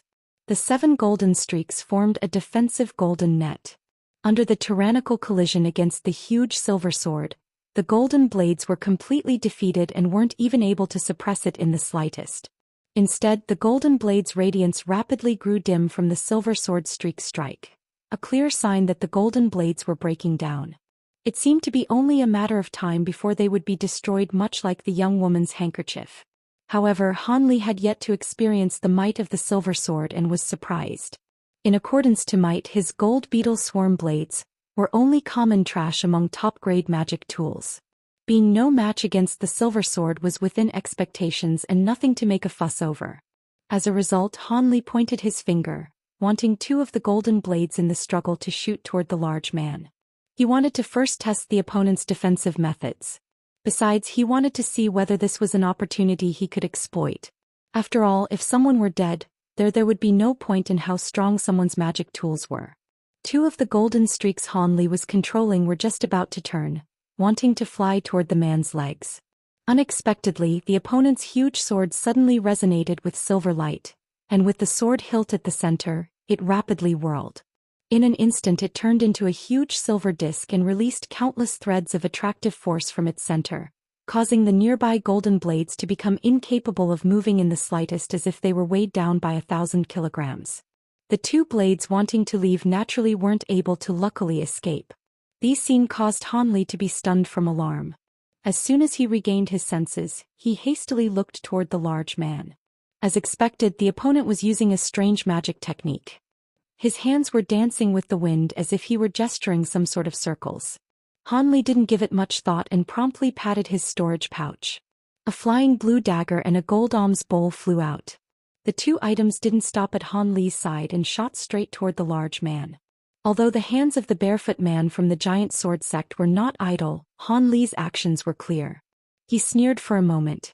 Then he suddenly changed the incantation gestures in his hands and held his bare hand against the flying dagger and alms bow, pointing at the 2 objects from a distance. Han Li immediately felt the result. He lost his connection to the 2 magic tools that were originally in their control. Whoosh! Whoosh! The 2 magic tools actually flew over 20 meters away and were sucked in by the floating huge sword's silver vortex. Poof! Poof! Just as the 2 high-grade magic tools were about to enter the huge silver sword's rapid vortex, they were unable to endure for that short moment and burst into fragments like fireworks. Those sparking magic tool fragments made an exceptionally beautiful meteor shower. Han Li's mouth was currently dry. He completely did not expect the opponent's cultivation and silver sword to be this great. Not only were his golden beetle swarm blades trapped, his 2 high-grade magic tools were disposed of, thoroughly destroyed without the slightest of effect. This truly caused him to become apprehensive. Bang! The sound of the explosion greatly frightened Han Li. His complexion rapidly paled as he looked over to the source of the sound. As expected, the original 7 of the golden swarm blades turned to 6 with a beautiful golden rain of sparks appearing from the center of the silver vortex. Under the large man's control, The silver vortex was actually starting to destroy and absorb the golden blades. When it had only started to destroy high-grade magic tools, Han Li would only be apprehensive. But now that the golden blades started to disappear, Han Li truly felt some heartache. These were top-grade magic tools. Furthermore, because they were a complementary set, each loss would significantly reduce its power. With his extreme heartache, Han Li no longer hesitated and flipped his right hand, taking out the small mirror from the girl with many treasures. Han Li hurriedly poured spiritual power into the mirror and then pointed it to the sky, immediately spouting out a brilliant azure mist from the mirror. The mist immediately returned the huge silver sword vortex to its original appearance. It trapped the silver sword and the remaining golden blades in the azure light, causing them to become completely motionless in midair. The barefooted man's completely complacent expression immediately disappeared without a trace when he saw Han Li's small mirror. With a pale expression, he loudly cried out, "The azure stasis mirror. How did you acquire this item? Isn't that the life-saving magic tool of the masked moon sect's Xianxia? Could it be that you killed her?"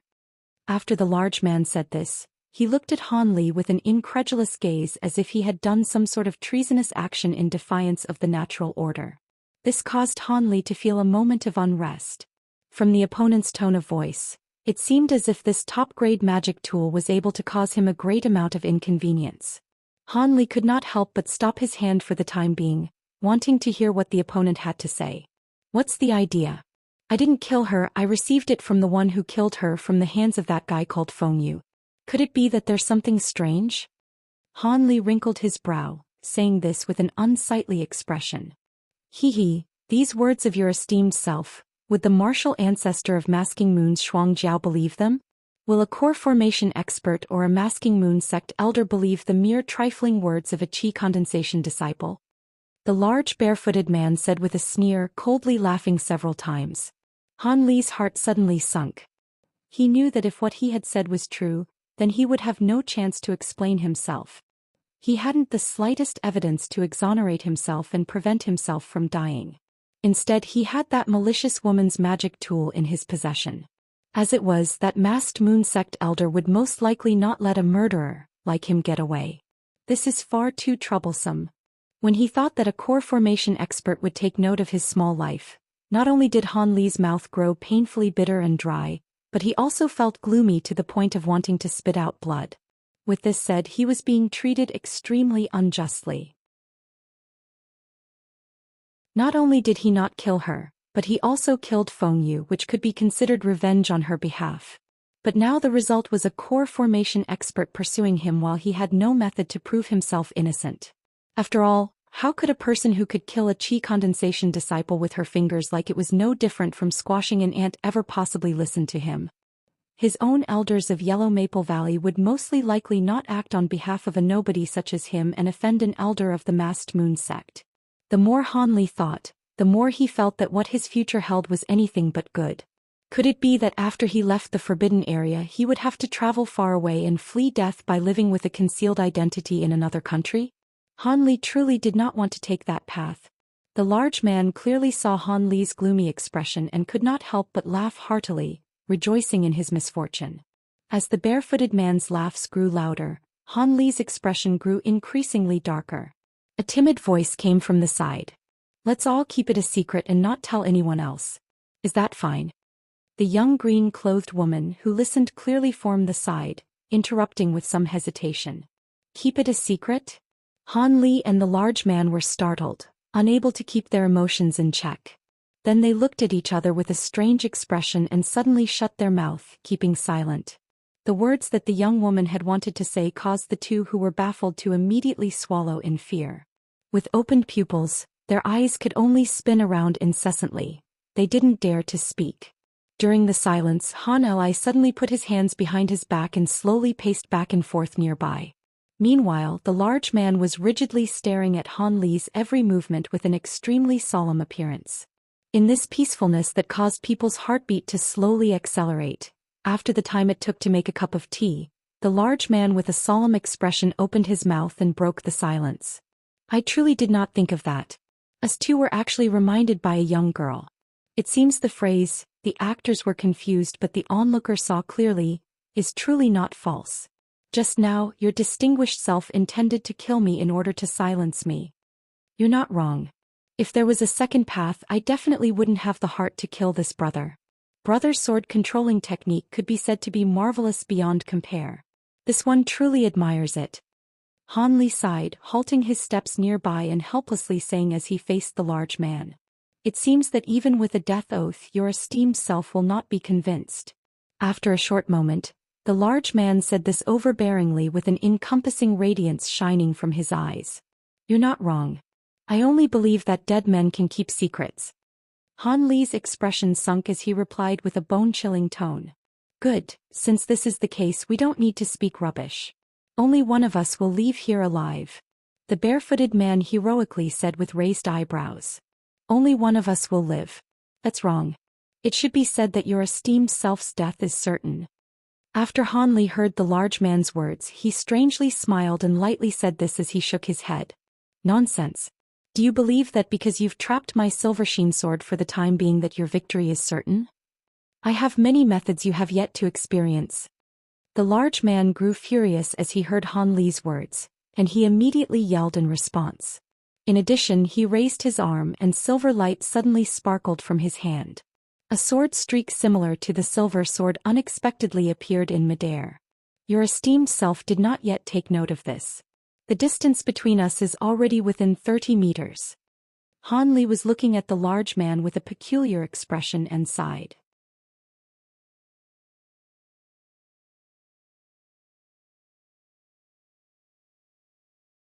Chapter 203.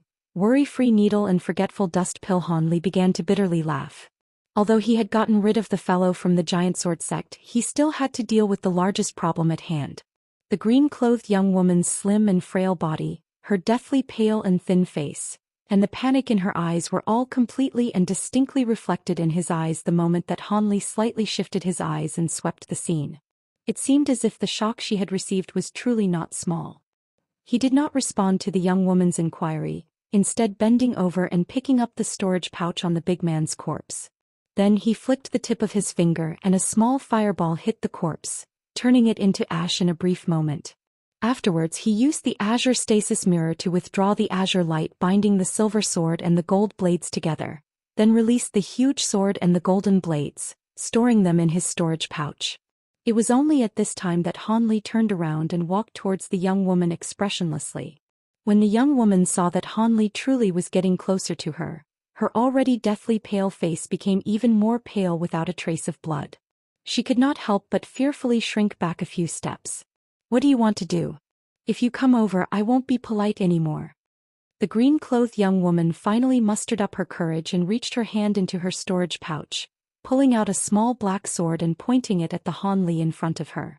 However, Han Li had determined in a glance that this sword was only a trash mid-grade magic tool. It seemed like that yellow silk handkerchief was that woman's only top-grade magic tool. Is this how this young lady treats the great kindness of being saved? Han Li suddenly rubbed his nose and asked as he smiled. The great kindness of being saved? The young woman stared blankly for a moment, somewhat confused by Han Li's drastic change in appearance from before to now. It seemed as if she had not yet recovered from it. This young lady is really an eminent person with a short memory.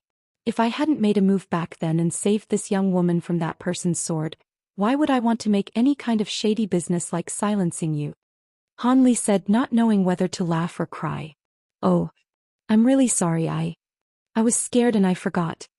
The young woman was suddenly enlightened and remembered this matter, so she hurriedly explained as her face flushed, stuttering in a bewildered manner. If one saw it, one would feel pity. It's not much. However, it is somewhat inconceivable that we would actually meet here after having the pleasure of having met once at the Great South Valley. Han Li waved his hand and said cordially. He didn't know why, but whenever he saw this woman's bashful appearance, Han Li felt incredibly intimate, as if he were with his own younger sister from his family. My name is Han Li. What is this young lady called? Han Li opened his mouth and asked very carelessly. I'm called Han Yunji, the young woman said after a brief moment of hesitation, her face scarlet. She felt incredibly bashful after voluntarily speaking her name in front of this young man. TL, her surname? meaning lotus blossom, and Han Li's, are different. Han Yunji. A very good name, it fits this young lady. Han Li lightly laughed, repeating the young woman's name. Really? The red color on Han Yunji's face rose again. However, why did young lady Han enter the Spirit Beast Mountain and come to attend the trial by blood and fire? Han Li asked, somewhat curious. This? Han Yunji's face displayed a moment of difficulty. She hesitated and chose not to say it. Hee. Since it's somewhat difficult to answer, you don't need to tell me. I was only asking thoughtlessly. Han Li added in empathy, causing Han Yunji to feel very grateful.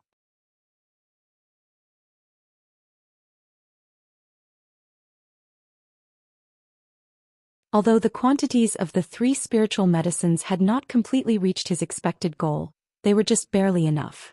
Even if he were to leave the forbidden area now, it was not something that he could not accept.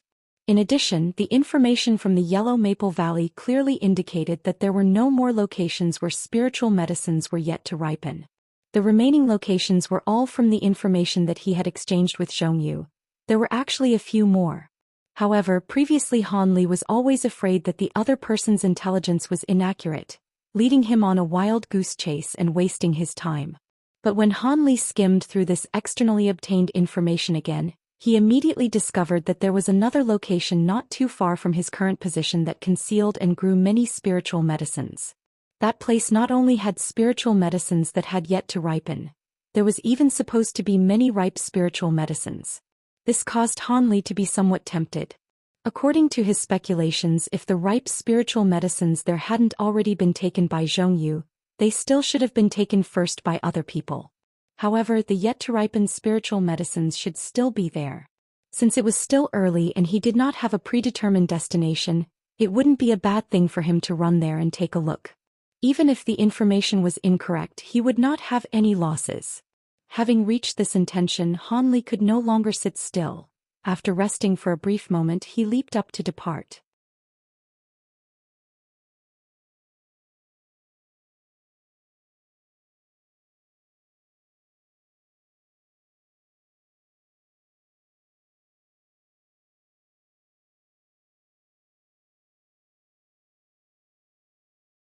After giving orders to all of the disciples, the young woman turned around and looked at the swamp in front of her, using a faint voice to murmur to herself. It seems like that object should be inside of this chest. The previous few locations were all a waste. All I got was some trash. The young woman's voice was inaudible. Apart from herself, the other disciples could not hear anything at all. They were all extremely excited for the imminent, upcoming big battle. After the young woman's orders had been passed down, the male and female disciples from the Masked Moon sect immediately stood side by side with their Tao companions. They actually both reached out a hand very skillfully and held them together. Suddenly, the 2 overlapping hands individually emitted a blue and red strange brilliance.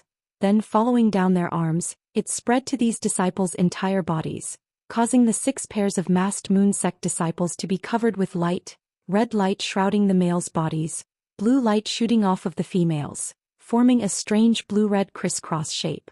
Only 3 disciples remained, 1 male and 2 female, having already lost their Tao companions. They could only bring out some magic tools, merely making some basic preparations. Han Li lay on the mound of dirt. Although he had not heard the young woman murmuring to herself, he had exactly heard the female disciple in front call her martial ancestor. This instantly caused him to almost bite his tongue and injure it in a moment of surprise. Martial ancestor of the Masked Moon sect. What was this notion? Han Li was already no longer a rookie in the cultivation world, and he was very clear about this situation. That was a core formation cultivator expert who was of the same level as his sect's martial ancestor Li. That this kind of an expert would actually appear in the forbidden area, which was restricted from cultivators of the foundation establishment stage and above, caused Han Li's head to whirl. At this time, seeing that all of her sect's disciples were properly prepared, the young woman began to take action contentedly. The young woman faintly opened her dainty mouth and spat out her magic treasure, the vermilion bird band. When this item came out from her mouth, it immediately whirled through the air as it traveled above the swamp and expanded to the same size as a small building. Next, the young woman beneath it formed hand incantations for a magic technique and pointed with her finger.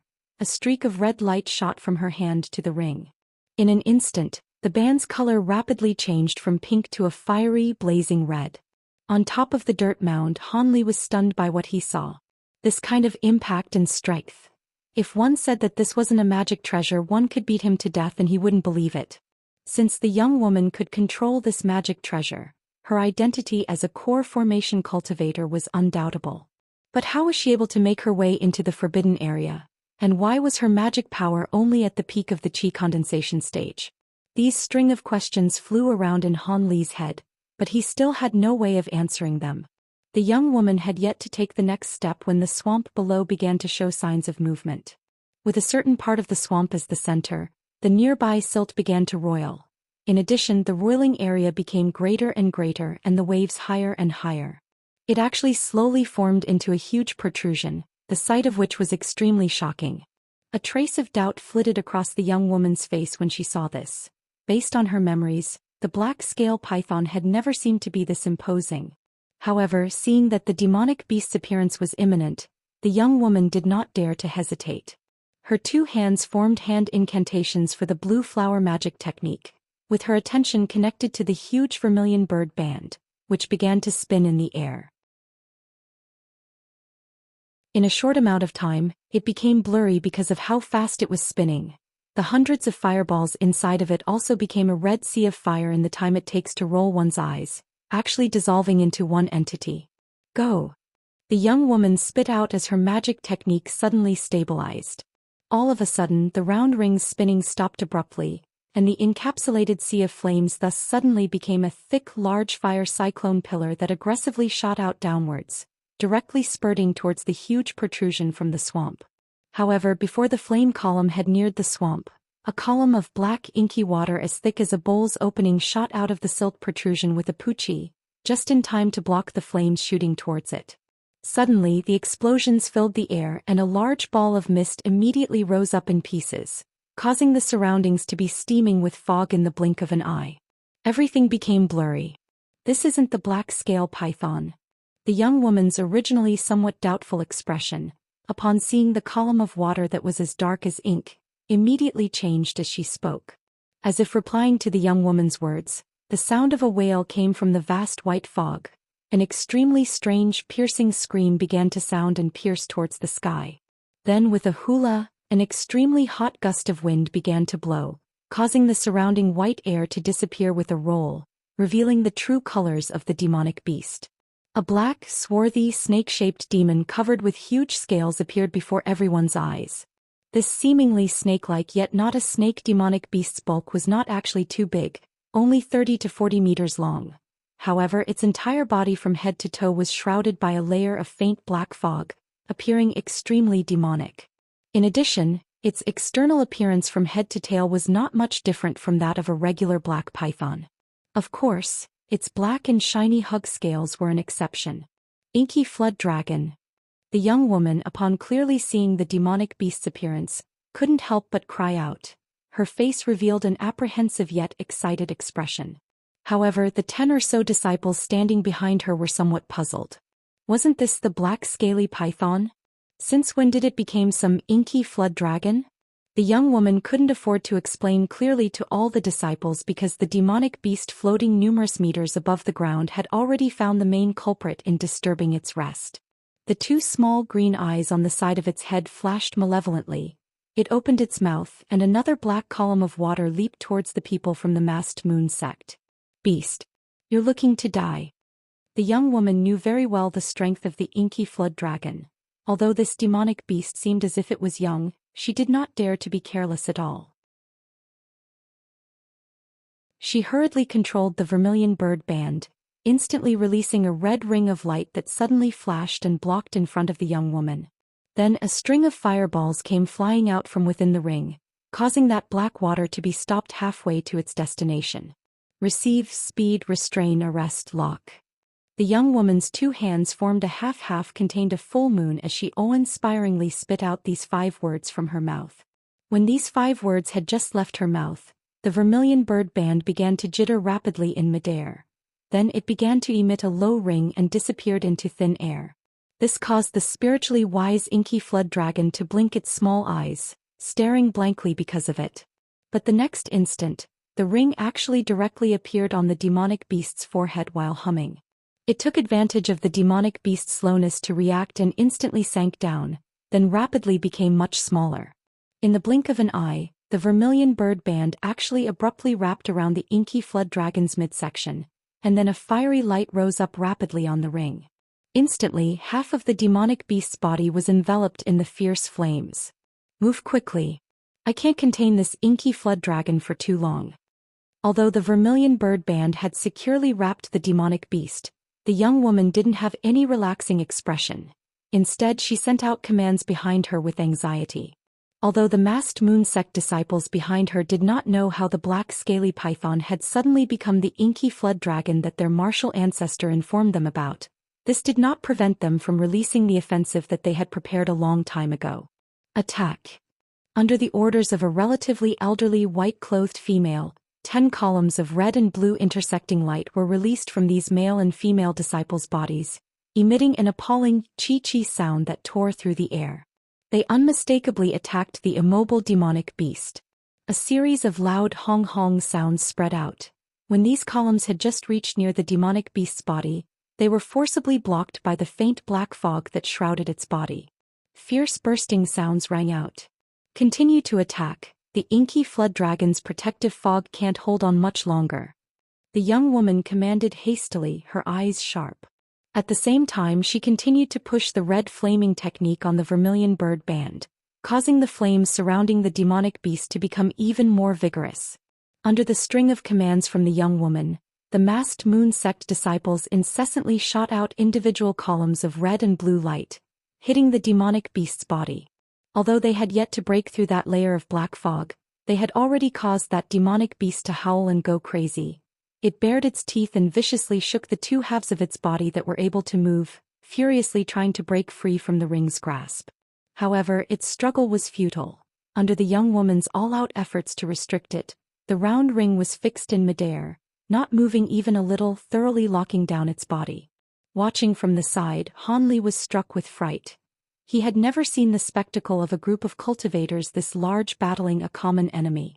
Even more, the appearance of the magic treasure and fact that the opponent was a demonic beast that wasn't weak was a big eye-opener for him. However, Hanli also decided that whether the demonic beast beat its enemies or the masked moon sect people killed the demonic beast, he would quietly sneak away after the big battle. This was not the time to casually expose his own tracks. Just as Hanli was entertaining all sorts of ideas in his head, the inky flood dragon suddenly let out a long cry, its sound numerous times louder than before. At the same time, its scream was filled with pain. Hanli was startled and immediately fixed his gaze there. He saw that the black fog on the demonic beast had already completely dissipated, and a bowl-opening wide bloody hole had appeared on the area of its body covered by the huge scales.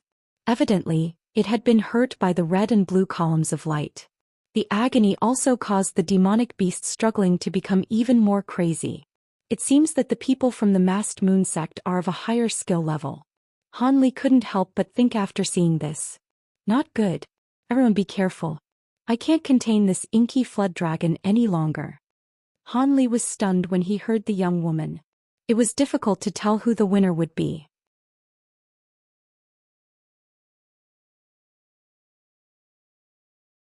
The young woman's words startled the masked moon disciples.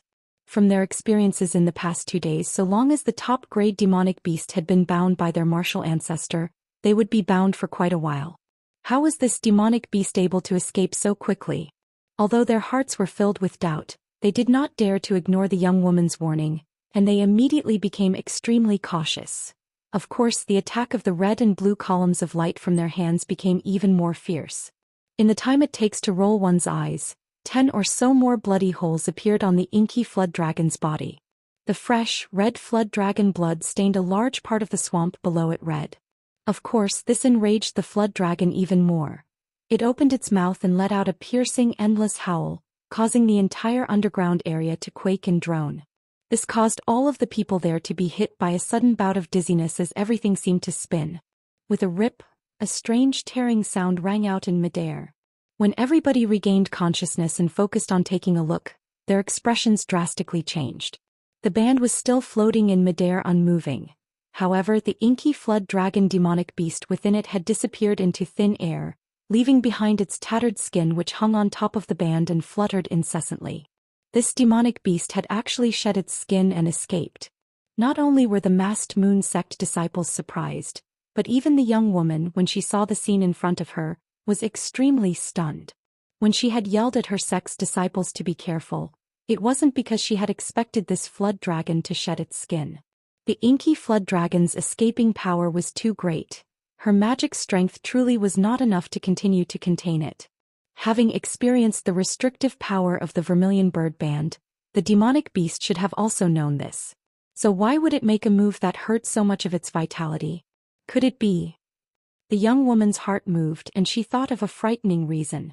Her face was painted completely white, and she hurriedly searched everywhere for the inky flood dragon, wanting to verify her own extremely terrible guess. It's over there. A sharp-eyed masked moon sect disciple was the first to discover the demonic beast incessantly swimming around near the topmost part of the underground area. At this time, it had a completely new look, its form very different from how it was before.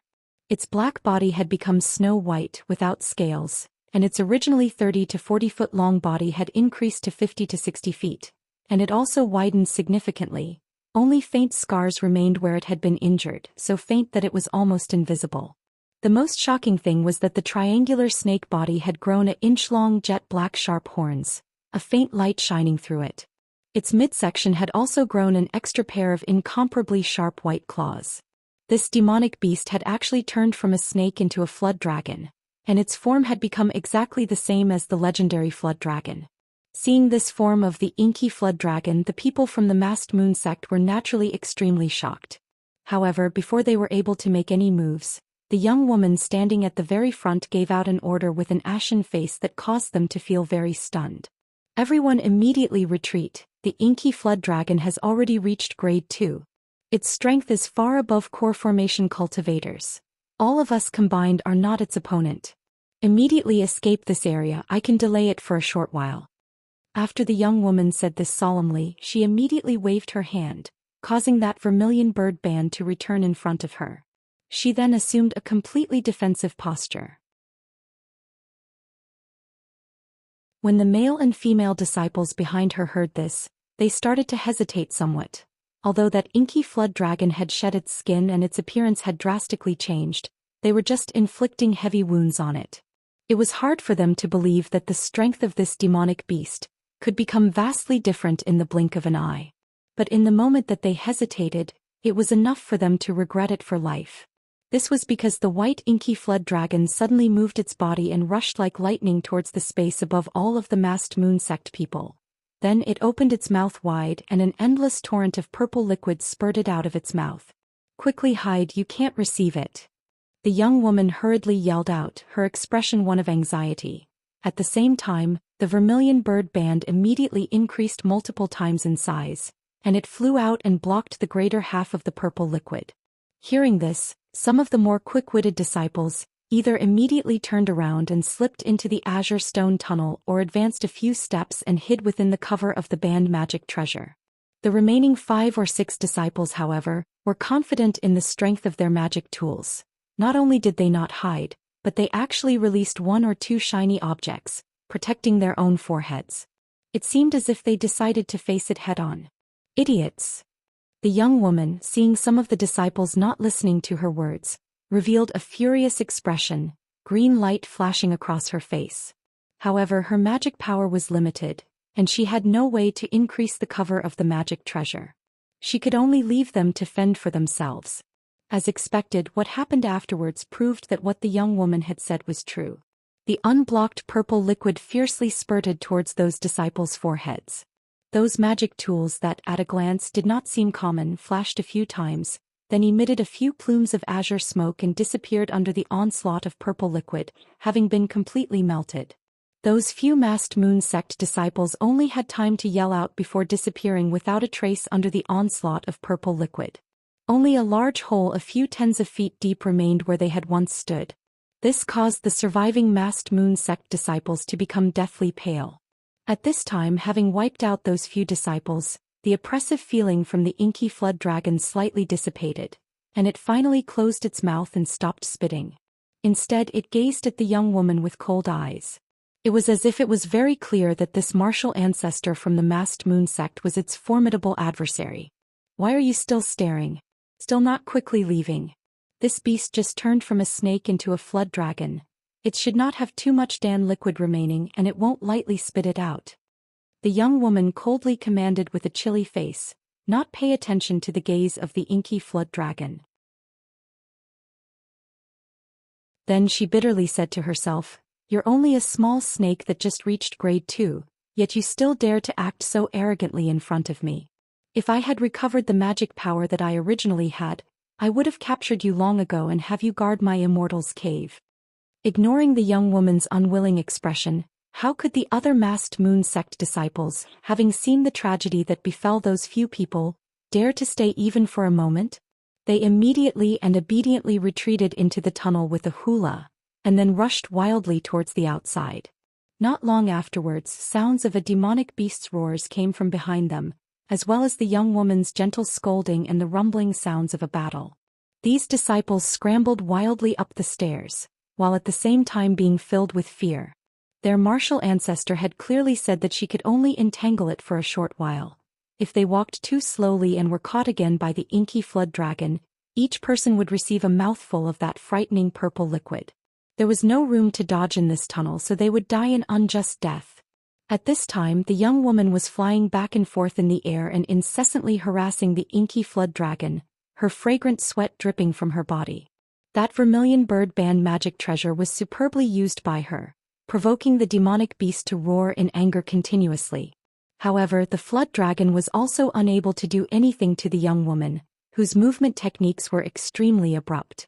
The young woman obviously had yet to use her full strength, only using one hand to control the vermilion bird band while the other hand held a fire-red spirit stone, continuously sucking out its spiritual chi in an attempt to recover her own magic power. After the young woman felt that enough time had passed, she retrieved the fire attribute spirit stone and took out a bright gold talisman. Without saying anything else, she took advantage of when the inky flood dragon's attention was fully attracted by the vermilion bird band to raise her hand, and that talisman became a streak of golden light, shooting towards the demonic beast. When it arrived in front of its body, the golden light suddenly separated into countless golden strands, suddenly and securely binding that demonic beast. It was unable to move even a tiny bit, angering it and causing another burst of wild roars. A trace of mockery flitted across her eyes when she saw this. Then she reluctantly glanced at the golden chest floating in the white jade pavilion before gritting her teeth and flying back to the tunnel entrance and landing there. She was very clear that this intermediate mid-grade golden strands talisman could not bind the demonic beast for too long. It would be best for her to leave this place early. As for the treasures inside of that golden chest, she would think of ways to obtain them later. The young woman landed, wanting to raise her leg and step into the azure stone tunnel, but a deafening cry suddenly came thundering from the tunnel. This cry came closer and closer and grew louder and louder, causing the young woman to be a little alarmed and uncertain. The elegant foot that she had raised actually did not dare to enter the tunnel for a while. A dazzling azure light suddenly appeared within the tunnel, sweeping through the tunnel like a torrential tide. Wherever it went, all of the azure stone tunnel seemed to come alive, furiously extruding towards the middle.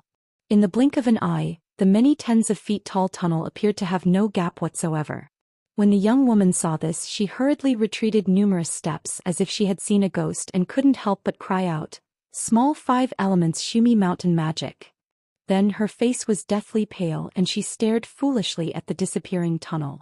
The self-confident expression she had always had disappeared completely in an instant. At this time, in midair behind the young woman, the golden strands on the inky flood dragon's body began to tear inch by inch. This demonic beast was about to break through its restrictions in the time it took to roll one's eyes. When the young woman had recovered and turned around to see this happen, her heart thumped even harder as if it had fell into an abyss. In the big lobby of the stone temple, outside of the tunnel, 10 or so masked moon sect disciples were staring rigidly at a white-clothed woman. She was actually the crafty woman who had called herself one of the masked moon sect's twin beauties. However, at this moment her face was pale, and she seemed to be completely at a loss. Junior Martial Sister Zhao, what exactly did you do just then? Why is it that after you threw a strange talisman into the tunnel opening disappeared? Could you wanted to murder the Southern Palace martial ancestor? A male masked moon sect disciples asked sternly with a panicked expression. This was not a laughing matter. If this martial ancestor really was to never come out again because of this, their fates would be tragic. After they returned, at best their cultivation bases would be completely destroyed and they would be expelled from the sect. At worst their lives would be in danger and they would have to suffer. They were very clear about the significance of a loss of a core formation cultivator to the sect. Thus they became increasingly anxious. I didn't do anything. I only placed an intermediate low-grade, small 5 elements talisman near the entrance, intending to wait for the demonic beast to chase over to activate the talisman, giving it some pain to eat. The white-clothed young woman exclaimed, completely flustered. She was very clear that no matter how strong her background was, it would be useless in the face of causing this kind of disaster. Thinking of the frightening consequences of the young woman not coming out, this woman felt her hands and feet grow cold. Stop speaking nonsense. Let's try and see if we can open up this tunnel and rescue the Southern Palace martial ancestor. Snapped a somewhat aged male disciple. This sentence's utterance immediately reminded the masked moon sect disciples. They hurriedly pulled out various colorful magic tools and surrounded the area that was originally the tunnel entrance, incessantly slamming them down, trying to break through the restrictions and save the young woman. After a few hours, in the underground world a few hundreds of feet below, the young woman opened her eyes wide and gazed in disbelief at the person who had suddenly appeared. With a hand gesture, this person sent out 7 golden blades to attack the inky flood dragon while the other hand released a black iron shield, blocking the spitting attack of the inky flood dragon and preventing it from reaching the 2 people. This person was the yellow Maple Valley fellow that she had once seen and felt he was somewhat interesting. This person, when her magic power had been depleted from flying around and avoiding the attacks of the inky flood dragon for those few hours, had suddenly appeared from an unknown location, saving her when she was in critical danger. At the same time that Hanli was barely parrying the attacks of the inky flood dragon, he glanced quickly at the young woman's completely surprised face and bitterly laughed in his heart. Originally, Hanli was leisurely watching the entertaining battle between the masked moon sect and the inky flood dragon. In fact, after the inky flood dragon had evolved and leveled up, apart from being very stunned, he did not feel panicked at all. However, when the young woman had wanted to retreat and after the azure stone tunnel's entrance had suddenly disappeared, Hanli could not continue to sit there idly. Wasn't the disappearance of the tunnel entrance implying that no matter whether it was the young woman or the demonic beast, he would be unable to leave regardless of who was left? This caused Hanli to begin to panic. At this time the inky flood dragon that had escaped and the young woman began to fight again. Obviously this masked moon sect martial ancestor was completely at a disadvantage. Even if she continued to coax the band into attacking the inky flood dragon, the defensive ability of the demonic beast with new skin had reached the point where it was unbelievably strong. Regardless of whether she used the band that spurted out fierce flames to incinerate the flood dragon or directly used the body of the magic treasure to attack, she was unable to inflict any serious wounds to it. At most she would bruise or burn a small section of its body, causing this beast to become even more berserk. Its chase of the young woman also became more frantic, even forcing the young woman into desperate situations numerous times. However, this masked moon sect martial ancestor carried many intermediate talismans on her, which caused Hanli to gain a significant amount of enlightenment. Rarely seen talismans like the Fleeing Earth Talisman, Water Prison Talisman, Firebird Talisman, etc. were used in a row and were each clearly seen once by Hanli. Whenever the young woman was about to be injured by the demonic beast, she would throw one out, immediately resulting in strange effects that turned peril into safety. Unfortunately, the young woman obviously did not have any talismans with great destructive power, so every time she could only barely preserve herself. It seemed like relying on talismans to injure the inky flood dragon would not be possible. The struggle inside of Hanli's heart became even more fierce upon seeing this young woman being thrown into a panic by the inky flood dragon, If the tunnel was still intact like before, Han Li naturally would not be concerned with the survival of this martial ancestor of the masked moon sect. However, having seen the tunnel mysteriously disappear, this place had become a dangerous location, and Han Li's mentality naturally would be greatly different from before.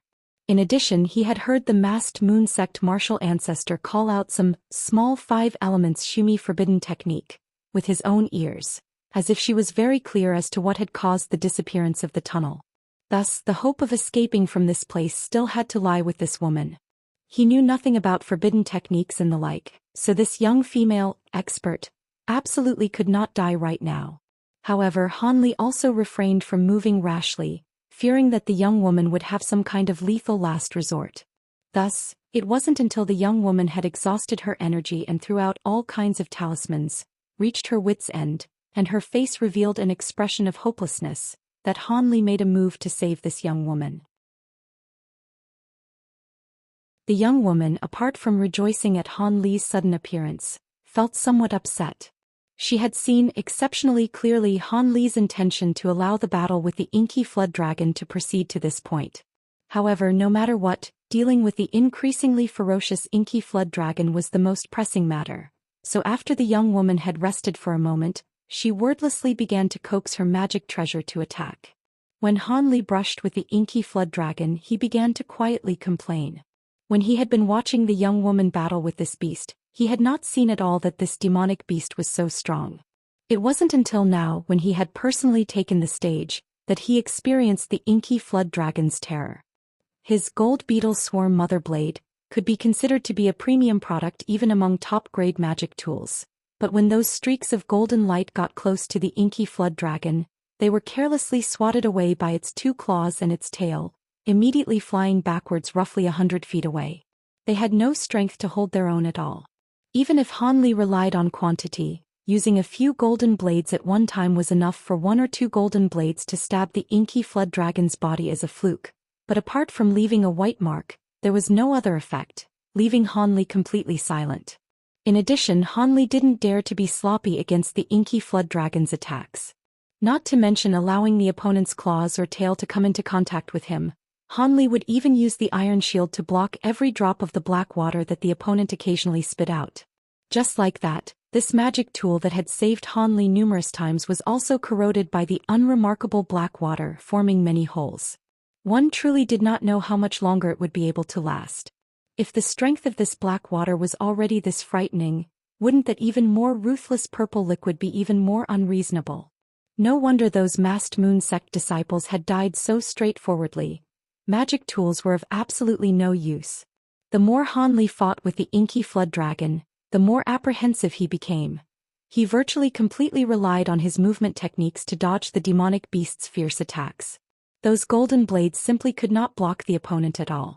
No wonder the young woman had told her sect's disciples to immediately leave this area. Apart from people with outstanding movement techniques like himself, Han Li really could not find many chi condensation disciples who could deal with this demonic beast even for one moment.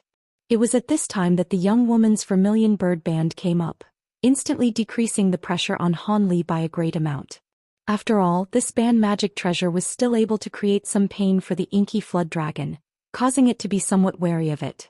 Little fellow, you hid there for so long, why didn't you make a move earlier?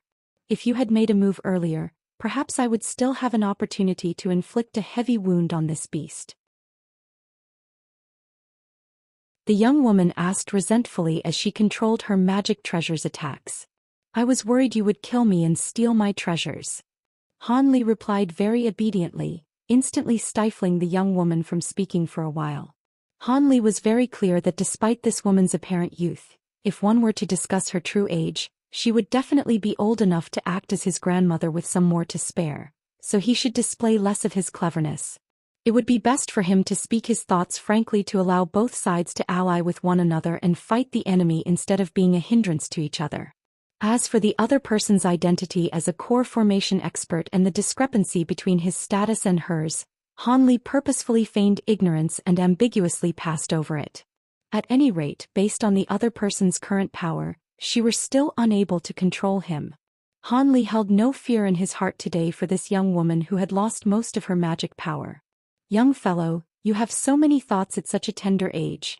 I only fear you may not live for very long, said the young woman with a bitter tone after being low-spirited for a while. Hearing this, Han Li laughed once and did not make a retort. However, he quietly said in his heart, "If I had thought any less, I might have died many times already, not to mention in the future." Seeing that Han Li did not continue to speak, allowing her to say that much, the young woman lost some of the anger in her heart and began to consider a plan to deal with the enemy. "Do you have any way of inflicting a heavy wound on this flood dragon? If you do, quickly say it." The young woman, seeing that the two of them, even after forming an alliance with Han Li for a short while, were still being chased around everywhere in disarray with no spare room for retaliation, finally could not endure it and asked, "I do have one, but it requires for the opponent to be bound for a short amount of time. You cannot allow it to move." Han Li hurriedly replied as he used the iron shield to block another spitting attack by the inky flood dragon while his figure leaped around incessantly, attempting to widen the distance between him and the inky flood dragon. "Okay, I'm going to use the last magic power I have. I can still bind it for a short moment. Hopefully it's enough for you to use. But is your method reliable?" The young woman's eyes lit up when she heard that, and she closely followed the flood dragon that was chasing after Han Li, using the vermilion bird band to fiercely bash the flood dragon's body before hurriedly saying, "I have a very powerful treasure talisman. It definitely can break through this flood dragon's defenses," Han Li said with full self-confidence. He did not believe that this demonic beast would still be able to block the full-force attack of the golden light brick. Treasure talisman? When the young woman heard this, her heart was filled with joy. She had never expected that the yellow Maple Valley young man in front of her eyes actually could obtain such a rare item. Although she also had a few treasure talismans, their strength was not even on par with her vermilion bird band. Since the other person had so much self-confidence, it seemed like it should be a purely destructive treasure talisman. This was definitely an extremely rare object. Since she realized that Han Li's method was feasible, the young woman immediately stopped in midair, then started the incantation that had once bound the flood dragon before. The vermilion bird band securely wrapped around the demonic beast's body again, causing it to start struggling in anger. Han Li, seeing this golden opportunity, immediately placed the flying dark iron shield in front of his body. Then he pulled out the golden light brick treasure talisman and sat down cross-legged.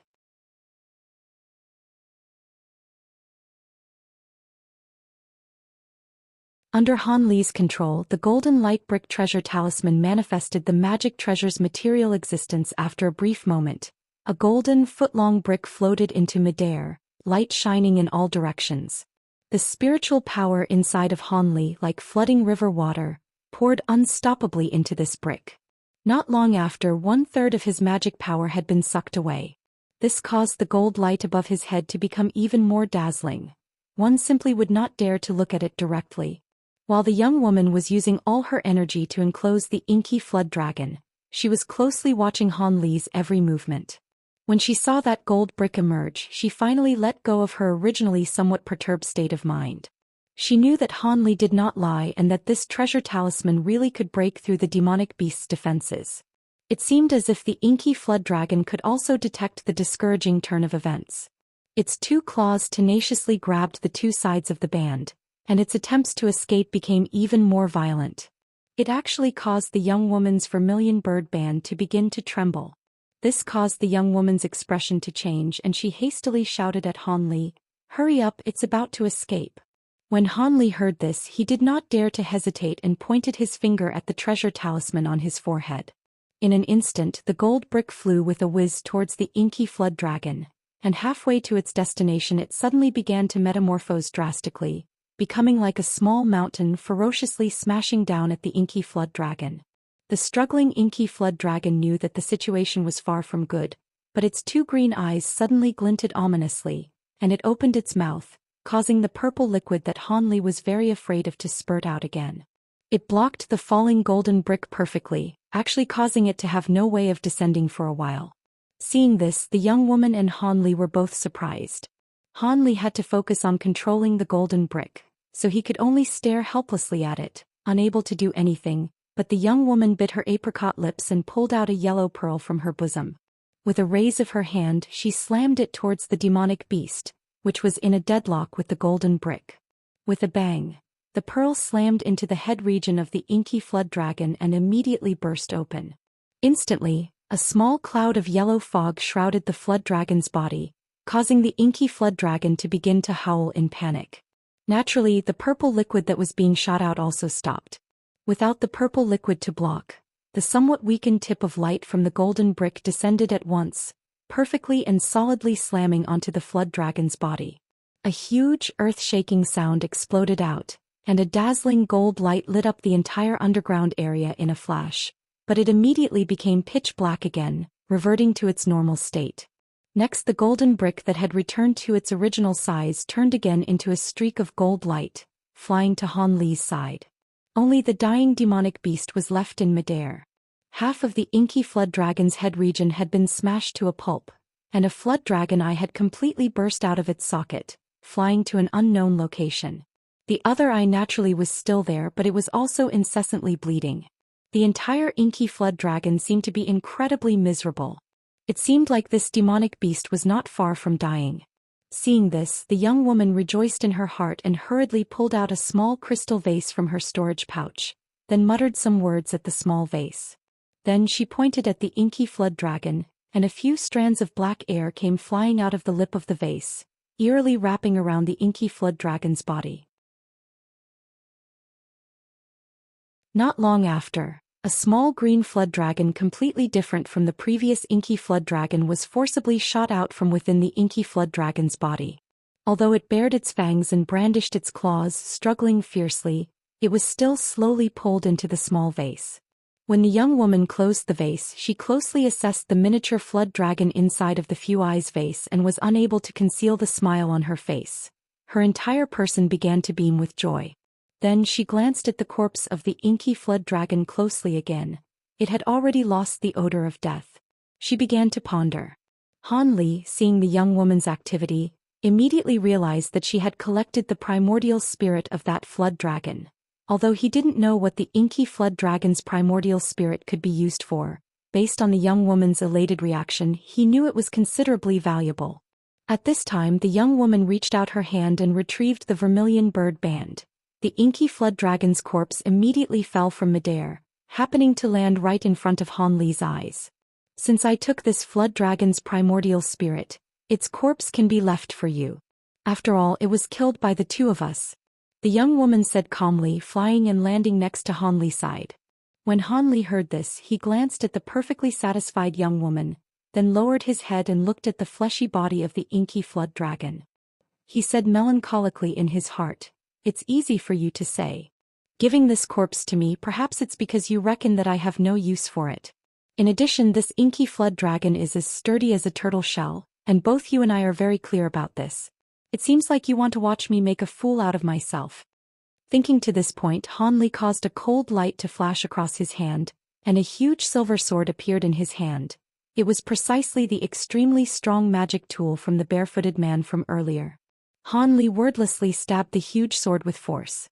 With a puchi, this silver sword actually sank 3 inches into the inky flood dragon's corpse. Although it wasn't stabbed too far in, it had finally broken through the flood dragon's defenses, causing the young woman to the side's jaw to drop in astonishment, unable to close it for some time. Han Li, seeing the young woman's expression, found it to be laughable in his heart and continued to wave around this sword, about to stab down again. "Halt! Let me see this sword," said the recovered young woman slowly, staring at that silver sword with a look of amazement, causing Han Li to become startled.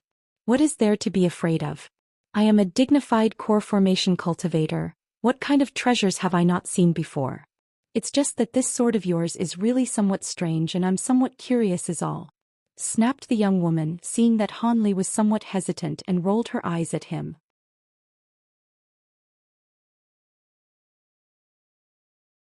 Then she bleakly said, "Although this inky flood dragon had just entered grade 2, its entire body is full of valuable raw materials. Flood dragon skin can be refined into good armor. Its sharp horns and claws are the most important raw materials in refining top-grade magic tools, and the remaining core liquid inside of it is also necessary to refine a few precious pills." Seemingly for no reason, the young woman explained everything clearly in great detail to Han Li, causing him to feel somewhat unsettled apart from being amazed. He didn't know what the other person's intentions were. What a pity.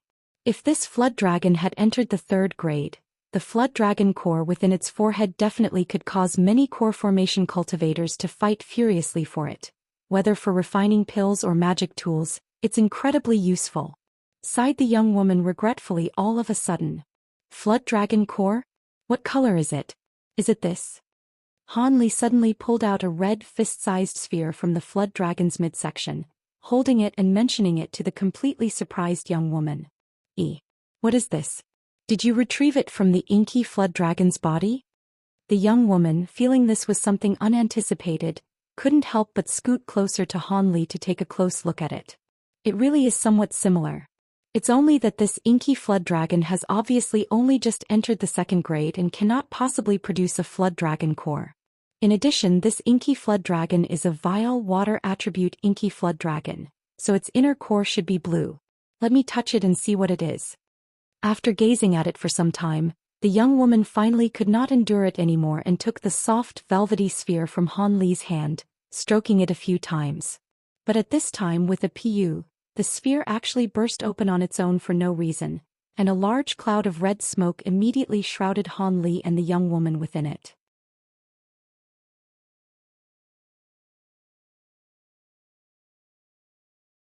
Han Li felt that he was having an incredibly marvelous, erotic dream. The person with him in the dream had a burning passion, but he could never clearly see the face of the peerless beauty. But even if the erotic dream were better, there would always be a time when he would wake up.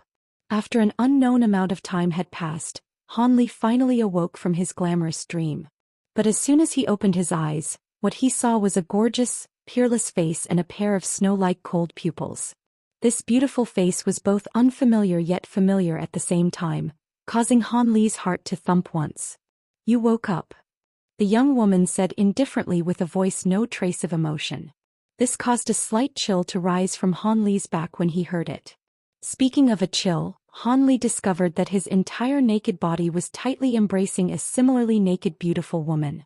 The woman's face was first crimson, but immediately her sleek eyebrows rose vertically, and her jade-like face frosted over. She coldly spat out, "Have you had enough? Take your dog paws off me and let me go." Han Li instinctively retrieved both of his hands and released the woman. This great beauty, seeing that Han Li had let go, hurriedly used one hand to push herself off the ground. Her eye-catching curved body immediately stood up from Han Li's chest. But just as the extremely beautiful young woman's slender waist had straightened, she yelled out, her flowery face losing its color with pain. Her body shook once, and then she fell again into Han Li's chest, causing Han Li to again experience the feeling of soft jade covering his torso. Han Li did not consider himself to be a base person, but he definitely did not consider himself to be a person with noble character. So when this beautiful woman had thrown herself into his arms, he regained his focus and immediately rode his hands up, pressing the woman up against his body. He gently kissed the woman's tender, alluring lips, causing the words that the woman had wanted to berate Han Li with to be forcibly shocked away. Underneath Han Li's hot kisses, her slender eyebrows slowly smoothed out, and she began to fall into a trance. What followed was a case of, when conditions are right, success will naturally follow. Han Li and the young woman wordlessly enjoyed the taste of ecstasy between a man and a woman once again. This, compared to the experience they had when the two of them were in a state of semi-consciousness, caused them to become even more intoxicated and made them even more crazy and forgetful. Today the beautiful woman's two eyes were tightly pressed up against Han Li's chest, her two cheeks flushed red, her chest rising and falling indefinitely. Evidently she had yet to awaken from the greatest stimulus. Han Li embraced this beautiful woman with one hand, and the other hand was incessantly fondling the woman's round and well-developed area with a desire to continue. After an unknown amount of time, the gorgeous woman's breathing finally stabilized, and her expression had finally returned to normal. She slowly opened her eyes. This time she didn't say a single sentence to Han Li, immediately pushing aside Han Li's mischief-causing hand from her body. She stood up with a bleak expression and walked towards a nearby storage pouch. Han Li slightly started, but after a moment of hesitation he did not obstruct this woman. The young woman retrieved a set of snow-white garments from the storage pouch and gently put them on. Not too long afterwards she finished getting dressed, causing her entire temperament to change in an instant. She began to appear graceful and poised. At this time she turned her head around to glance at Han Li, then stared blankly for a moment. This was because Han Li had long since stood, neatly clothed not too far behind her. He was currently gazing at her with an admiring and tender gaze, causing this woman's state of mind to stir. A trace of a strange feeling crept into her heart. You should be very clear about what kind of person I am. The things that happened between us were only mistakes. Just pretend it was all a dream. The young woman said faintly, gently curling her sleek hair. I know. Han Li answered peacefully after a moment of silence, rubbing his nose. If a third person finds out what happened today, I will kill you, the young woman suddenly stated in a cold tone. I will not breathe a word. If this matter travels to the outside world, you can just kill me. Han Li warmly responded with a faint smile. As long as you know. Seeing that Han Li agreed instantly, the woman did not actually feel happy in her heart. In fact, she began to feel somewhat vexed and her tone became even more vile. After saying this, the woman and Han Li remained silent in a stalemate for some time. Neither of them uttered another sentence. Although the woman was a core formation cultivator, she had always spent her time cultivating as a child. As for the affairs between males and females, she was not much different from normal young women. Thus, although she had instinctively forced Han Li to not transmit this matter to the outside world, her thoughts were still in turmoil, unsure of how to face this matter. Han Li was not much better than the woman. He had never expected that his first intimate relationship with a woman would actually be with a female core formation cultivator. In addition, it was with this kind of a peerless talent and beautiful person, completely different from the sweet-tempered pretty daughter from a humble family that he had imagined. This caused him to laugh bitterly. Would this one-night affair be a blessing or a curse to him? But regardless of what it would be, Han Li had already seen that the woman did not harbor the malevolent idea of killing him to silence him, causing him to let out a sigh of relief. Many favorable impressions spawned towards this great beauty with whom he had already experienced the affairs of a husband and wife. But these were only favorable impressions. If the other person still wanted to become hostile and make a move, Han Li decided that he would not resign himself to death. What exactly was that sphere? How could it cause you and me too? Han Li was the first to open his mouth, but after saying half of the sentence he did not continue. However, he trusted that the other person would be able to understand his meaning. That was the inky flood dragon's prostate capsule. I didn't expect that this beast actually was a very rarely seen male flood dragon, and I actually carelessly forgot this matter. This capsule contains an aphrodisiacal fog. When it contacts any female, it will immediately erupt. So it was like that. Hearing this, Han Li was finally enlightened. The riddle in his heart was finally resolved. Then your current appearance, why is it different from before? I practice a sect-unique cultivation technique, the female essence incarnation technique. This magic technique, although somewhat strange, can allow a person to remain perpetually young. Every 10 years this magic technique will cycle through once. My magic strength would have gone through the cycle, and I thus naturally would have restored my young appearance. But after what happened between us, this technique was temporarily broken and I slightly aged. The young woman explained casually after a moment of silence. Then you won't have any troubles, right? Han Li didn't know why he couldn't help but ask this question. It's not a problem. My magic technique is already at great success stage. Even if my virginity has been broken, I will only lose 5 to 6 years of magic power. This to me does not count for much, said the woman coldly, glancing at Han Li with a complicated expression. Hearing this, Han Li became silent. He knew that the other person's heart still contained a significant amount of resentment towards losing her virginity. He could only remain silent and face it. This woman truly felt that she had been extremely wronged. She had just then secretly sized up the other person a few times and had confirmed once again that this Yellow Maple Valley disciple was truly completely average, whether in terms of appearance or natural talent. And she had actually done things that should only be done between a husband and wife with this person. How could this not cause her, who had always been proud and arrogant, to feel incredibly dejected? But she was also somewhat reluctant of the idea of killing this person to relieve the hatred in her heart. After all, The other person was the male who had taken away her virginity, and she inevitably had a few strange feelings towards this person. This caused her to feel both anger and hatred. What time is it now? It shouldn't have passed the time limit of 5 days, right? Han Li couldn't help but ask after suddenly recalling something. Upon hearing this, the woman, whose state of mind was already unstable, felt an abrupt fright spring up in her heart, but immediately afterwards she calmed down and said calmly, "It shouldn't have been that long.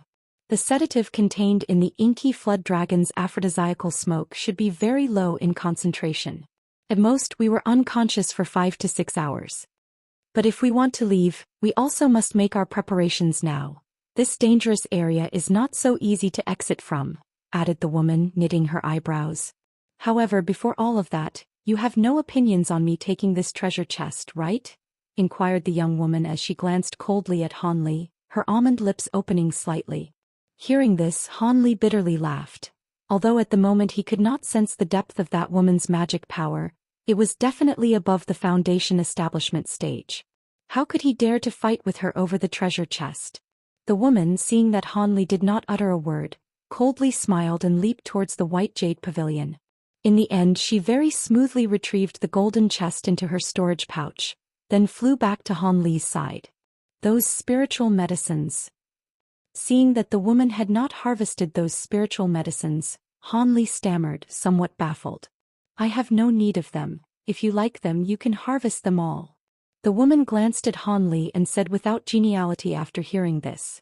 Hearing these words, Han Li became very happy in his heart. He had just been worrying that after exiting the forbidden area he would not have enough spiritual medicines to turn into his sect and would seem suspicious to others. Thus, he unhesitatingly immediately flew over, and in the time it took to roll one's eyes he retrieved tens of spiritual medicines. The woman stood in the same spot and coldly watched Han Li's movements without making a sound. Only after Han Li harvested the medicines and returned, did she slowly and solemnly say, "To break free from this place requires cooperation between the two of us. We cannot successfully leave this place if one of us is missing."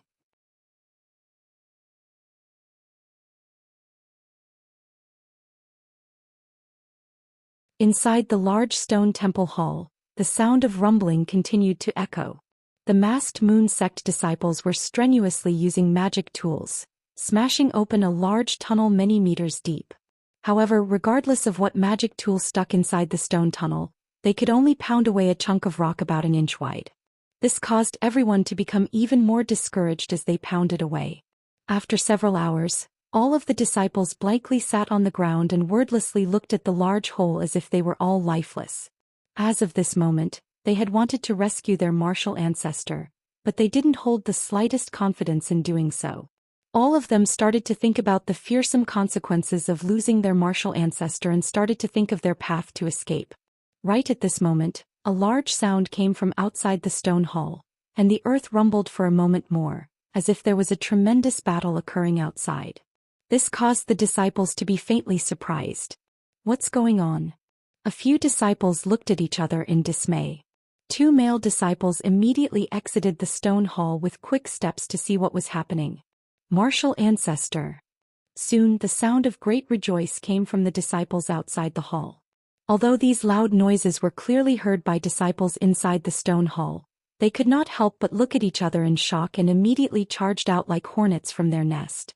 Over 30 meters away from the hall entrance, there was a large hole several meters wide. Nearby, there was a remarkably beautiful woman wearing fluttering white clothes. From her appearance, it truly seemed she was the young female martial ancestor. At this moment, the masked moon sect martial ancestor coldly looked at the distance with an expression of indifference, completely ignoring the 2 male disciples who were standing behind her. This immediately jolted the originally wildly happy disciples, as if cold water had been poured on their heads.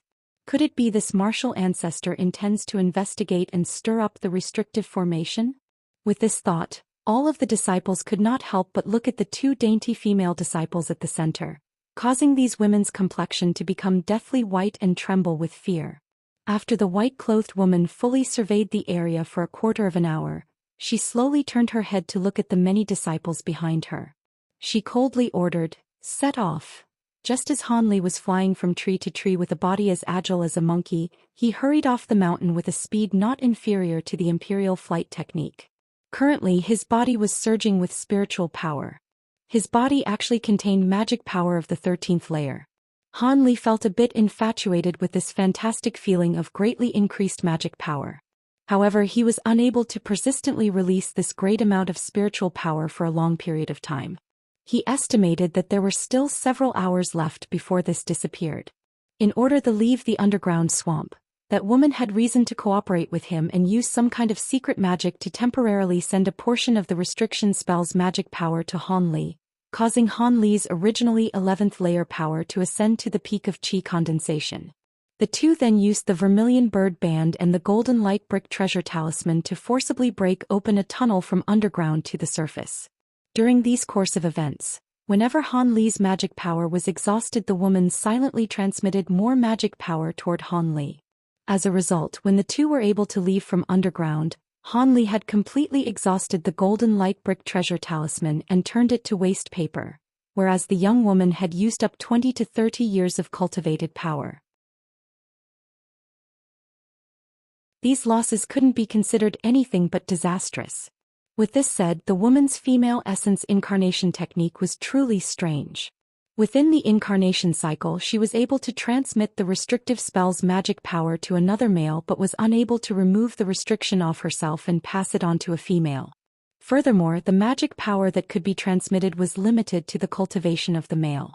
As Han Li was only at Qi condensation, the amount of magic power he could contain was the 13th layer of his foundation cultivation technique. It was impossible for him to enter the realm of foundation establishment. Because Han Li had just received magic power from the woman prior to breaking their way to the surface and separating, he still had the magic power of 13th layer cultivation for the moment, allowing him to experience this wondrous sensation a while longer. Nangong Wan. In his heart, Han Li softly said this. Just as Han Li was about to depart from the woman, he asked for her name. However, when Han Li thought of how the woman begrudgingly told him, he grew a bit sad. He clearly understood without saying that he was a Qi condensation disciple. Even if he were to enter foundation establishment, it would be impossible for them to have any sort of relationship. After all, their positions in the cultivation world and their lifespans were truly as different as heaven and earth. As a result, he could only bitterly accept the woman's heartlessness during their departure. Han Li understood himself well. He knew that if he entered foundation establishment he would have a slight chance. But currently he could only look upward to her. With the great size of Yellow Maple Valley, there were over 10,000 cultivators, but only a trifling few were able to reach core formation. Han Li, knowing that his aptitude was lacking, didn't even have the slightest of confidence. Just as Han Li was thinking this, his expression suddenly grew dark. Whoosh! His body suddenly disappeared into the air. A few moments later, however, his body appeared where he originally was, but now he was holding a storage pouch. At this time, the headless corpse of a spirit beast mountain disciple fell off a nearby large tree. Han Li lightly swept through the things inside the storage pouch and lightly shook his head. He then leaped and departed. The afternoon of the 5th day after the forbidden area was opened, the many individuals from various sects waiting outside the forbidden area for quite a long time finally moved. The 7 core formation cultivators strenuously opened the entrance once again. They then looked at the dark passage, waiting for the first of ones to appear with serene expressions. It was very clear that breaking the magic barrier was far easier than it was 5 days ago. Furthermore, when the passage appeared, the 7 core formation experts put away their magic treasures, but the passage actually didn't disappear, maintaining a steady connection to the forbidden area.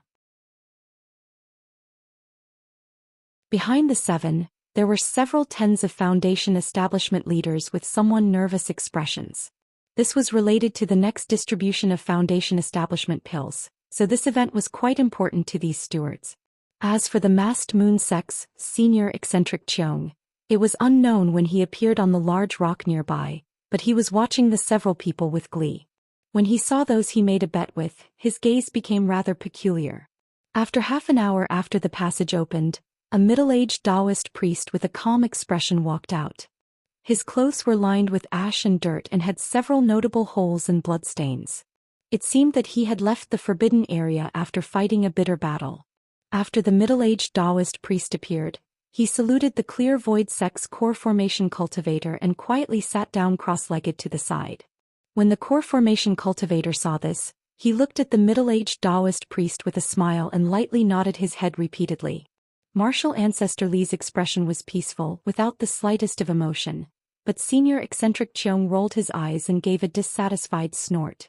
The next to walk out from the passage were a feminine man from Saber Transformation Dock, Zhong Wu the ugly man from Spirit Beast Mountain, a blue-clothed youth from Heavenly Imperial Fortress, and Yellow Maple Valley's Chin siblings, along with other disciples. All of them more or less had traces of injury.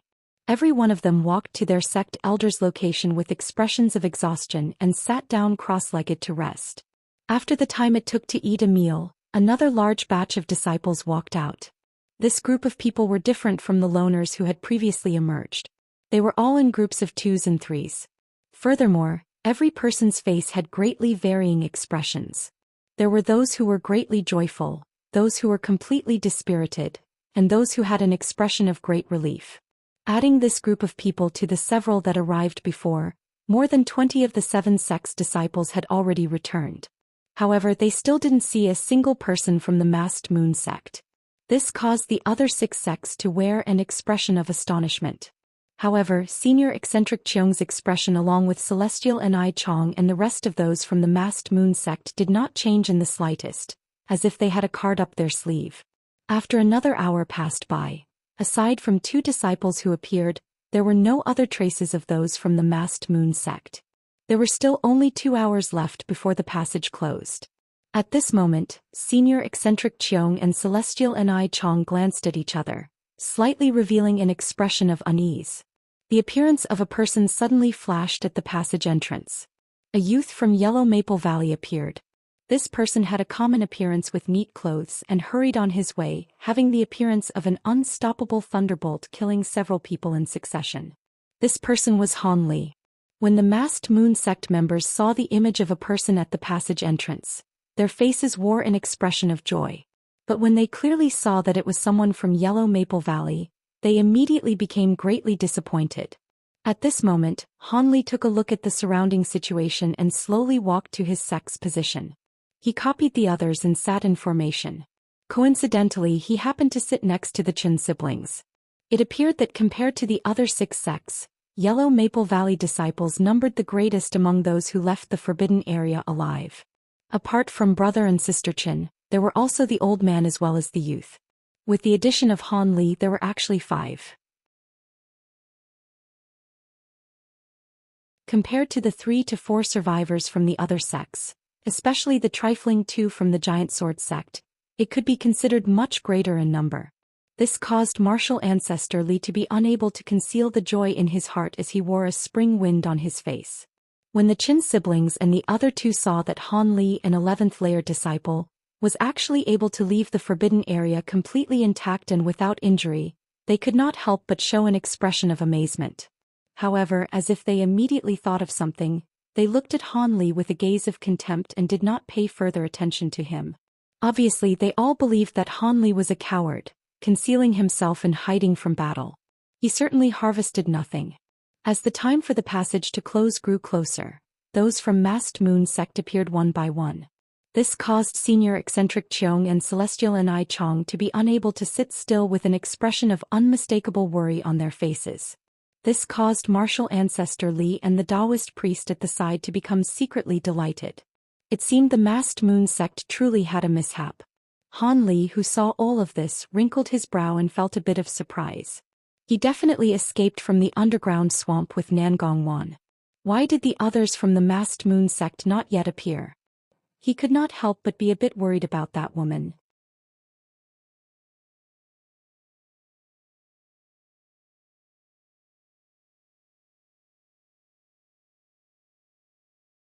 Brother Li, I didn't expect that your esteemed valley actually had so many talents. Not only 11th layer cultivators could walk out of the forbidden area, even 10th layer strength disciples can preserve their lives and exit. Your esteemed sect truly uses the correct method of teaching your disciples. I am truly in admiration. seeing that only 2 people from his sect had left the forbidden area, and that the barefooted male whom he had high hopes for had not come out, while 2 low-level disciples from the Yellow Maple Valley had come out and preserved their own small lives. The cultivator from the Giant Sword sect couldn't help but feel his anger rise. He said these 2 sentences mockingly. When martial ancestor Li heard this, his face fell. He also reckoned that Han Li and Xianxia had both stayed in hiding and did not reveal themselves, wanting to seize any opportunity available. He could not help but bitterly glare at the old, crafty man, but he still had no choice but to protect the 2 of them with his words. The cultivation technique of these juniors is too superficial. Being able to preserve their own lives can also be considered to be their own good fortune. As for what method they used, the others and I, as their senior generation, have no need to add on any blame. Humph. The Giant Sword sect expert, seeing martial ancestor Li put on such an act, found it extremely objectionable and wanted to say something else. However, senior eccentric Cheong opened his mouth, somewhat impatiently. What is there for you 2 to argue about? Since the person could survive, this is the skill of the junior generation. Do you want them to stubbornly charge forwards even if they clearly know it is impossible? However, little fellow Li, quickly examine the results of the bet. The earlier we know, the earlier our hearts will be at ease. Do you want the elderly me to wait here for even longer? This old man was clearly taking advantage of his age, but martial ancestor Li and the man from the Giant Sword sect actually really did not dare to make this person unhappy.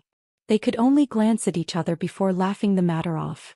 Otherwise, if this old freak started holding a grudge against them, they would have some really bad luck.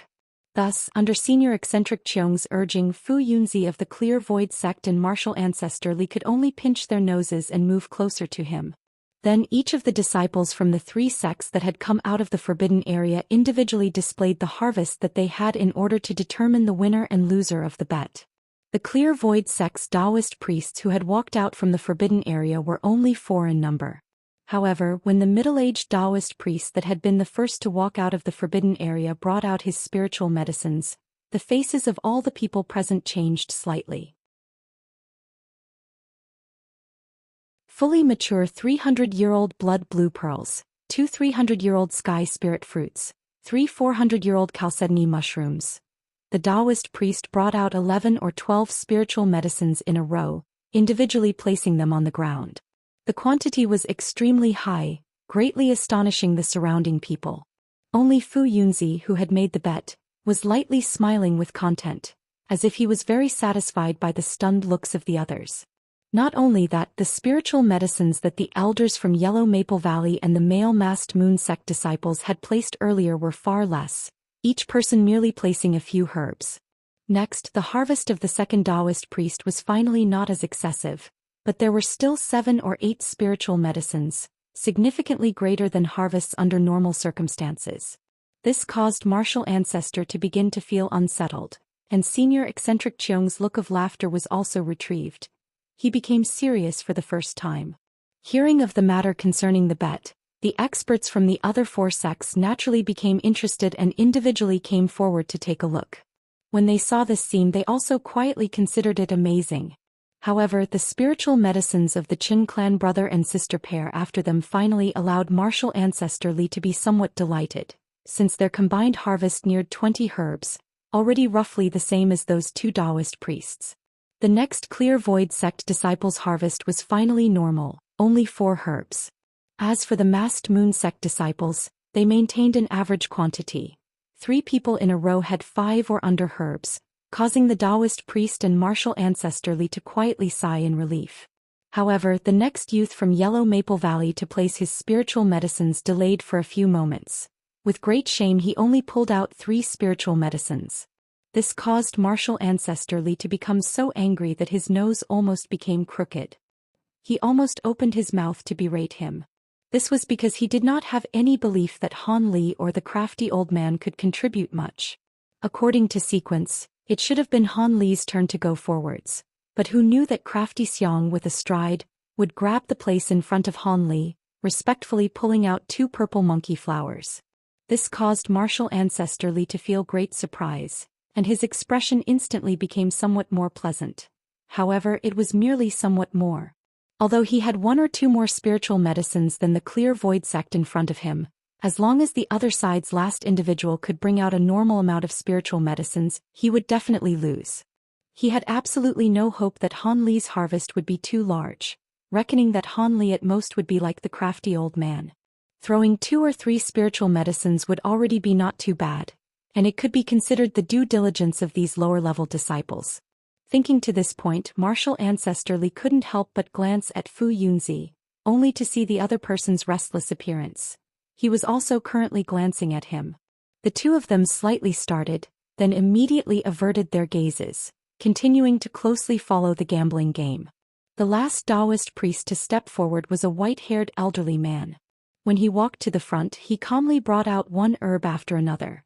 His slow dilly-dallying manner caused all of the people to continuously roll their eyes. However, when he had pulled out 5 spiritual medicines in a row and was still reaching into his storage pouch, martial ancestor Li's expression instantly sank, while Fu Yunzi began to beam with joy.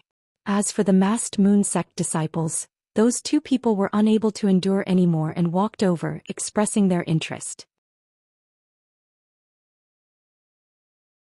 Greatly beyond any expectations, this last white-haired Taoist priest actually pulled out 7 spiritual medicines in a row, causing all of the onlookers to feel greatly surprised. When martial ancestor Li saw this, his expression had already become incredibly ashen, while the Taoist priest excitedly turned his attention to the other masked moon sect disciples, reckoning that his victory over the Yellow Maple Valley was already secure. At this time Han Li stepped forward. Other people only indifferently glanced at him before returning their gazes to the masked moon sect, completely ignoring him.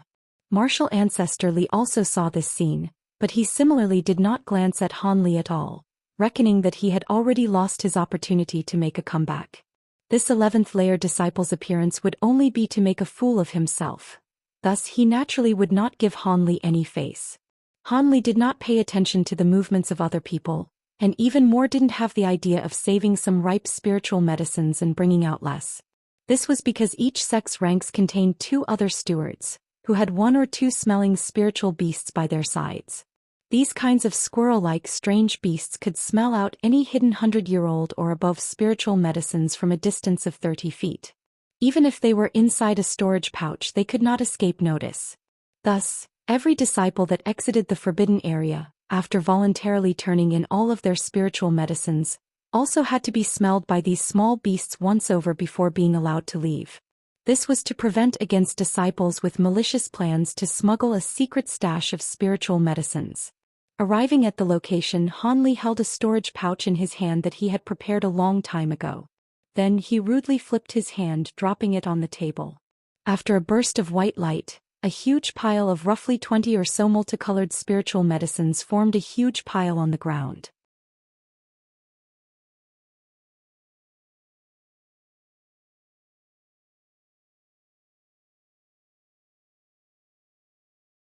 The quantities of spiritual medicines that the last few masked moon sect disciples turned in suddenly all reached 10 or so in number, in an instant surpassing even the sum of the Yellow Maple Valleys and Clear Void sects' harvest by 5 or 6 herbs, winning the last round of the bet. This turn of events immediately knocked martial ancestor Li into a stupor, while senior eccentric Cheong let out a long sigh of relief and began to laugh strangely. Bring it, turn over that demonic flood dragon inner Dan. I was just wanting to refine a furnace of good pills, and this inner Dan is the best medicinal catalyst. Senior eccentric Cheong impolitely demanded his betting spoils from Fu Yunzi on the spot. Upon hearing this, the Taoist priest Fu Yunzi forced a smile and opened his mouth as if he wanted to say something, but nothing came out of his mouth. Seeing this, senior eccentric Cheong glared unhappily. What, the well-renowned Clear Void sect's Fu Yunzi, could it be that you want to renege on this debt? Renege on this debt? Do I dare to renege on a debt with senior eccentric Cheong? Fu Yunzi naturally did not really mean to renege on the inner Dan. It was only that the loss of this kind of precious item hurt him greatly, and he was instinctively reluctant to part with it. But today, now that senior eccentric Cheong said it like that, his face alternated between red and white.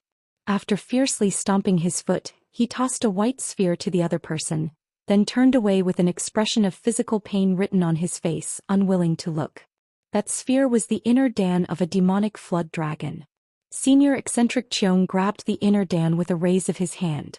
After closely inspecting it, he beamed with joy, but he still muttered, "It seems that its quality is not too good, and its spiritual qi is not really sufficient. It looks like it's just passable. I'll have to make do with it." This sentence caused the Taoist priest's face to turn red when he heard it. He almost vomited blood and died with anger, and he hurriedly departed from this individual to a faraway place, lest his Tao heart die from depression. Taoist friend Li will send representatives with 2 chunks of iron essence within 20 years. He. Still Taoist friendly, that is straightforward. I have nothing else to say. Senior eccentric Cheong nodded his head with satisfaction, then returned to the masked moon sect's side, very pleased with himself. This round of gambling had many twists and turns, truly causing the various bystanders from different sects to feel very amazed. In the end, seeing martial ancestor Li and Fu Yunzi's attempts to try to steal a chicken only to end up losing the rice used to lure it, everyone gloated. Who told them to gamble with this senior eccentric Cheong anyways? No matter what, this time's expedition to the forbidden area had ended. The leaders of the various sects, having received all of their own disciples' spiritual medicines and letting them be checked by the spiritual beasts once, all said their goodbyes one by one and left, bringing their followers with them. Those from the masked moon sect were the first to leave, and so after they had said goodbye and stepped onto the heavenly moon divine boat one after the other, Han Li couldn't help but glance at the celestial Nangong in their midst. However, that woman, from boarding the boat to its eventual departure, never did glance back at him, causing Han Li to feel wronged in his heart. However, Han Li could also be considered a person with a strong state of mind, and in no time he had recovered to normal and continued to watch the other sects leave. When she was leaving with the Spirit Beast Mountain disciples, Han Yunji glanced at Han Li and gave him a benevolent smile. This actually caused Han Li to feel somewhat warm in his heart. Yellow Maple Valley, as the host of the forbidden area, naturally would have to be the last to leave. Thus, when the other 6 sects all left, only the Yellow Maple Valley sect remained all alone outside of the forbidden area. However, martial ancestor Li didn't just take his followers and leave. Instead, he raised his head and gazed in the direction of the forbidden area silently.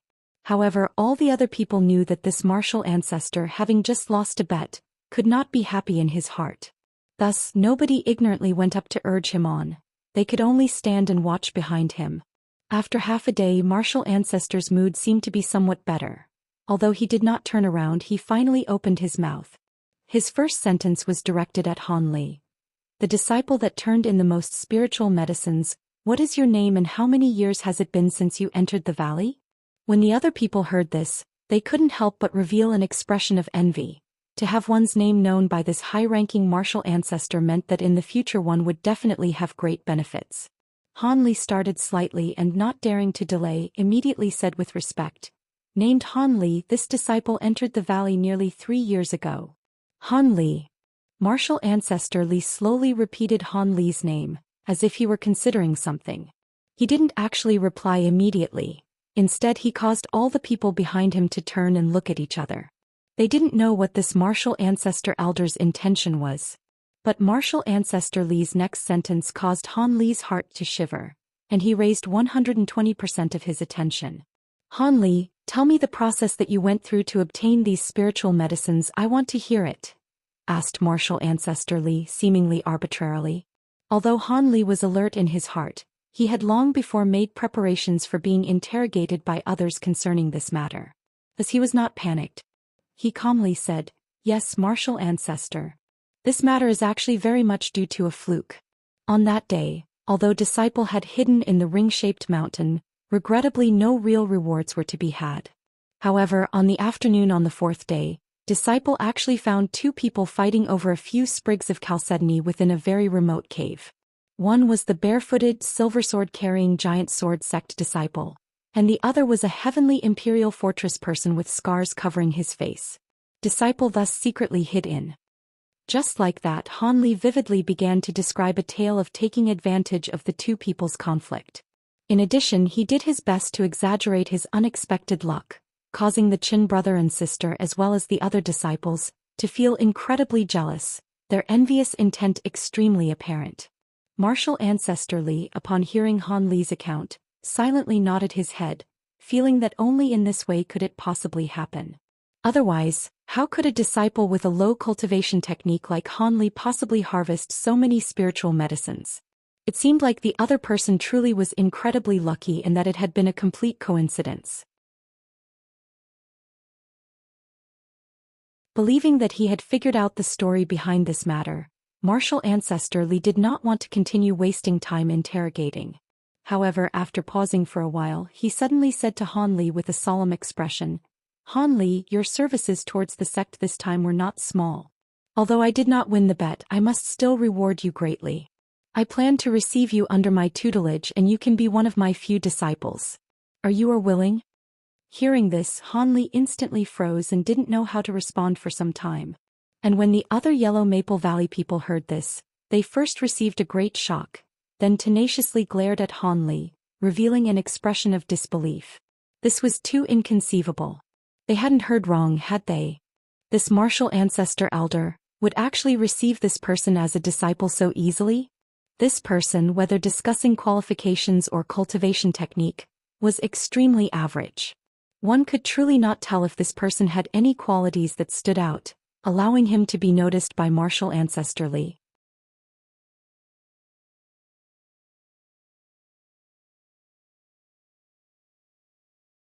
Chapter 212, A Sudden Understanding. Chapter 212.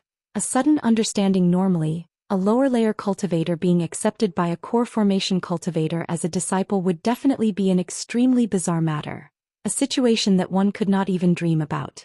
However, when Han Li was in shock after he heard these words, he instinctively detected that something was not right. Based on his aptitude and magic technique, how could this kind of a good fortune fall upon his shoulders?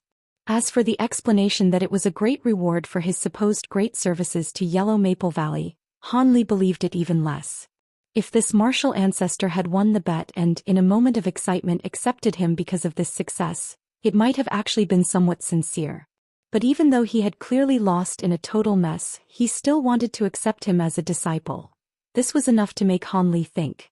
While Han Li was running through all these mental gymnastics, Martial Ancestor Li began to become displeased. When he had said that he would accept Han Li as his disciple, he originally thought that the other person would definitely be incomparably ecstatic and immediately agree readily. But who expected that Han Li actually stood blankly in the same spot, his expression one of amazement. He actually didn't immediately respond, which caused Martial Ancestor Li to feel somewhat resentful. However, on the outside, Martial Ancestor Li naturally still had to maintain the poise of a martial ancestor, so he indifferently said, "Han Li, if you aren't willing to take me as your master, you only need to clearly say it. I will not force you. I can separately bestow a few magic tools upon you as compensation." When Han Li heard this, he knew that although the other person's words were pretty, he definitely was not happy in his heart. Han Li was very clear even without thinking hard what the consequences of offending this martial ancestor would be. In addition, for a Qi condensation disciple like him to refuse a core formation cultivator's acceptance of a disciple excessively defied common sense. Perhaps after he refused the offer he would attract even more troubles. Thinking to this point, he gritted his teeth. No matter what the other person's attempts towards him were, he would first deal with the situation in front of him. Disciple is obviously delighted to be able to kowtow under martial ancestor's tutelage. It is this disciple's honor. Earlier it was just that disciple was too happy and completely forgot to speak. "Please forgive disciple martial ancestor," Han Li said with a hurried tone, his face blushing strongly as he pretended to regain his focus after being exhilarated. Then Han Li very tactfully kowtowed a few times to Martial Ancestor Li, immediately performing the ritual of formally becoming a disciple. "Very good. From today onwards you are my Li Huiyan's disciple. This jade lightsaber magic tool can be regarded as a greeting present." A smiling, exuberant expression appeared on Li Huiyuan's face, and he reached his hand out to support Han Li. Then he handed him a long greenish jade saber. Judging from the spiritual light flickering on it, it definitely was a top-grade magic tool. Han Li solemnly received the long saber with his two hands, then kowtowed again to express his respect before standing up again, pretending to be unable to contain his joy. The other disciples watched dumbstruck, fires burning in their eyes.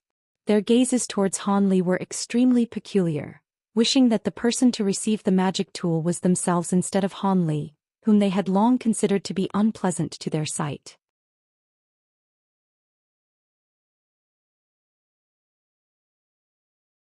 However, he was still strongly resisting the movements in his heart. He pretended to be confused and asked in astonishment, "Senior Martial Uncle Ma, could it be that Martial Ancestor Li's accepting of disciples has another reason?" "Senior Martial Uncle? Hehe. Since Junior Martial Brother Han Li has already kowtowed to Junior Martial Uncle, you can just call me Senior Martial Brother Ma. I no longer dare to respond to the title Senior Martial Uncle," said the little old man slowly and methodically, gently shaking his head. Cough. Why does Senior Martial Uncle Ma laugh at Junior Martial Nephew, who doesn't know that seniority in the cultivation world is assigned by cultivation technique? As long as I have not yet entered the foundation establishment stage for one day, Senior Martial Uncle Ma is naturally still my senior, said Han Li very sincerely, and immediately poured a cup of medicine flower tea for the little old man, handing it to the other person. Not bad, not bad. You indeed can be taught. It seems like you have not yet lost your wits because of this matter, so I will tell you now beforehand. In reality, even if I don't say it, you will know in 3 to 4 more days, said the little old man faintly, nodding his head in satisfaction. Hearing this, Han Li was slightly startled, but he concentrated his attention on hearing the other person's next utterance. One had to know that he had always been on edge with regards to the matter of Martial Ancestor Li's sudden acceptance of him as a disciple. Thus, he naturally would not pass up an opportunity to get the inside story beforehand. What rewards do you think you can get having turned in this many spiritual medicines? The little old man suddenly asked, changing the subject. It should be exchangeable for 2 foundation establishment pills. I had asked around earlier. If one turns in around 10 spiritual medicines, one can exchange them for 1 foundation establishment pill. Han Li responded obediently. He knew that the other person would definitely have a reason for asking this kind of a question. In a few days, when the rewards are granted, you will only have the portion of 1 foundation establishment pill. You can stop dreaming about getting 2, said the little old man somewhat mockingly.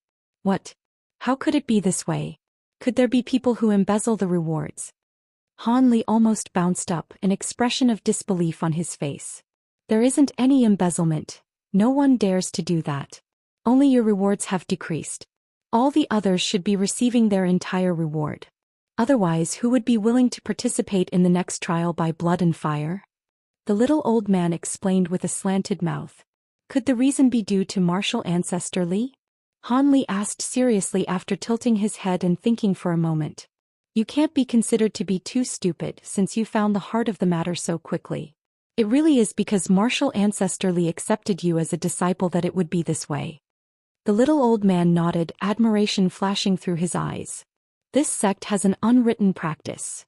If there is any clear master-disciple relationship, the master has the right to take half of the disciple's tribute to the sect as a gift to thank the master. Of course, this is limited to the first time and cannot be repeated.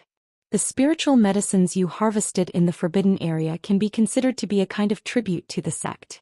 Thus, I reckon that the reason why Martial Ancestor Li so zealously accepted you as a disciple is most likely because he wanted your 10 or so herbs as a gift. The spiritual medicines that are passed on are halved, and so your rewards are naturally also halved, so you should not hope for 2 foundation establishment pills anymore, the little old man explained thoroughly to Han Li. Han Li knitted his eyebrows, but he revealed no traces of anger or dissatisfaction, only lowering his head soundlessly. This caused the little old man to feel somewhat shocked and sense that something was off. He naturally did not know that not only was Han Li not angry, he actually let out a long sigh and relaxed the heart that had always been tight. It turned out that this new master had wanted his spiritual medicines. This had really been outside of his expectations, but it also caused Han Li to begin to relax. To Han Li, who was about to refine these pills, 1 foundation establishment pill could not amount to much. As long as he could succeed in refining these pills, he couldn't care less about the loss of merely 1. The little old man didn't know Han Li's attitude. Seeing that Han Li didn't make a sound, he thought that Han Li was holding in a stomach of stuffiness but was good at controlling it and didn't let it leak out. Thus he lightly laughed and began to comfort Han Li. Although you get one less foundation establishment pill, you exchanged it for being accepted as martial ancestor Li's in-name disciple. You haven't suffered a huge loss, so it's not too bad. One has to know that your talent is not very good. Even if you were to use 2 foundation establishment pills, your hopes of successfully entering the foundation establishment stage are not too high. It's more worth it to use one in exchange for gaining martial ancestor Li as an influential backer. This way, even if in the future you are still in the qi condensation stage, pretty much no one in the sect will dare to provoke you. You should know that although martial ancestor Li was not sincerely accepting you as his disciple, you are still carrying his influence. Which regular disciple or steward would give you trouble lightly. In addition, as far as I know, junior martial uncle Li is very protective of his face. When Han Li heard this, he was somewhat moved in his heart. When the little old man had sent him the 2 bottles of pills before he went to the forbidden area, he could already tell that the other person was someone with a cold exterior but a warm heart. This person's character truly was not bad. But with these words, Han Li remembered them in his heart even more. It seemed as if the other person was worth building a deep relationship with. Although Han Li thought this in his heart, outwardly he still pretended to be barely moved by what the little old man said, and after bitterly laughing a few times, he finally opened his mouth to speak and carelessly spoke with him for a bit. This senior martial uncle Ma, seeing that Han Li had seemingly recovered from this setback, was very happy in his heart, and not long after he said his goodbyes and left. The 100 Medicine Garden naturally was once again under Han Li's care.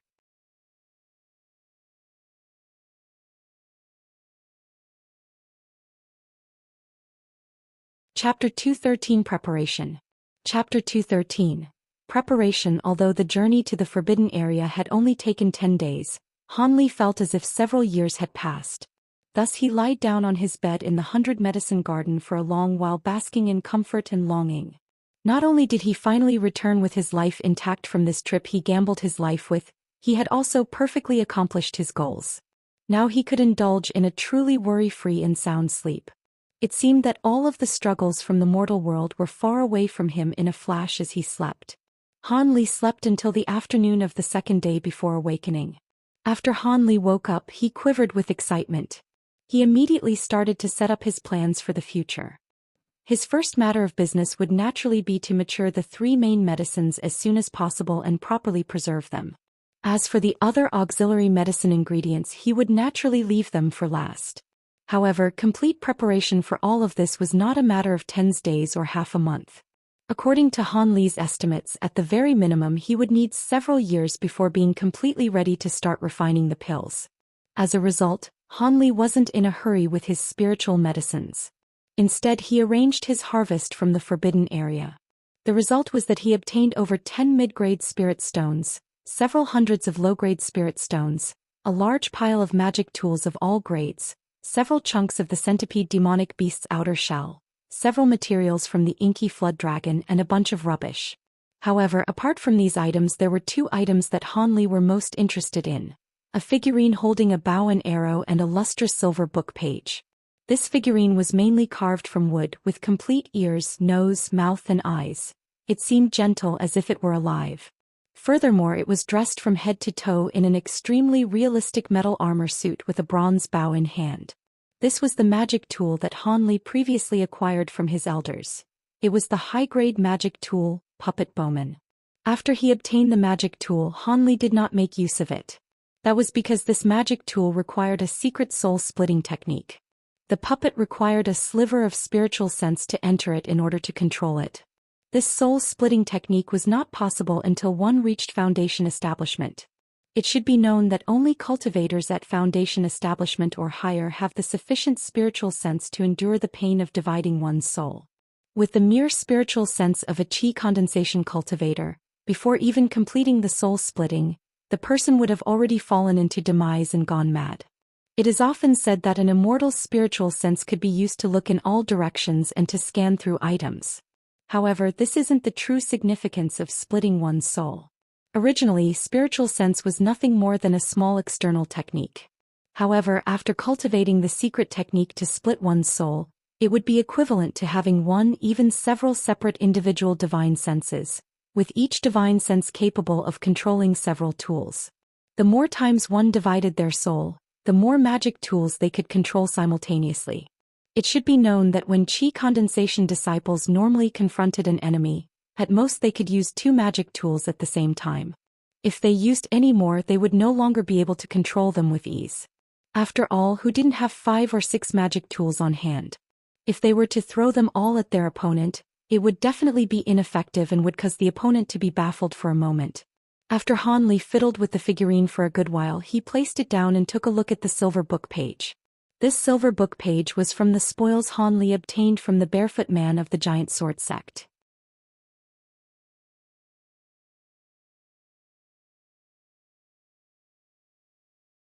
That old man Yi, who reneged on over half of the agreed items, suddenly sent over the rest of the long overdue items without exception.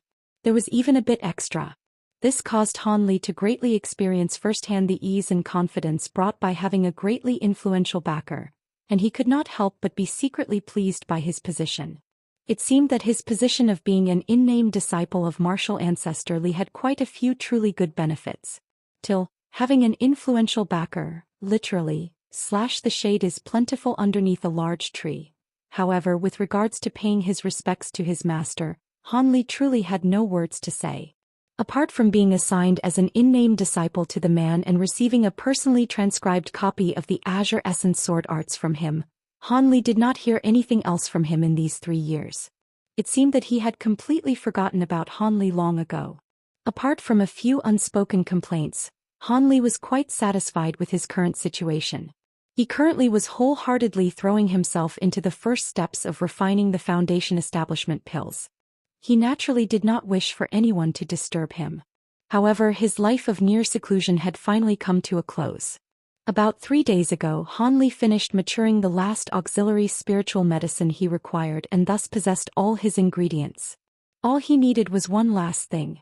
After several days of ordering and packing, Han Li packed his ripened spiritual medicines in a neat order and headed toward Yulu Hall.